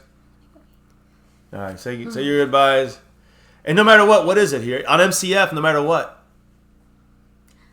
Go Cowboys! No matter what. Even if they are bad. Lil G, we need your help on this Go Cowboys here. I don't have... We need some basin. Yeah, we need some basin. And don't overdo it now, because there's only so much we can do on this one. But still, no matter what, when you look at that starter, something I know you guys haven't seen it, but there is some pride behind that. Even if we don't show it on that field, we still show it. Fan base knows it. Most of the old guys like myself know it. Trust me, it's there. We just gotta see it. So never forget, number one thing here on MCF. 1, 2, 3. Go Cowboys! That was for the kids, though, maybe. Thank you for that addition. I thought we were all doing it the way you were talking. Oh, no. I just wanted them to do it because I'm not done talking yet. I wanted to say a couple choice words. I have to get on the next part of the day, though. I know. I want to see this again. I mean, see, that bothers me because, like, he obviously was going for his head. That wasn't like, I know. It he will probably be suspended for a game. Yeah, it wasn't like he was like, week. I didn't realize he was, like, sliding and I meant to go for his stomach. Like, it went for his head. He targeted his head. I told you. 25-3. The Washington football team snapped a 5-game losing streak. They won week 1 against the Philadelphia Eagles, and then they lost the next 5 games. All right, baby. Till next week. I'll be in the chat still, but I'm going to go ahead and do kind of the unfortunate next. Like, I don't want to do anything. I want to mope and be sad. Mike McCarthy said, we're not doing the basics. Let's quit candy coating it. At least he admits he was candy coating it before. They're asking about McCarthy on whether he'd make changes to Mike Nolan. And Mike McCarthy said, quote, that hasn't crossed my mind. I'm focused on getting better each and every day. That's where we're at. Just telling you what they're saying. Don't yell at me. Don't shoot the messenger here. We're going down with this ship. That's what I've been saying. Rather than give up draft picks, which is probably the smarter thing to do at this point. McCarthy said this about, and this is a big one to me. And this goes to coaching and also to the mindset of this team. Listen to this. McCarthy said this about nobody getting in the face of Bostic. Remember, they just allowed it to happen. They all went, and they walked away. And McCarthy said, quote, we speak all the time about playing for one another, protecting one another. It definitely was not the response you would expect. Even the head coach, Mike McCarthy, wants us to fight. I want to die. They want us fighting. The coach. When have you heard a coach that says go out there and fight? Even if it is for each other. Even though it is to protect your teammates and even it is for a cheap shot. Go out there and knock them on their ass. Do something. You gotta do something. That's the way it's got to be. And the Cowboys don't. This is one of the major problems for the Cowboys. And you can see that maybe the coaches aren't focusing enough on it. Although McCarthy says they focus on it every day. Is he lying? Are we gonna say he's lying? He's focusing every day on play for one each other. They're not buying into it. I don't know what it is, but is that the players or the coach or both or I don't know what the bigger problem is, but it's a huge one of many problems. These players are not playing for each other. These players are not playing for each other. They're not playing for the coaches. They're playing for their contracts. Xavier Woods, Jordan Lewis, Everson Griffin, Dontari Poe, and many, many, many mo. Something is wrong with this team, guys. And it's deep, and it needs to change. And again, I don't want to say go back to Garrett. It's the Garrett curse or the Garrett way. It's not. I can't blame Jason Garrett directly, but the attitude I'm seeing displayed by these players is coming from a Garrett perspective from back. You can hear it in their voices last year. They sound the same. They're just more upset now because it ain't Garrett. So I don't know. I have a feeling this is more about the players. and their mindset, their attitude. I mean, Andy Dalton's out there yelling at his team, yelling at the offensive line, and then he gets, concussed for it. Man, I don't know what to say, guys. This is, one of these ugly, ugly, ugly years. Nothing much more to say here. Unclear, again, what was worse, really, when you look at the Bostic hit, which was horrifying, and he got to get suspended for a game or two or more. But the fact that the Cowboys didn't fight back. And to me, if the coaches are teaching that you got to fight for each other, and McCarthy wanted to see the players fight for Andy Dalton, I can't put that on McCarthy. I just can't. Tell me how I put that on McCarthy. If you want to put it on McCarthy, don't just put it on there because you want to blame him. Put it on the things that's supposed to go on McCarthy. Put it on McCarthy. Getting the team ready to go, I get it, but Eric Bieniemy as your Eric Bieniemy, the Chiefs offensive coordinator, and Robert Saleh, the 49ers defensive coordinator. that'd be great. Those guys are going to be head coaches next year. It ain't happening. Just letting you know. Don't believe the hype on that stuff. We could throw out the best names and say we're going to get them. We ain't getting them. I'm just trying to keep everybody grounded here. I'm trying to keep everyone grounded. We don't know how much control Jerry Jones is inflicting on McCarthy. We also don't know how much control McCarthy has in the sense that he should be doing more. Either way it goes, McCarthy's sticking to this path, which we believe is McCarthy's path, stubbornly through it or not. I don't know, but at this point, 2-5, and you really want to go limping into the playoffs with a broken team that's fractured from the foundation. I don't even know if I want to see that. I mean, I like to see a better performance on that field. I don't know if I want to see a half-assed, limping into the playoffs like the Eagles right now would be limping into the playoffs. I mean, Washington to me looks better than Philadelphia, honestly speaking. So I mean, everything here, McCarthy basically, I mean, the defense the Cowboy team is a mess. Not just the defense, the offense, special teams, everything's a mess. But yes, guys, McCarthy just called out. McCarthy called out the entire team today. And I'll play you the press conference stuff later. But the fact that no one got in Jeff Bostic's face after that cheap shot hit on Andy Dalton shows you McCarthy does not teach that pussified football. And we need more from this team representing that star. Ron the Don Smith dropping the $5 holla. 2 stars for 2 wins. That's the way I'm looking at it. But we're always here. You always here. Much love to Ron the Don Smith. 92 points, pumping back points on the stream. Boss for him there. And again, moving up on that board, slowly but surely, man. Ron the Don. That $5 holla right there, yeah. So he's, getting up there. Again, looks like we're going to Siri Cupid's going to go 3-time champ, unless big drops come. Ron the Don's going to take home the Stream Boss control. And Ron the Don, guys, let me just show you real quick about what the Don is doing right now. He is the Don for a reason. And the reason this week especially is because he's the Cash App Don. Yes, Ron the Don.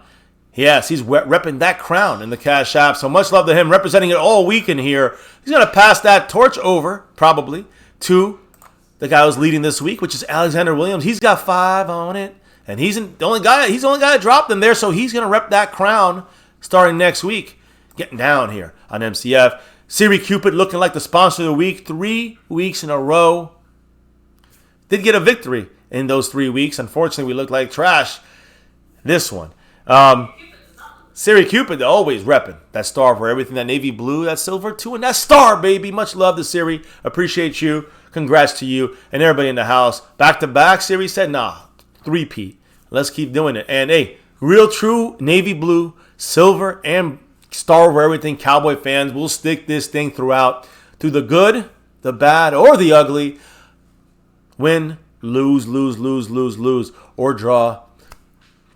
It's always about the star over everything. The Dallas Cowboys, no matter what, guys. But this is a mess this year. And it is horrifying, difficult, ugly. But it's still the star over everything. And I say that not to be, I'm not like brainwashed or anything like that. It's about what I've seen. I know maybe some people will not understand this. But what I've seen from this team, the pride from the stories of the 70s, the pride of what I seen us go from what we had in the 80s, especially in the late 80s, into the 90s with this team, with Jimmy Johnson, and what real good coaching can do for you. And then I saw a debacle the last 25 years. Yep. I mean, I've seen what but less talented players, but with more heart. They're not bad players that we had, but they were less talented on paper than some of the players we have now in the 90s. And even in the 80s, when we were, 5-11, 3-13, 1-15, and I still saw more heart on that football field with the players than I do now. I give love to that team much more love to that 1-15 team than this year's team. So, listen, all I know is that I need to see pride from this team for the rest of this season. That's what I'm watching. I'm not watching for wins, try to save the season. That's delusional mindset. We're half a game out of first place. I mean, I guess keep trying hard with what we got and let's see what happens. I'm down with that. Let's see pride. Let's see us play with some respect. Well, we don't have respect for ourselves. We're not fighting for our own players on that field. Why would Jeff Bostic not give us a cheap shot? The players don't respect their own on that field. That's not Cowboy football.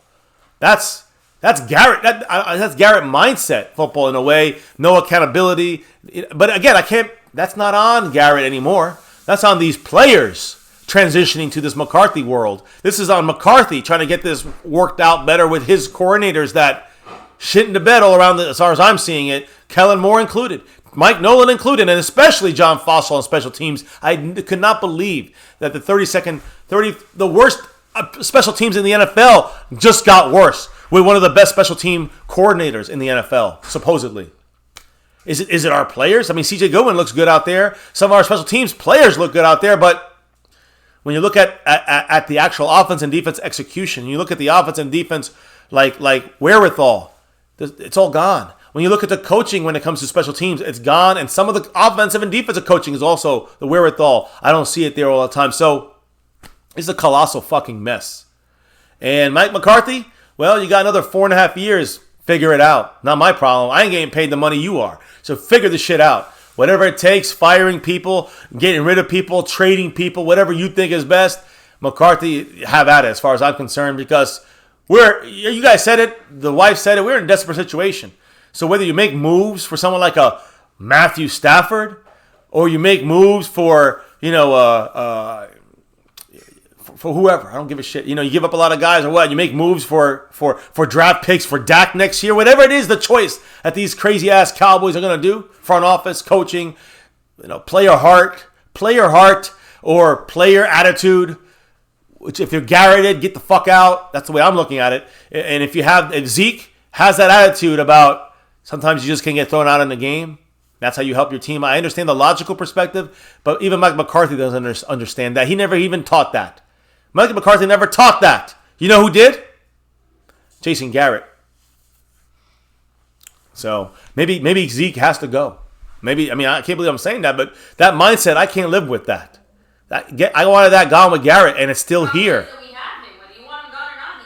I know, at least another 2 years. I'm just saying, I don't like that mind. When I heard that, after all his mess ups, accusations of women, whatever's going on, which again, things kind of pointed he didn't do anything wrong. The video stuff of him being immature and acting like an idiot in public, drunk, that bothered me too, but not like this bothered me. And I'm not saying, don't get me wrong, if he really hit a woman, then it bothers me more. But what I'm trying to say is that the railroading that happened to him in the NFL bothered me. And what I'm trying to say is that it takes it away from Zeke a little bit in blaming him for whatever he put himself in bad situations. But this bothers me more. I cannot accept that from Ezekiel Elliott, thinking that you can't play for each other and defend each other because they might need me in the game. We're down 22-3, and it's the end of the third quarter. They might need me. Now we're going to need you, Schmuck?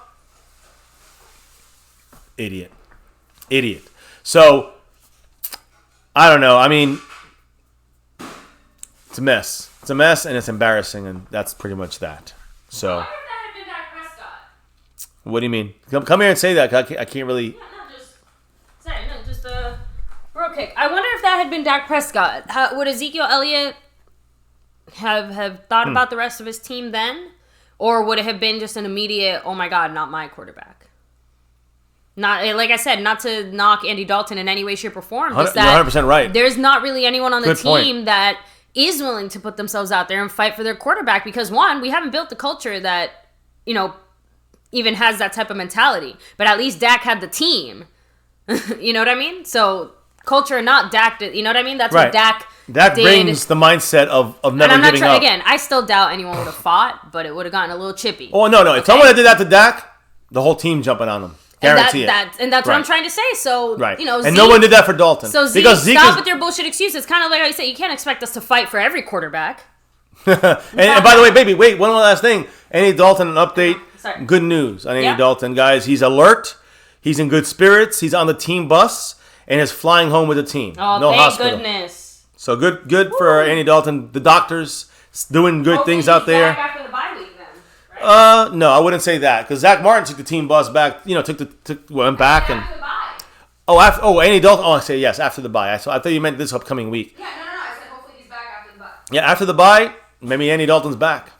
In the end, really, I mean, do we really want to? I mean, for him, I hope he's out there again. For him to get $1 million, he's going to have to get into the playoffs and play 75% of the snaps. I don't think he can do that anymore, missing as many weeks as he's going to. So, yeah, it's kind of the way it is, guys. Everson Griffin was asked about the morale on defense, and Everson Griffin said, quote, "Morale is great. We just have to keep on fighting," end quote. Let me fix my glasses, Everson Griffin. Don't lie to my face. Morale is great. I guess you can't say anything else, but how about you do something else on that field? And he's got a sack, but I don't excuse you for the other bad shit you did today and the other bad shit you done or didn't do at all anything the last 5 weeks out of 6. So come on, stop it.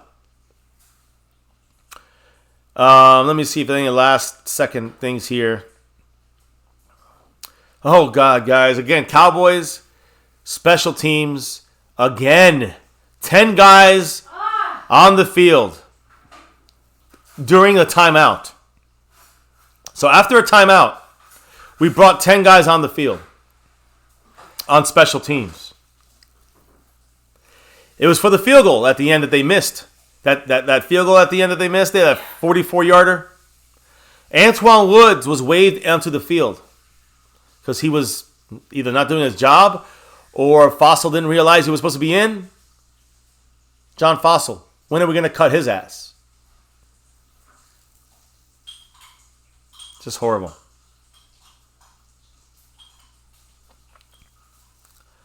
Play calling is some of the issue. There's a lot of issues going around. Coaching is some of the issues.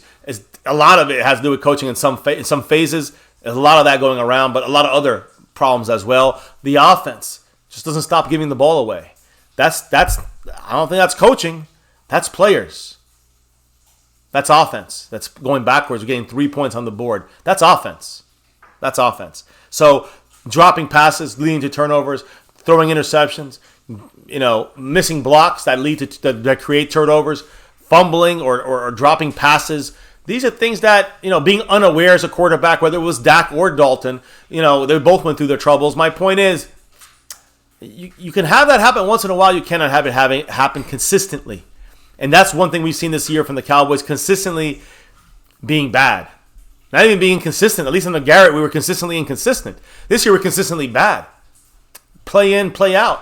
And then we'll have a good play, a flash. Then we'll have consistently bad plays, whether it's a coaching issue, a player issue, a scheme issue, an understanding issue, a communication issue. The point here is issue. It's all an issue. It's a big-ass fucking issue is what it is. So people that say it's not play calling, they're lying to you because play calling is an issue. If they're saying it's not the defense, they're lying to you because it is the defense as well. If they're saying, we should cut everyone, well, that's still not going to fix the issues. And if you cut the coaches, it's still not going to fix the issues. People don't understand that this has too many issues that can be fixed this year. So the reality is we're just not going to be good this year. Deal with it, Cowboy Nation. It's not that hard. At this point, it ain't that hard. Now, you want to go and try to throw the fan base a bone and make them feel good for another week or two? Then go get Matthew Stafford, and give away Michael Gallup, and give away your draft. That's stupid. That's dumb. What are you doing? For what? For an extra win this year? So instead of 4-12, we're 5-11. Are you stupid? No. Unless you're ready to move on from Dak. Well, then I can't speak on that. That we'll cross that bridge if it ever gets crossed. But if you're going to move on from Dak and you're going to pull a deal for Matthew Stafford, well, we better have a plan in a couple years. And we better have a plan this year to get a cart out there rolled out for Matthew Stafford because he's about to get killed on that field. He ain't saving us, and he ain't getting us even another win as far as I'm concerned. It's not going to help us. Dak on that field, we might have 7-8 wins. Not 2 or 3 under Dalton. Or 4 or 5 under Stafford. I don't want that. I don't want to give up our future for 1 year. I don't want that. For one shitty year. That's ignorant. That's not smart. That's just my opinion, I guess, as well. Everson Griffin said this, quote, "We're ticked off. Everybody is tired of it. In order to do something about it, we have to do it as a team. We have to face the adversity together." And he said, they asked him, what does he say about those who think that they aren't giving it their all? And Everson Griffin said, quote, "We never quit. We don't quit," end quote.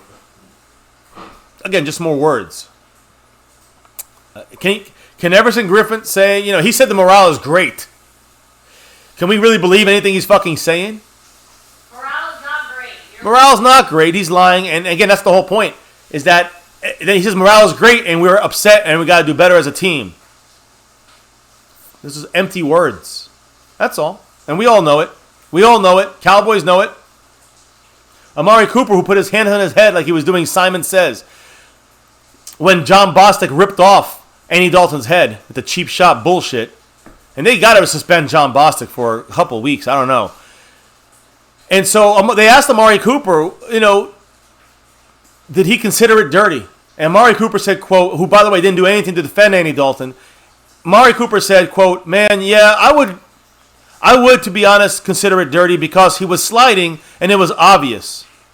He said it believed it could have been avoided by John Bostic. So then they asked him, what do you feel was been the best way of responding as a teammate after a dirty hit like that in your quarterback? And Amari Cooper responded with, "I don't know," end quote. McCarthy's been telling this team, you fight for each other. Zeke said, "I don't want to get thrown out of a game like a pussy." Amari Cooper said, "I don't know how to respond when a guy cheap shots your quarterback." A pussy. 2 pussies in a pod. We can't get rid of them for another 2 years, but you know what I'm saying. When it's time, get the fuck out. When it's time, get the fuck out.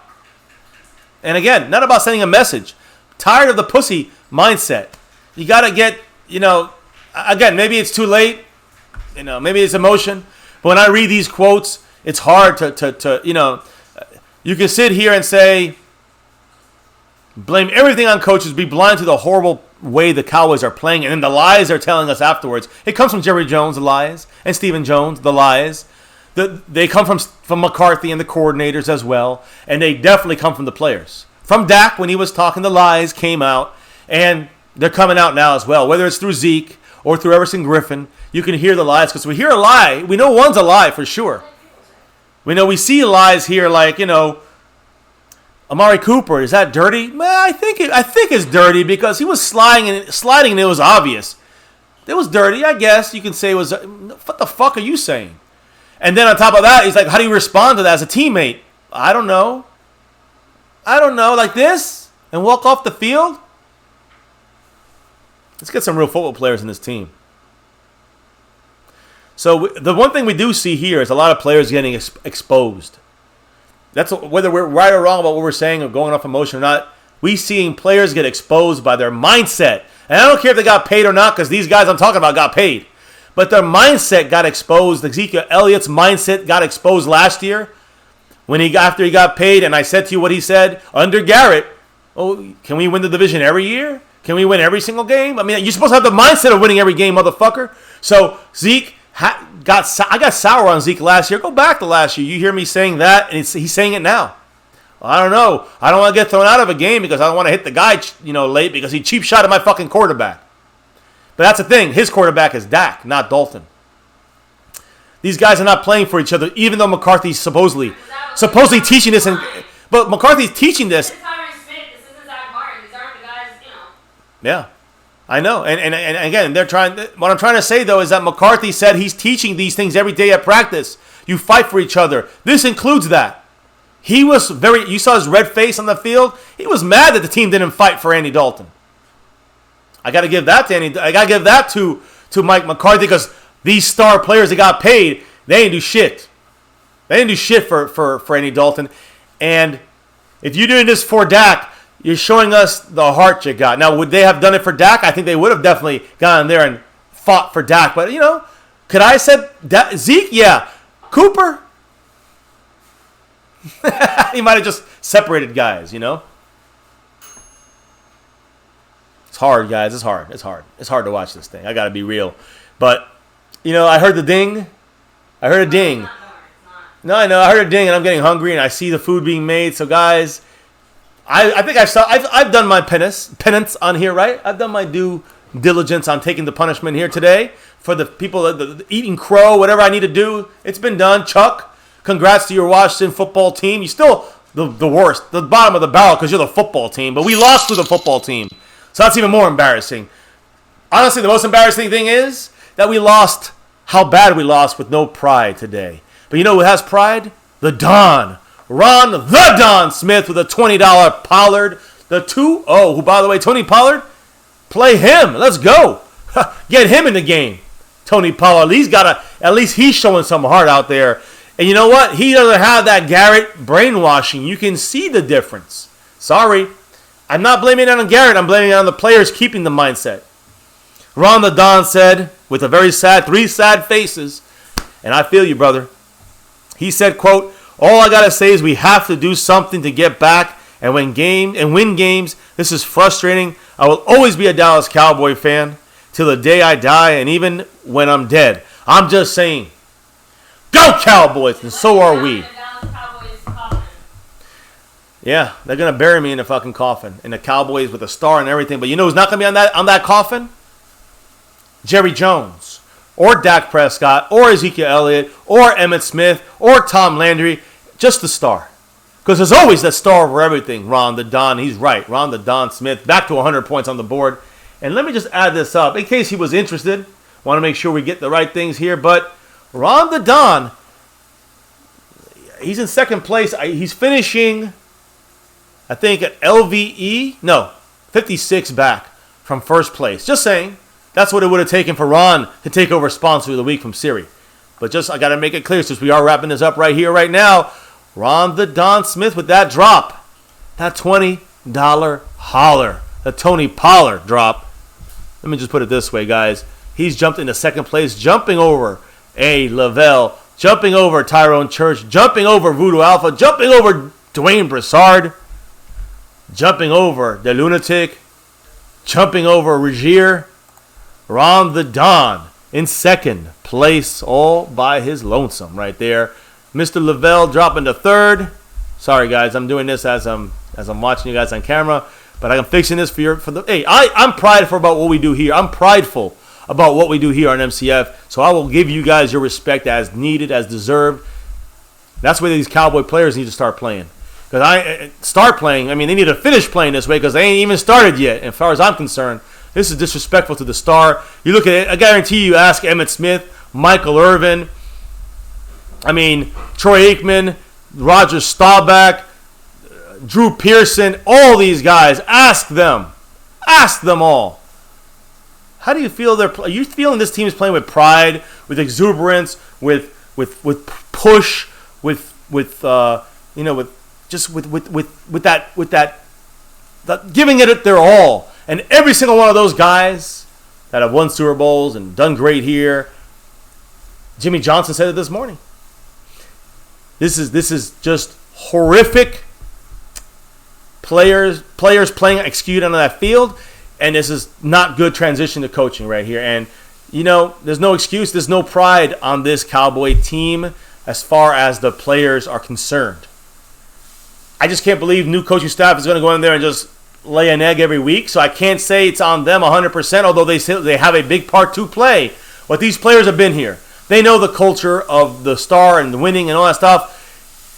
and they based it off of the Garrett kind of I don't know, regime, I guess. The Garrett brainwashing. I don't know what to say, guys. Let me see what the last couple comments are in here. Justin Carter cracking up. Edward Dozier. If we keep these plays up, we won't win another game. Cab don't like McCarthy. Cab62 says, bullshit, MCF. McCarthy didn't do shit. He should have stormed the field and made a big commotion, but did he? No, Cab, he should not. You're wrong, Cab. A coach should not run on the field and start pushing players. No, Cab, you're wrong. Pollard was in most of the game. He didn't do much. Well, he did more than Zeke. Cab, more facts for you. Scorpio, Dallas Cowboys for life, no matter what. I say first, Cab, I'm going to piss you off on purpose. No, John Fossil is the first guy who needs to be fired. You're wrong, once again. And then Mike Nolan. And then Kellen Moore. How's that? Chris Plumage saying, I'm already gearing for us not winning another game. That's hard for a diehard to say. I'm a Cowboys till I die. And Chris, we feel bad even saying, don't get your hopes high. These are our expectations were something like this. But it's hard to in the end, you can't root for that. You can't see that. You can't visually plan for that. But we have to accept it. That's the part that's hard for most Cowboy fans, diehards like us.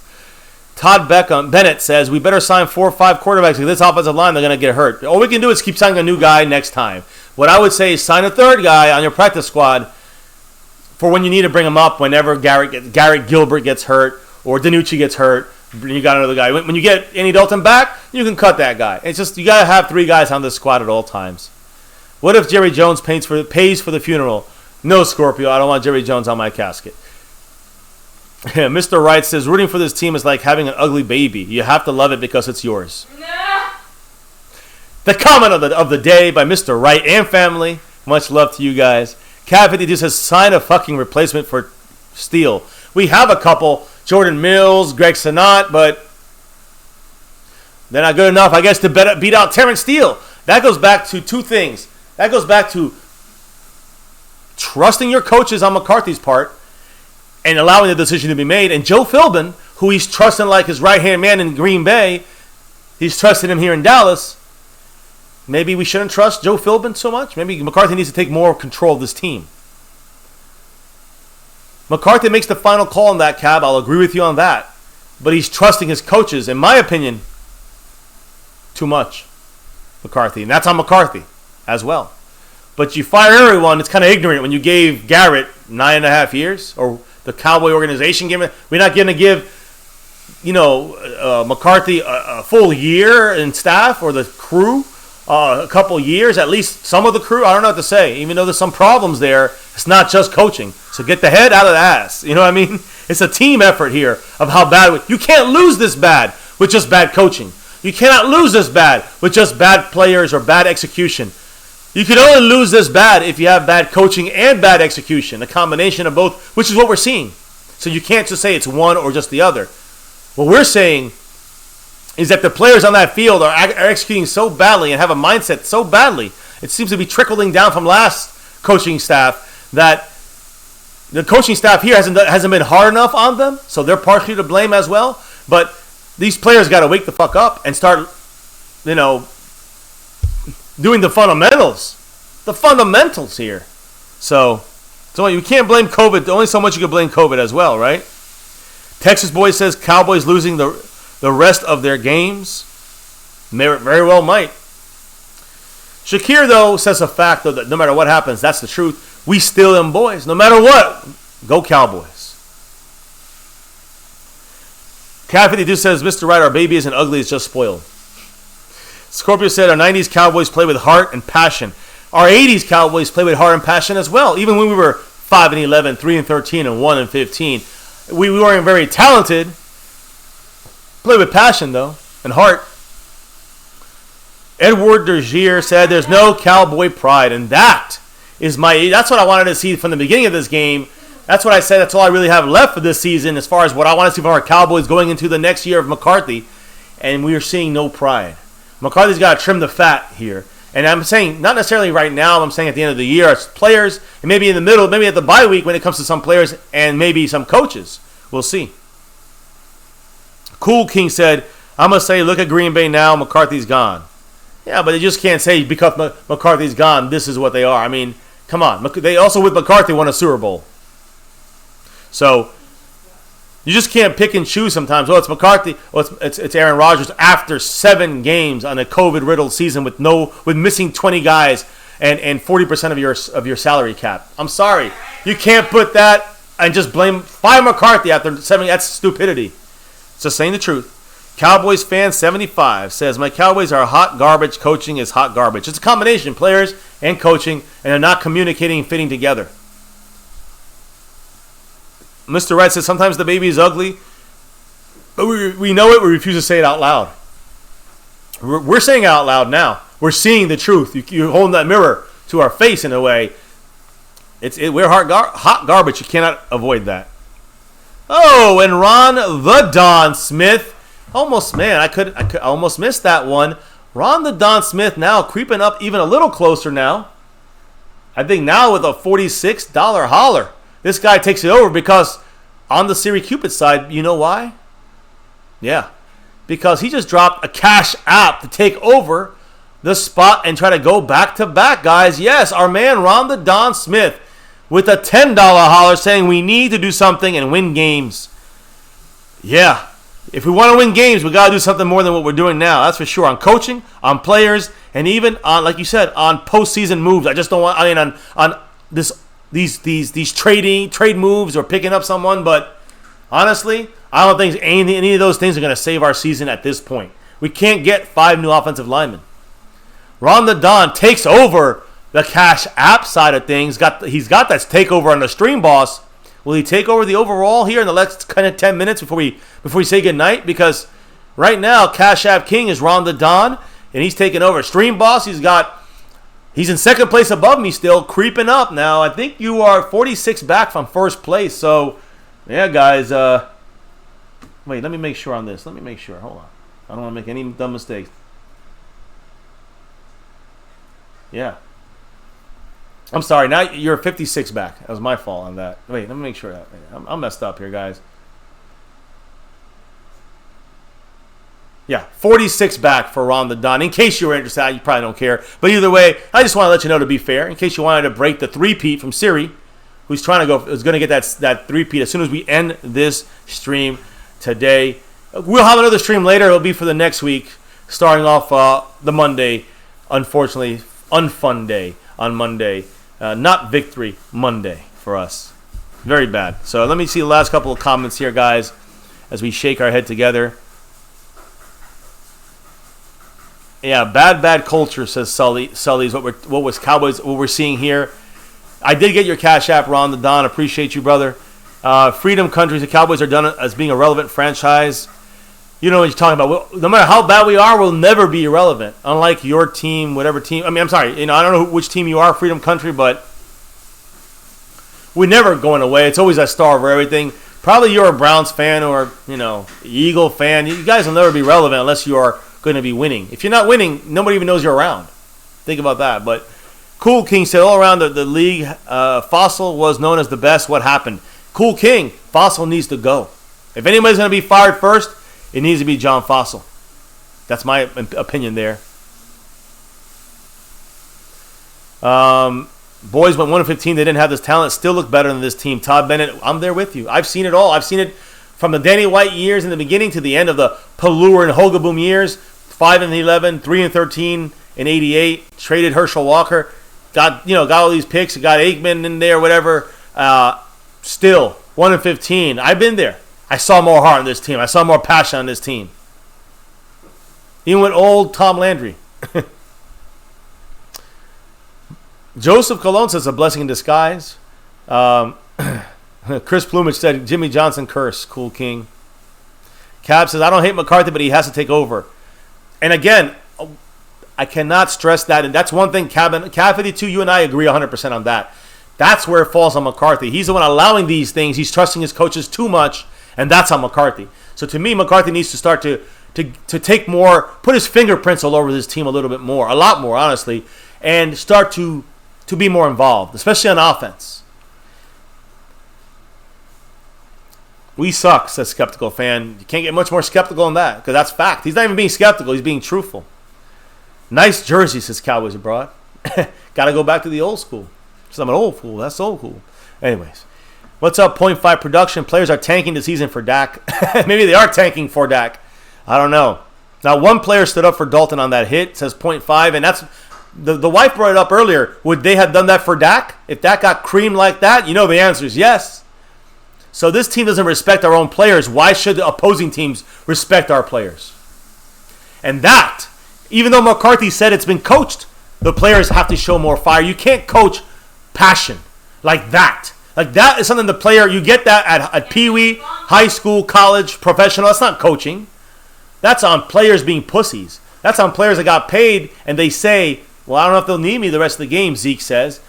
You know, Amari Cooper says, I don't know how to react when that happens, even though it was a blatant, cheap shot on my quarterback. On the quarterback, it's not my quarterback. So this is McCarthy saying you got to fight for each other. He was pissed that the Cowboys didn't do anything. I think he wanted somebody thrown out the game he would have taken, just to show some pride. And that is the culture that's being ruined. It's still that mindset for the last 4 years of a lot of players on this team, for the last 4 or 5 years on this team that have been implemented with that culture. Whether it's the guys we drafted 4 years ago, 5 years ago, that is Dak and Zeke, and also guys like Crawford and guys like DeMarcus Lawrence and guys like that have this culture of just good enough. Now you're seeing the true colors come out. I put it more on the players and coaches, even though it's on all of them, all the above. Chris Plumage said, if we blame COVID, how are other teams still able to perform? Undefeated, we just don't have the culture to overcome. We have excuses. We don't have Dak. Oh, we have injuries. Jerry's GM, etc. 100% right there. Chris Plumage pretty much saying it right. Other teams have overcome COVID with actually COVID guys getting COVID. We're getting hurt because of COVID by not installing our schemes because the coaches weren't able to process the communication right? Which is Mike Nolan, which is John Fossil, which is Mike McCarthy, which is Kellen fucking Moore. So on those sides, I see you being 100% right. We don't have Dak to save us from our broken offensive line. As we've been saying, that's going to be the issue. Go back to when he broke his leg. You'll hear me say it. After 7 games, Cav says let's fire Mike Nolan. So maybe we do fire Mike Nolan. I still say fire John Fossil and then fire Mike Nolan. But if you're going to do it, like the wife said, it will happen on the bye week. In my opinion, it will happen during the bye week, which is still an Eagles game and a Steelers game away. We got PA to play. And then we'll probably do the firing if anything's going to happen. I don't know how it's going to happen. If we get a top 3 pick, Dak might not be back. If we make a trade for Matthew Stafford, Dak and I might not be back. Who knows? At this point, anything's possible. We'll be giving you the stories, the truth, and everything about our Cowboys, news, info, and updates every single day here on My Cowboys Family, no matter what happens going forward. McCarthy doesn't have the players' respect. They don't buy what McCarthy is selling. Maybe that's true. That's on the players then. They got to listen to the coach. If they're caught on the Garrett days, then go and play for the Giants. Get the fuck off my team. All right, so that's it, guys. Food's ready. I'm out of here. Much love to everybody in the house. Prince Jackson. I don't know. We can't execute an offense because we have no offensive line. Prince. Todd Bennett in the house. Chris Plumage. Points5 Productions. Dennis Gaynor. We got Cav 52. James Gary. Burn Bar. Mr. Wright. I don't know. Some people trolling. Chris Plumage. I kind of read some of your guys' comments already. Shakir Latif. Cowboys Abroad. And many others like Gotham Guy who dropped some love in here. Ron the Don Smith bringing it. Voodoo Alpha always bringing it. De Lunatic. Yes, we got Perk Nowitzki, a Redskin Washington fan who congrats to his team. He dropped some love in here tonight. Siri Cupid who's taken over. Regier Productions who almost had a takeover like Ron the Don. But Siri Cupid takes over the top spot there. Is our sponsor of the week. And now it's going to go for the 3-peat. 3 in a row, guys. Something that our 90s Cowboys couldn't even do. Siri Cupid's going to do here on MCF starting tonight when we go live again. Just for the audio segment when we got to hear from these coaches. We got to hear from these players and what bullshit excuses are going to flow out their mouths after this disaster, this horrifying NFC least debacle. We're definitely one of the least in the NFC. That's for damn sure. On that note, guys, peace. Much love. Hit that thumbs up. Hit that like button. Win, lose, or draw, we're always repping this. Hit that like, subscribe, notification bell. Follow us on Twitter and Discord. Jump in the Discord. We got the membership thing. Check it out if you guys want in. We still keep the experience here, the Cowboy experience, going right here on My Cowboys Family. That's what it's here for. When it comes to the Cowboys fucking up, that's one. We can't help that, but we can definitely be bringing the news info, discussions with you guys every single day and night, no matter what happens. Because we know it's always about this right here. Navy blue, silver too, but in the end, it's that star, guys, over everything, over everyone, over every owner of this team, over every player of this team in this history of this team, over every coach of this team in this history of this team. It's the fucking star over everything, and that's what it's about. That's the pride I'm talking about, going live 365 every single day here on MCF. It's the pride of being a Cowboy fandom. It's not just jumping on a bandwagon, it's life. It's part of it. And so these Cowboy players don't care as much as our fan base does. Delusional or not, which we're not here, I don't think we are. The fan base cares more, has more passion right now than these players with their mindset and attitude. It's disrespectful to the fan base, to the team. For us here at MCF, win, lose, or draw, good, bad, or ugly, we're always repping that star over everything. Never forget the number one thing right here, My Cowboys Family. Go Cowboys, no matter what. Much love to you all sticking through here, all 100 plus. Truly couldn't do this without you guys dropping the knowledge in the chat. Truly couldn't do this without you guys dropping the love from above. But now I gotta get the fuck out of here because I gotta eat some food and I gotta get. We're over this. I'm just pissed not about the performance as far as winning or losing, guys. You gotta understand where I'm coming from. I'm pissed about the performance of no fucking pride for the star over everything. That's what this team has shown me, and that's not coaching. That's pride on the fucking field by these players. No pride, no respect. They get none if they don't deserve any. And that's the way they've been playing. You guys deserve all the respect and love, though. We speak our voices here. You guys speak your voices. We are a team in the end, so much love. Thank you for joining us here once again. Stay safe out there. We'll be back for the I would say overtime session without the actual connection to this because we'll be going live later just for to hear what these bastards have to say about our team, coaches, front office, players. I want to hear from you guys.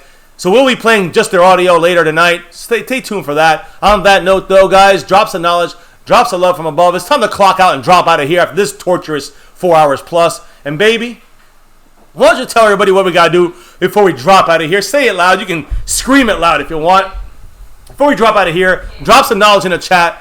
Drop some love from above. But before we can drop out of here, you know the wife always got to say something, guys, no matter what.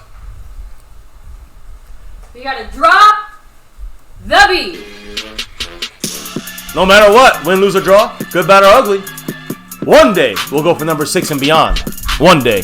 But not this day. Not this year. That's for goddamn sure. Ron the Don, much love. He streamed Boston into tonight's later stream. And really tomorrow's new week. Sponsor of the week, Siri Cupid. Back-to-back, no. Three-peat, baby. 3 times in a row for Siri Cupid, our star. Again, star level members, much love to all you guys. But Siri Cupid pulling out 3 wins in a row. And of course, in the Cash App, you know the deal. Ron the Don, yes. He's the Don of the Cash App. Going for a back-to-back in the Don. You know, repping as the Don in the Cash App. Much love to the Don.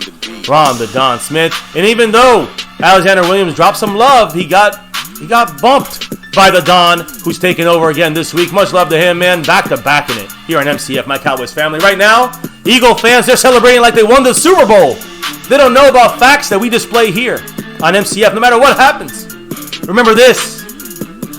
5 is always 5 is always greater than 1. Remember that, Philadelphia. Just saying. Never forget that. We got proof.